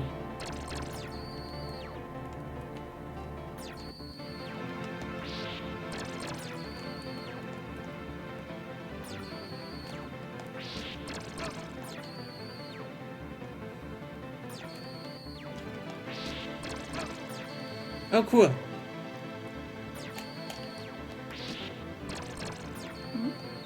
Sometimes the hitbox isn't working.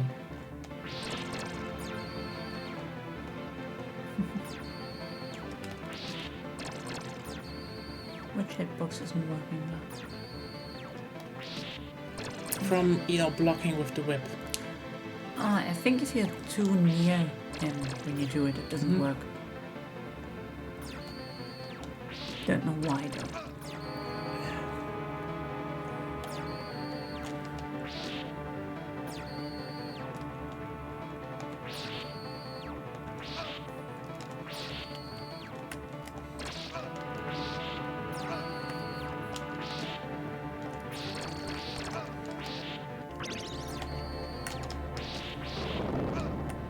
Second phase.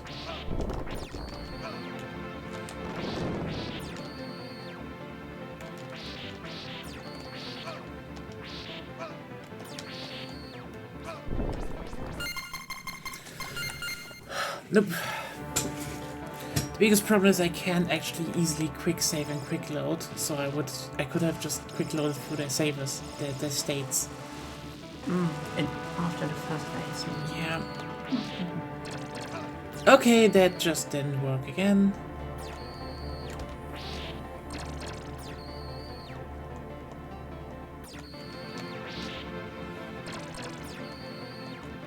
True. Ball chicken.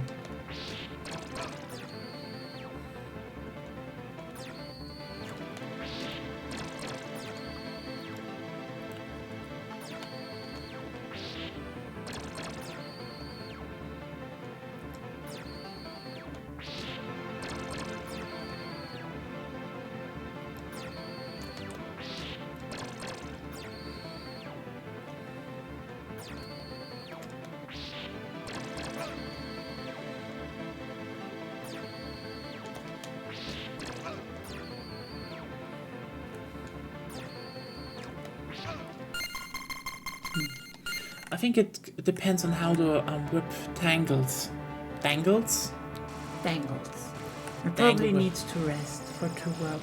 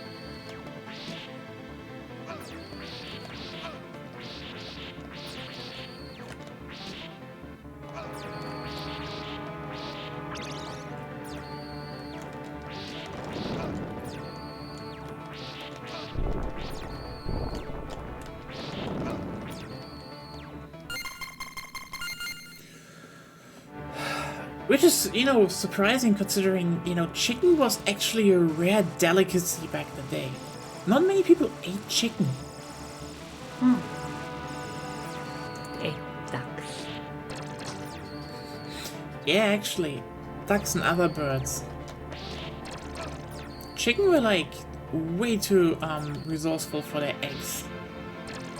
I mean, it's not that people didn't eat chicken, it was more like the breeds of chicken they had weren't, you know, like the chicken we have today. And chicken were mostly prized to be you know, like chicken were one of the most, you know, useful animals on the whole planet.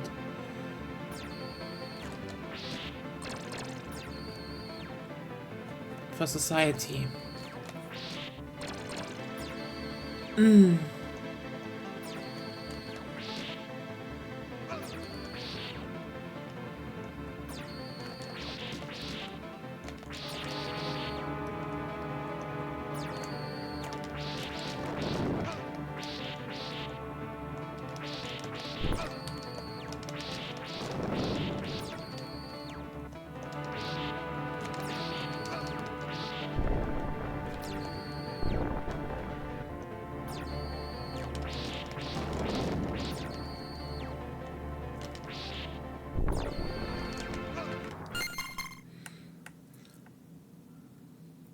Oh yeah, it does work against him. It's just hard to hit. But yeah, chickens are really, really useful. Aside from the fact that Europeans for some reason went pigs a lot, like most, like so many civilizations just dependent on chickens because like, oh hey, you have some waste, you know, corn and stuff that you can't eat. Well, feed it to the fucking chicken, and chicken produces eggs for you. You don't want to chicken, you want to have them make eggs for you. Chicken turn stuff you can't use as humans, you know, literal stuff that would disease, rot, and all that shit. They turn it into eggs.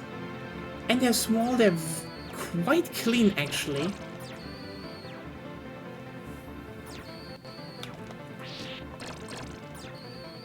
Chickens are great, are like great.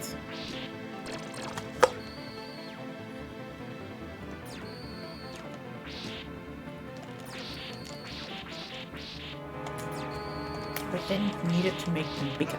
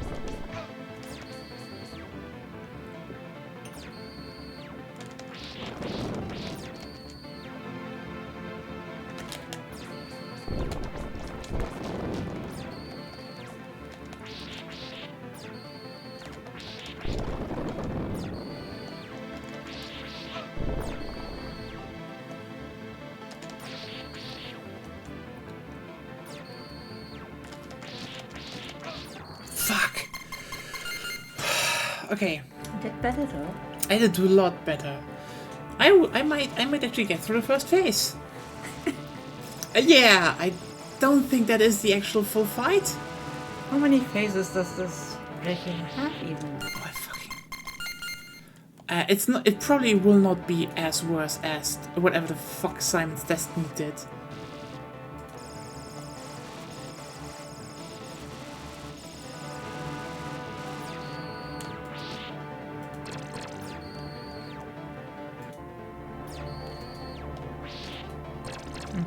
Do you want to know how many? 3. Great. But you could try the cross though. You have 99 hearts now.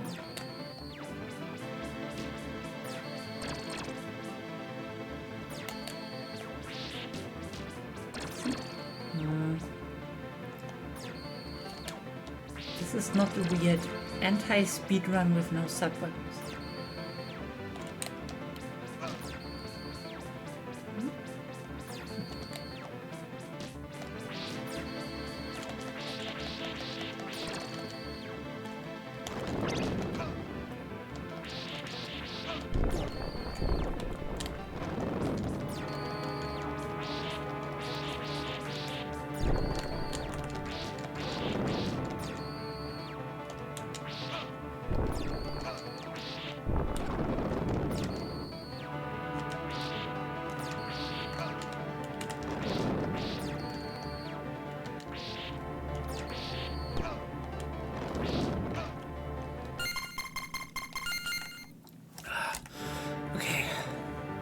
You just need the... It's not that hard! Yeah. You just have troubles with the homing, flaming homing ghosts. I hate them. Just use the cross, it makes more damage.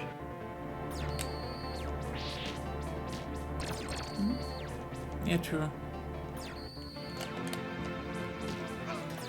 You still need to use the whip. I did press the whip button. You did press the whip button, but where you still on wind down. This makes it makes all the stuff more complicated. Then don't. Let's see. You mean say the cross does more damage? I believe so, yes. But I have no numbers open to prove that.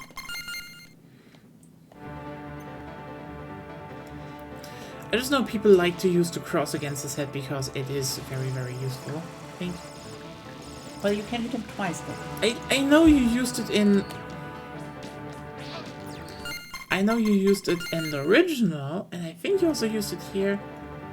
I just don't know what the...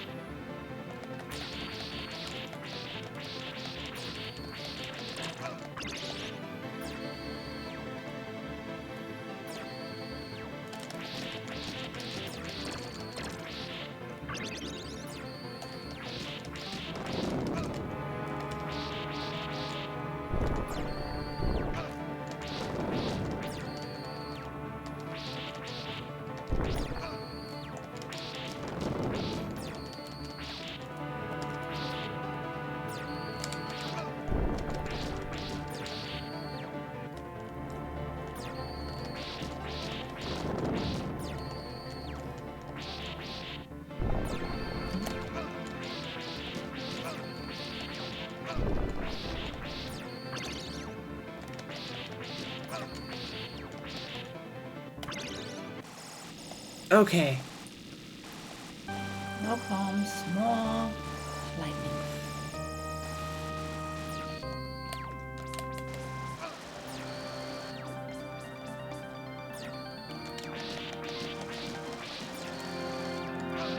Not walking against the lightning.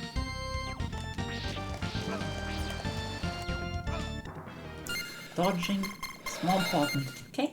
I should have saved there. You could have also just walked away. You know? Instead of... Yeah.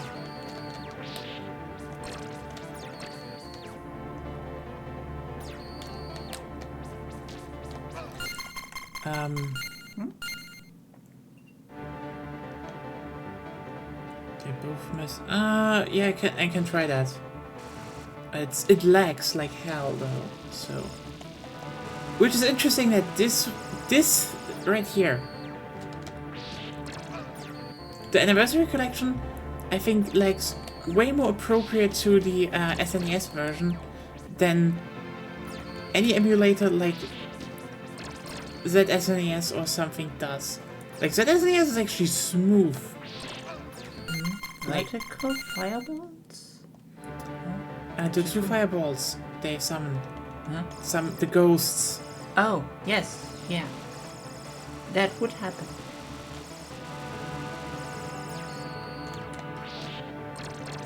Yeah, only takes a while before she does the obvious.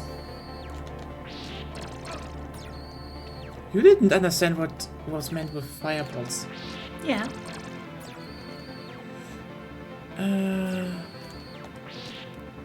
I didn't know what entities were referred to. But I know the concept.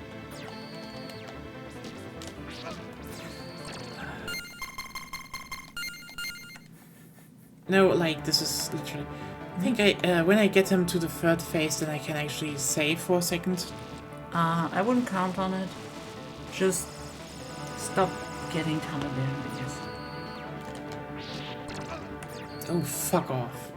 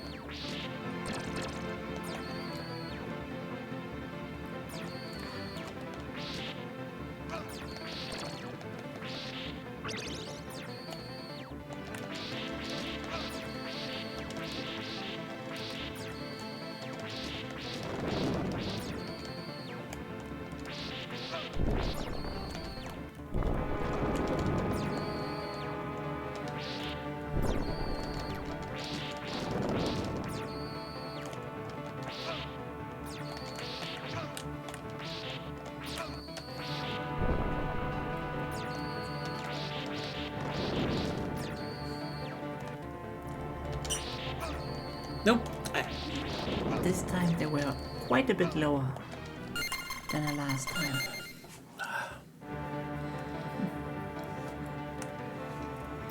But we'll get there. We'll get there. We will have Dracula defeated at the end of this day. I really like how this Dracula fight is like expecting you to multitask things. And how you literally not the best person to do exactly that. Fuck off. Hey, you telling me the whole time like I'm not good at multitasking.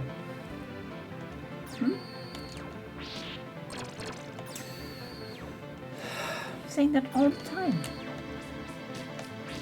I mean, you are not good at multitasking. But you are not good at multitasking. It depends. It depends. I'm good at multitasking when it comes to other stuff, but I usually avoid it because I'm smarter. I don't think that's... I can cook in real life and still have dumb thoughts, okay? That's not multitasking. That is. Nope. I can cook up cringe and food at the same time. You're still the one that always says that you're not good at multitasking. Yeah, I know, I'm not that good at multitasking. Yeah. It's just too... Yeah, maybe I should just play more Castlevania to train my multitasking. At least the specific one.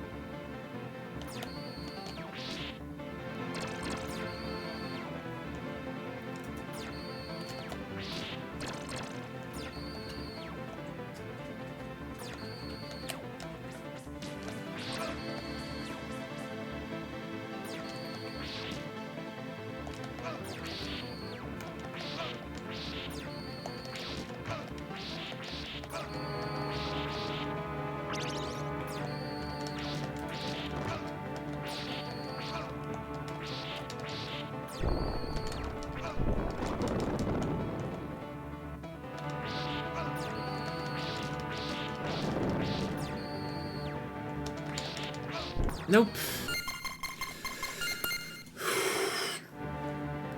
Okay, let's do this. You know, probably I would need something like the time stop to kill the fireballs best.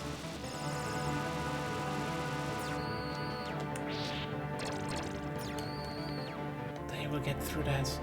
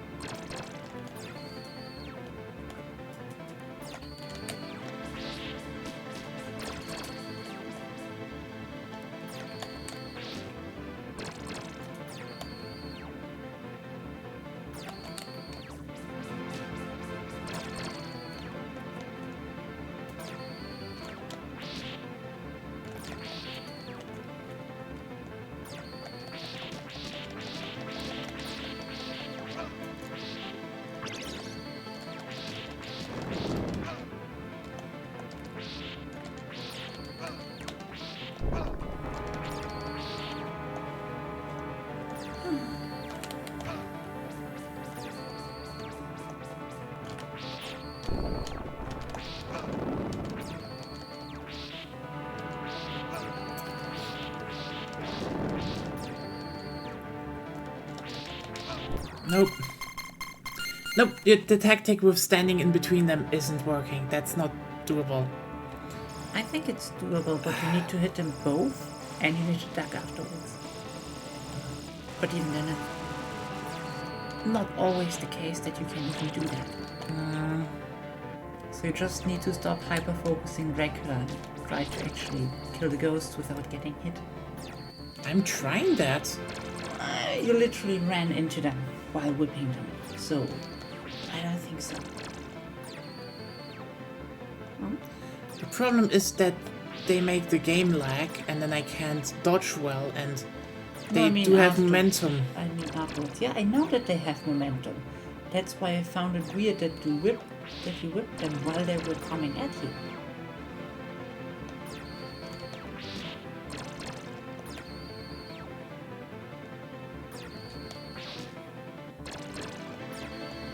But I couldn't find damage values for the whip. The cross is, with the axe, the strongest weapon per hit.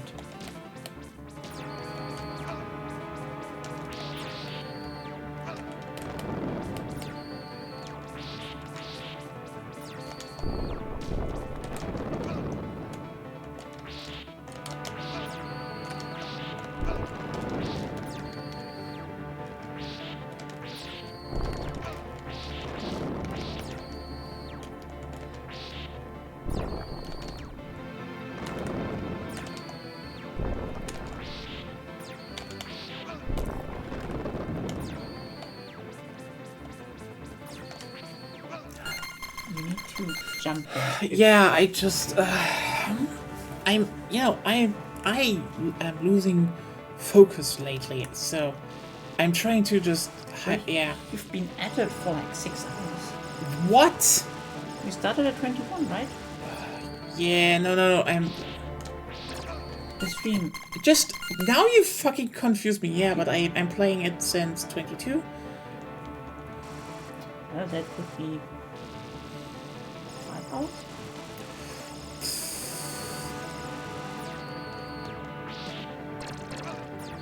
Oh, come the fuck on!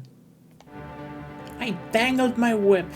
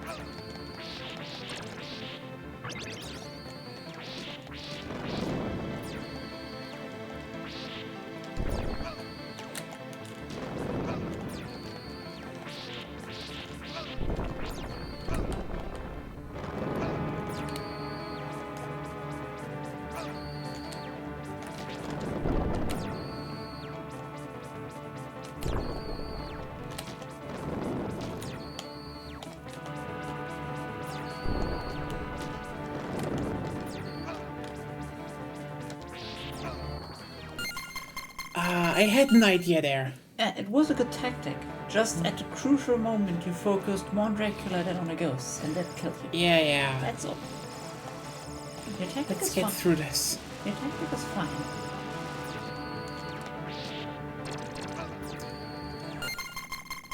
Oh, come on. No. This will not be the fight where I win this. Not with fucking Dangle Physics hating I me. prophesize now that this would have been the fight where you won. Oh, you know what? What are you, Captain Hindsight? No. Because this isn't hindsight. This is prophecy bullshit. Apollo!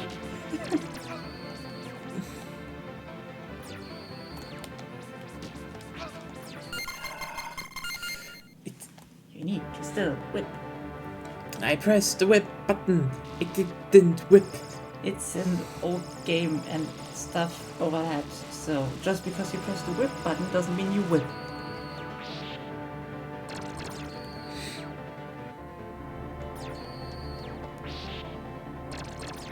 I hate my life. No, you don't.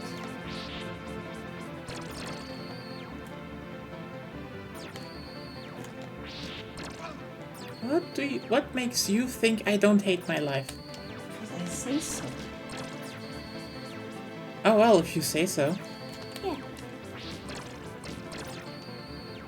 Oh yeah, this is actually a good comp boost.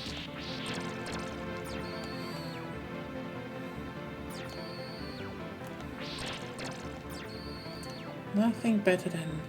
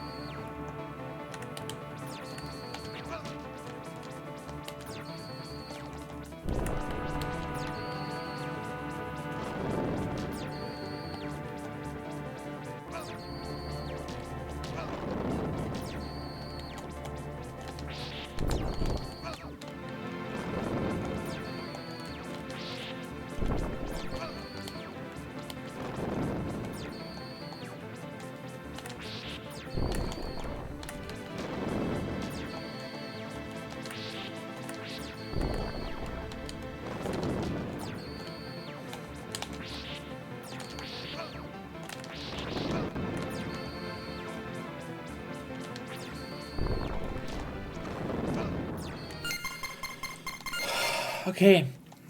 I get this. I have this. Can you come again? Comp boost is very, very important, I think. Oh god, yes. Fuck up your priority stuff, okay? Yeah, I don't fuck up my priority stuff. I'm focused.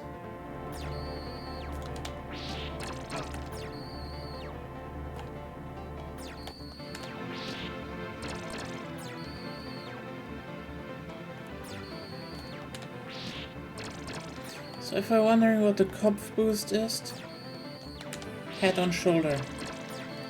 Very comfy. Gives calm. Focus.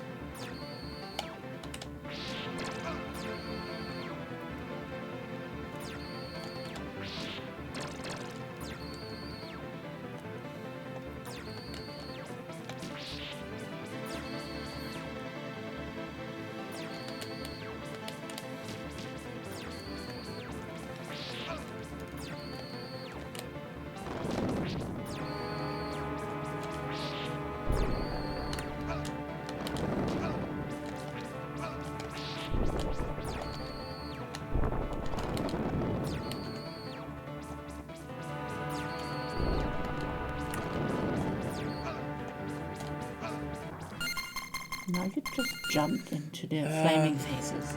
Yeah, true. I hate that they also have fire pillars on the bottom. It's like, oh, come on. It's not a Dracula fight from I Wanna Be the Guy, that's worse. Huh? True. To some degree, maybe easier now.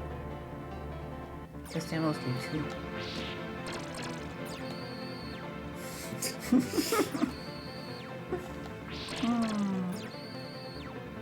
Good old Pokemon jokes. No idea. Yeah. But just that one guy. I mean, 8.5 out of 10 became a Heroes of the Storm joke.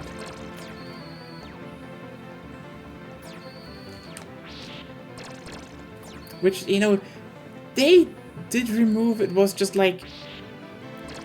So for everyone who's wondering how 6.5 out of 10 became a thing, well, the thing is, IGN hired a guy to review Heroes of the Storm who was very much known for being a gigantic Dota shill. So, you know... It's not Dota, it's bad. Yeah, he basically criticized everything that wasn't Dota. And never on the terms of what the game actually did, you know, wanted unique. to be. Yep.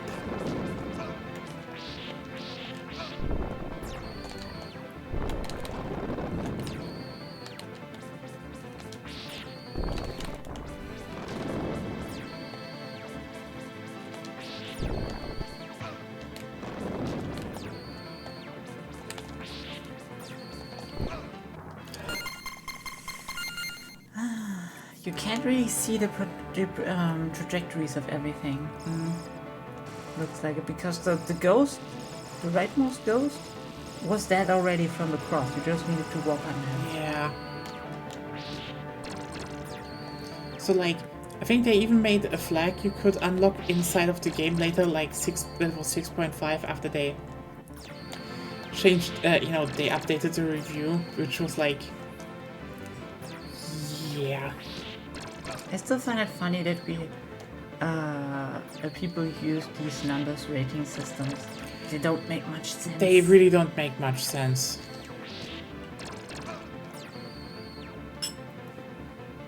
So you could... Is this game good? Well, there are a lot of games that are good in time, for their time and context. No, I didn't turn around fast enough. A lot of games, actually. And you will only have fights because here's the thing. Now people will scream at the big outlets. All gave Starfield not that big of a score because totally paid off, and you know. What? Yeah, they had a whole beef about the fact that Starfield didn't get this high scores from many outlets, like even IGN, because, well, they were like, hey, Starfield isn't bad, but we've had this game before, and it's like, yeah, no shit. I mean, it's so Bethesda. They kind of made the same game since Oblivion? Morrowind. But they had more Oblivion to a degree. But there's still a lot of Morrowind in it still, but just sand it off. It just kind of led to the whole fact how they were like, oh, look at all those 10 out of 10s we got, and it's like some random small Brazilian games magazine. And you're like, what the fuck? What can the Brazilians do? They have import taxes on console shit. Yeah, this is why Xbox is big in Brazil, by the way. And they have, like, oh, they have one hell of a homophobic fanbase. Yeah. I mean, no, it's not weird. Brazil is not really... I know a lot of people don't want to admit that, but, like, there's a lot of homophobia still in Brazil. Yeah, no. And, like... I just like generally, even if we use numbers-based rating, most games have way too high scores. That's the problem. You can't really put a game's worth into a score. But you can, technically, if you objectively define the criteria beforehand.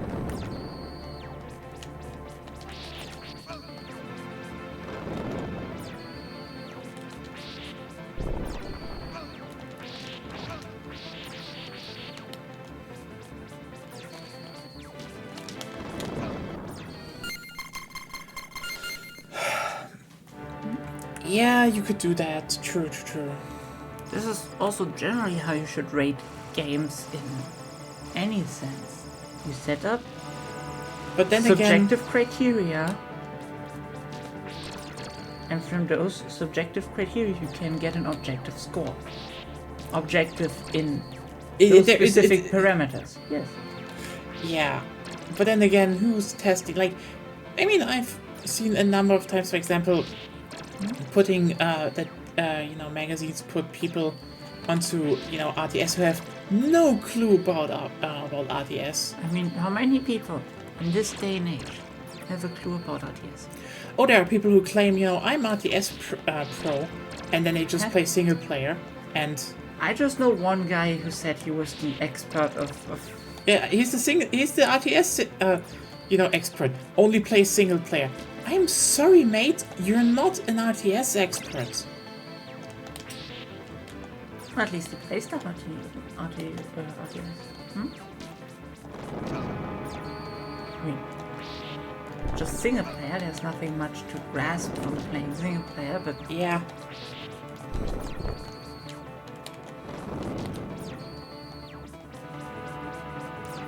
I mean, Command and Conquer is generally beloved because of the single player. Most of their games are shit. In multiplayer, yeah.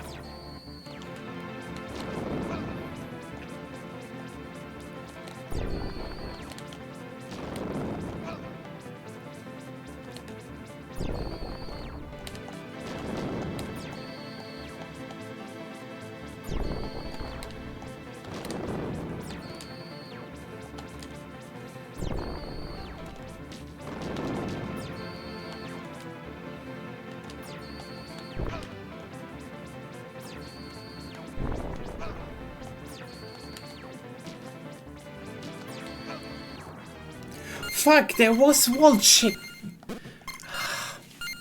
Ball chicken. Ah! Okay, I'm getting this. Like, I slacked off too much in the end, you know?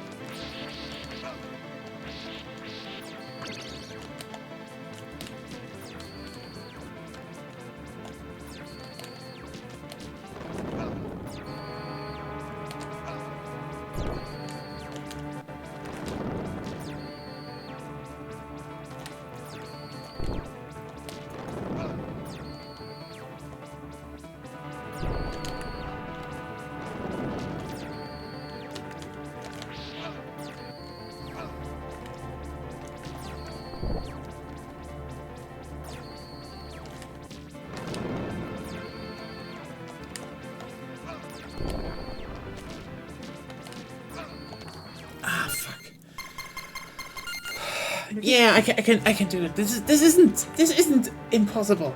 This is literally just something you need to train a lot of times. Yeah, this game was played through countless times by children. Of course it's possible. Yeah, okay, this is literally something I want to point out. When people are like, oh, hey, these games are so tough because, they wanted you to coin munch. Keep in mind, Mega Man, Castlevania, all of these games were made to be played by children.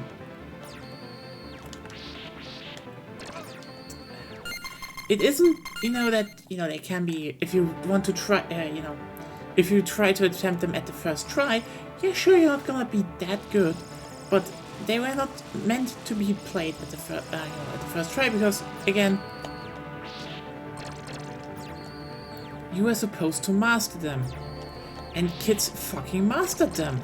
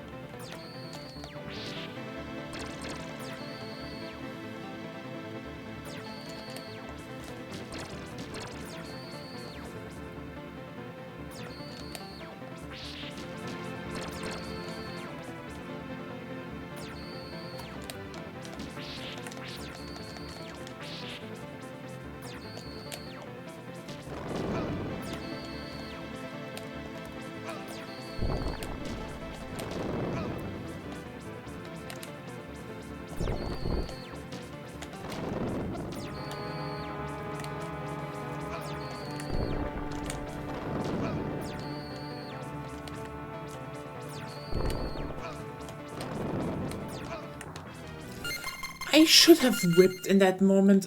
Yes. Yeah, but I didn't. I just need to get him down to 4 bars and then I can actually save and just try to get through the last thing. God hits.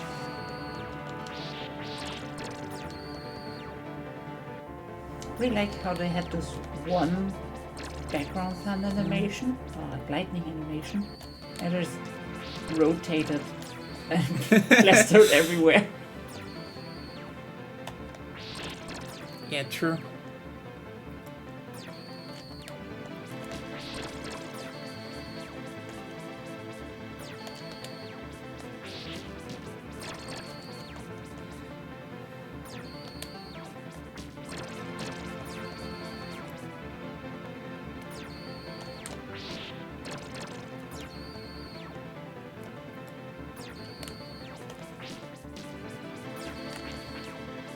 Go under.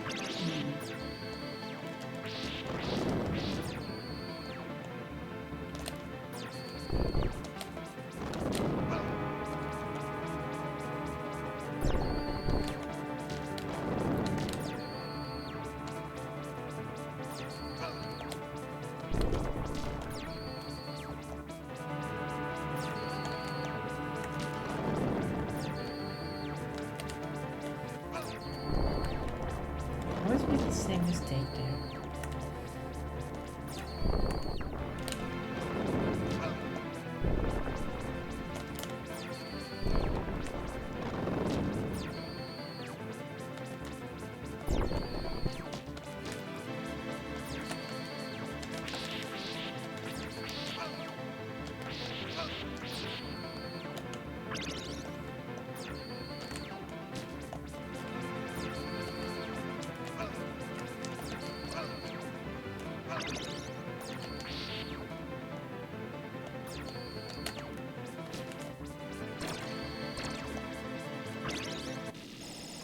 Okay. And now, Everyone?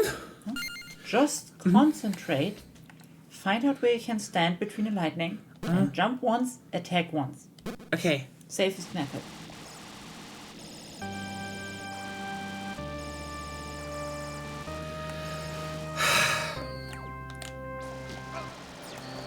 What did I say?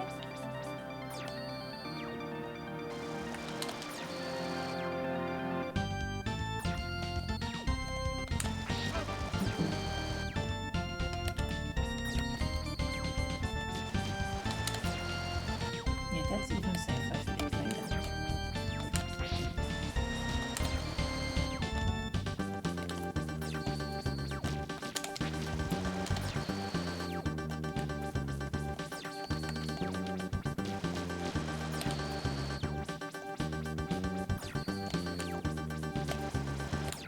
Yes! You did it! Yes! Yes! 5.5 hours, 5.5 hours. depending when on 22 you began.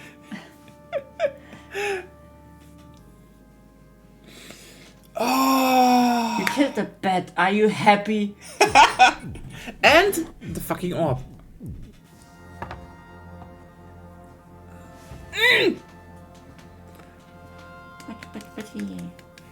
Patchy. Oh. And now enjoy that peak SNES Konami outro.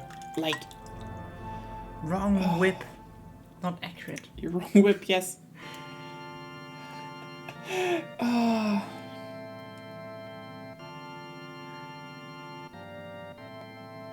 It was a yes from the soul. Ah, yeah. Now for some tea.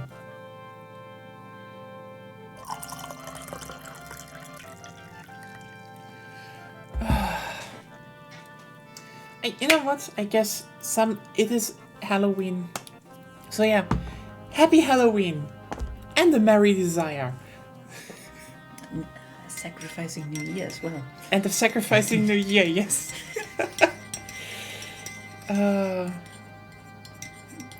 Maybe get to Yeah. Kentucky Fried Chicken for some sacrificing to go. Do we really need to go out with the Umineko references now? Yeah. And so I guess then that was the annual Spoopstream. Thank you for joining. Like actually halfway through the game that you commented this absolute madness. Well, I was bored. You know what? Understandable. Fucking understandable. Because I was playing Path of Accra, Mm-hmm. and turns out they only have 24 cycles. Oh.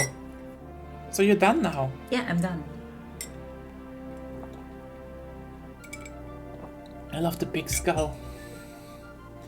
But yeah, it was one hell of a thing. Just, I love how to, I love outros that show you the game again, some enemies and stuff. I absolutely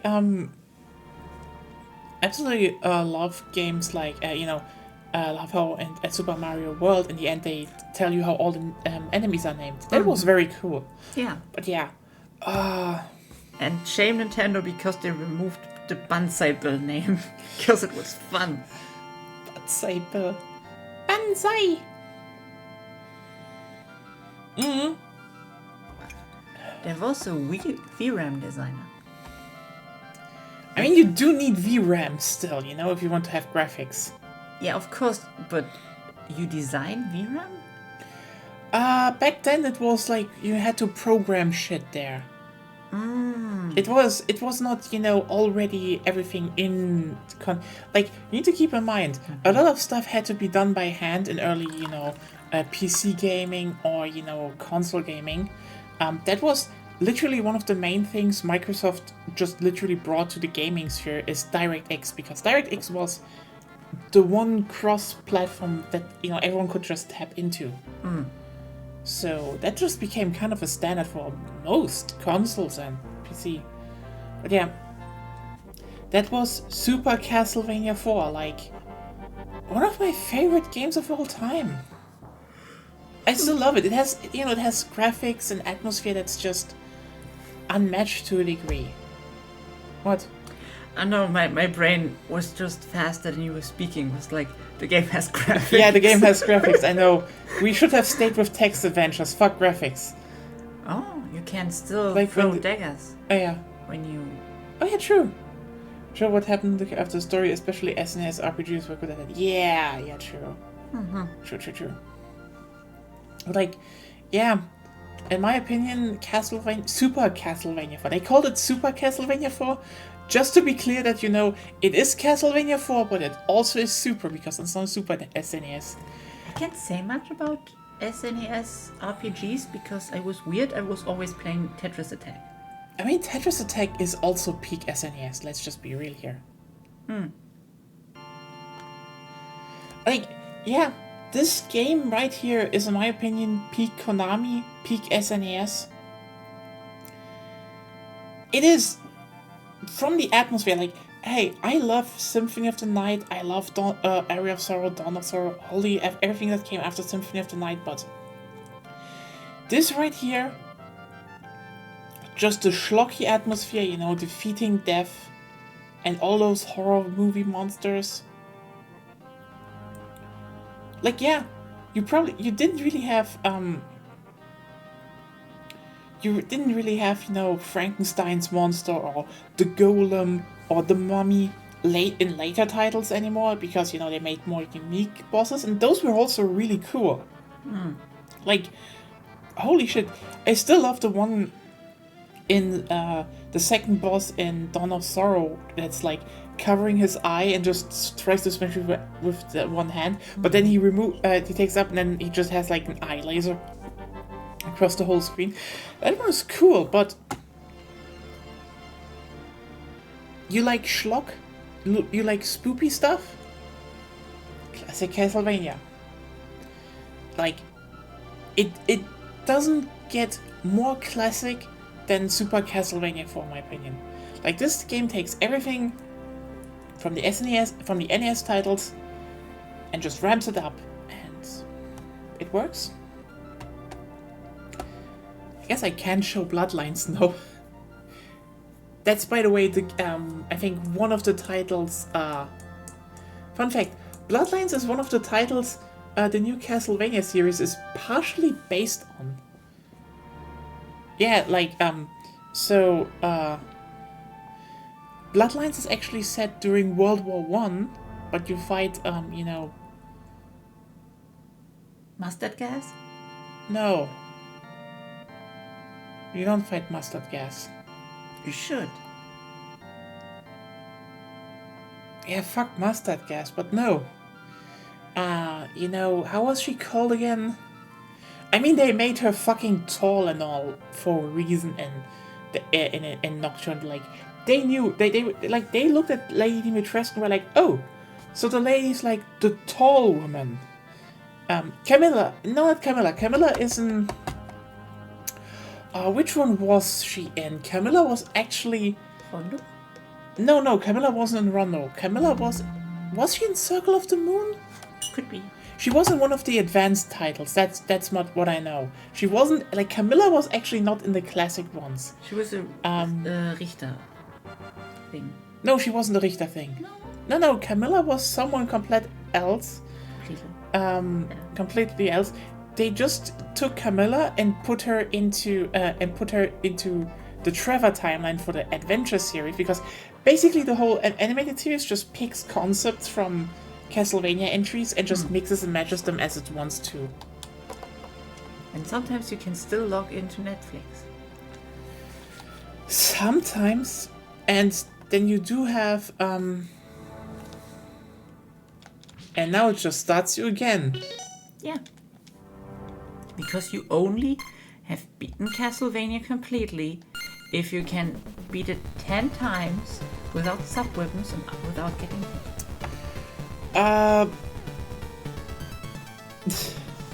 Then you have truly beaten the game until the next person comes and says, I have beaten it 20 times without getting hit in sub-weapons. Even though this game is probably easier without sub-weapons than most, because you have your whole angles and stuff.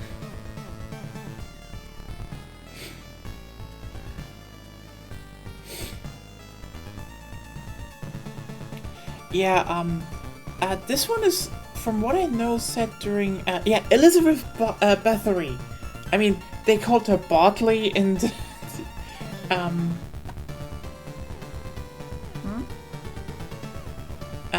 Bathory was in Bloodlines, and Bloodlines is actually Quincy Morris. Just a descendant from the Belmonts. And Bathory actually placed during World War One, but they took her and placed her against Richter and they were like, oh, the French setting is good, but how about more in Richter's era, so French Revolution. It's like... Oh yeah, by the way, amateur witch by the name Drolta Zuentes. If you want to know where she came from, Bloodlines. Oh yeah, true. Bram Stoker's Dracula is actually a really good book, though. Like, you know...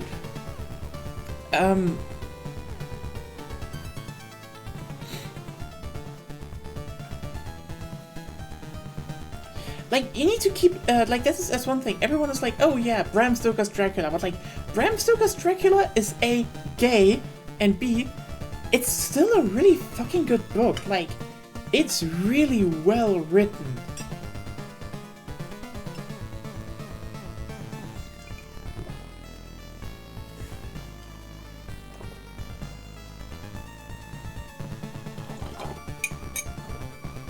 But yeah, Drolta and Bathory are from Bloodlines. They weren't in Richter games. Just so you know, fun facts all around.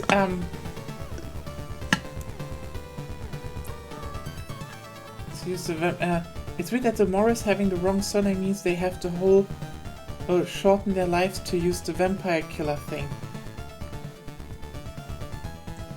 Yeah, but they're, they are, how's it called, again, Belmont descendants.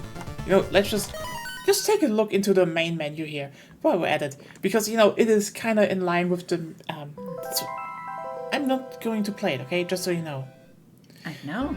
Just so you know, this was by the way, I think Bloodlines was a Sega title, a Genesis title.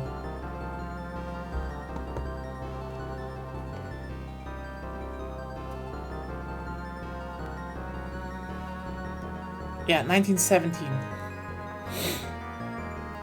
This was Bathory, by the way, in Bloodlines.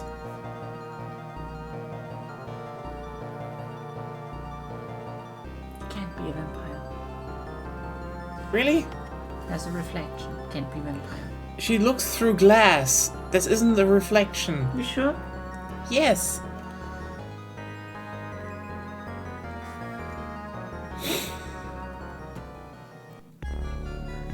Well, then those are small windows. Yeah, I guess they're very small windows. Or she's like really big. But yeah, This is such a Knuckles. Bloodlines is a very beloved game, but you see how it was on the Genesis, right? I see how this is a Knuckles. It is really the Knuckles posture, you're right. But I had cool ideas there. Yeah. I see that this was after Castlevania and it's JoJo's Bizarre Adventure era. What do you say after? They had like always had bulky people. The first two games. The first. I mean, In the first two games, you couldn't. At least in the first two games, you couldn't really see. But the artwork was like bulky, bulky, bulky, bulky. I mean, yeah, bulky. And I mean, there is this bulky.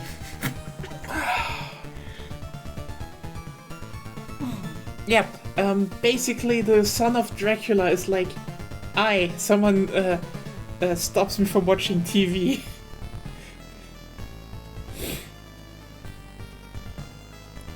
Because, apparently, the kid of Dracula slept for 10,000 years, and then some demon conquered the demon realm and is now like, ha! I am the lord of the demon realm now, and Kid Dracula is like, fuck you, I just want to watch TV. Which is an official Castlevania game, by the way. They made a spin-off game for Castlevania. Oh well. But yeah. This is where you get some characters from the new series. Just, you know, they put Drolta and into, you know, French Revolution and put Richter in there. Anyway, hope you all had fun watching me beat Super Castlevania 4 one way or the other. That was the Spoopstream. The annual Spoopstream, and I fucking punished my way through another year of Castlevania. Yeah. I guess see you all again tomorrow, because we have Baldur's Gate 3 to continue. Yeah. This time with Lae'zel smooching in HD. So, yeah. Have a wonderful evening, have a wonderful time. Yeah, no. For bed? No. It's time for tea now. Time for tea. But good night to all of you, and have a wonderful week ahead of you. Bye-bye. Bye.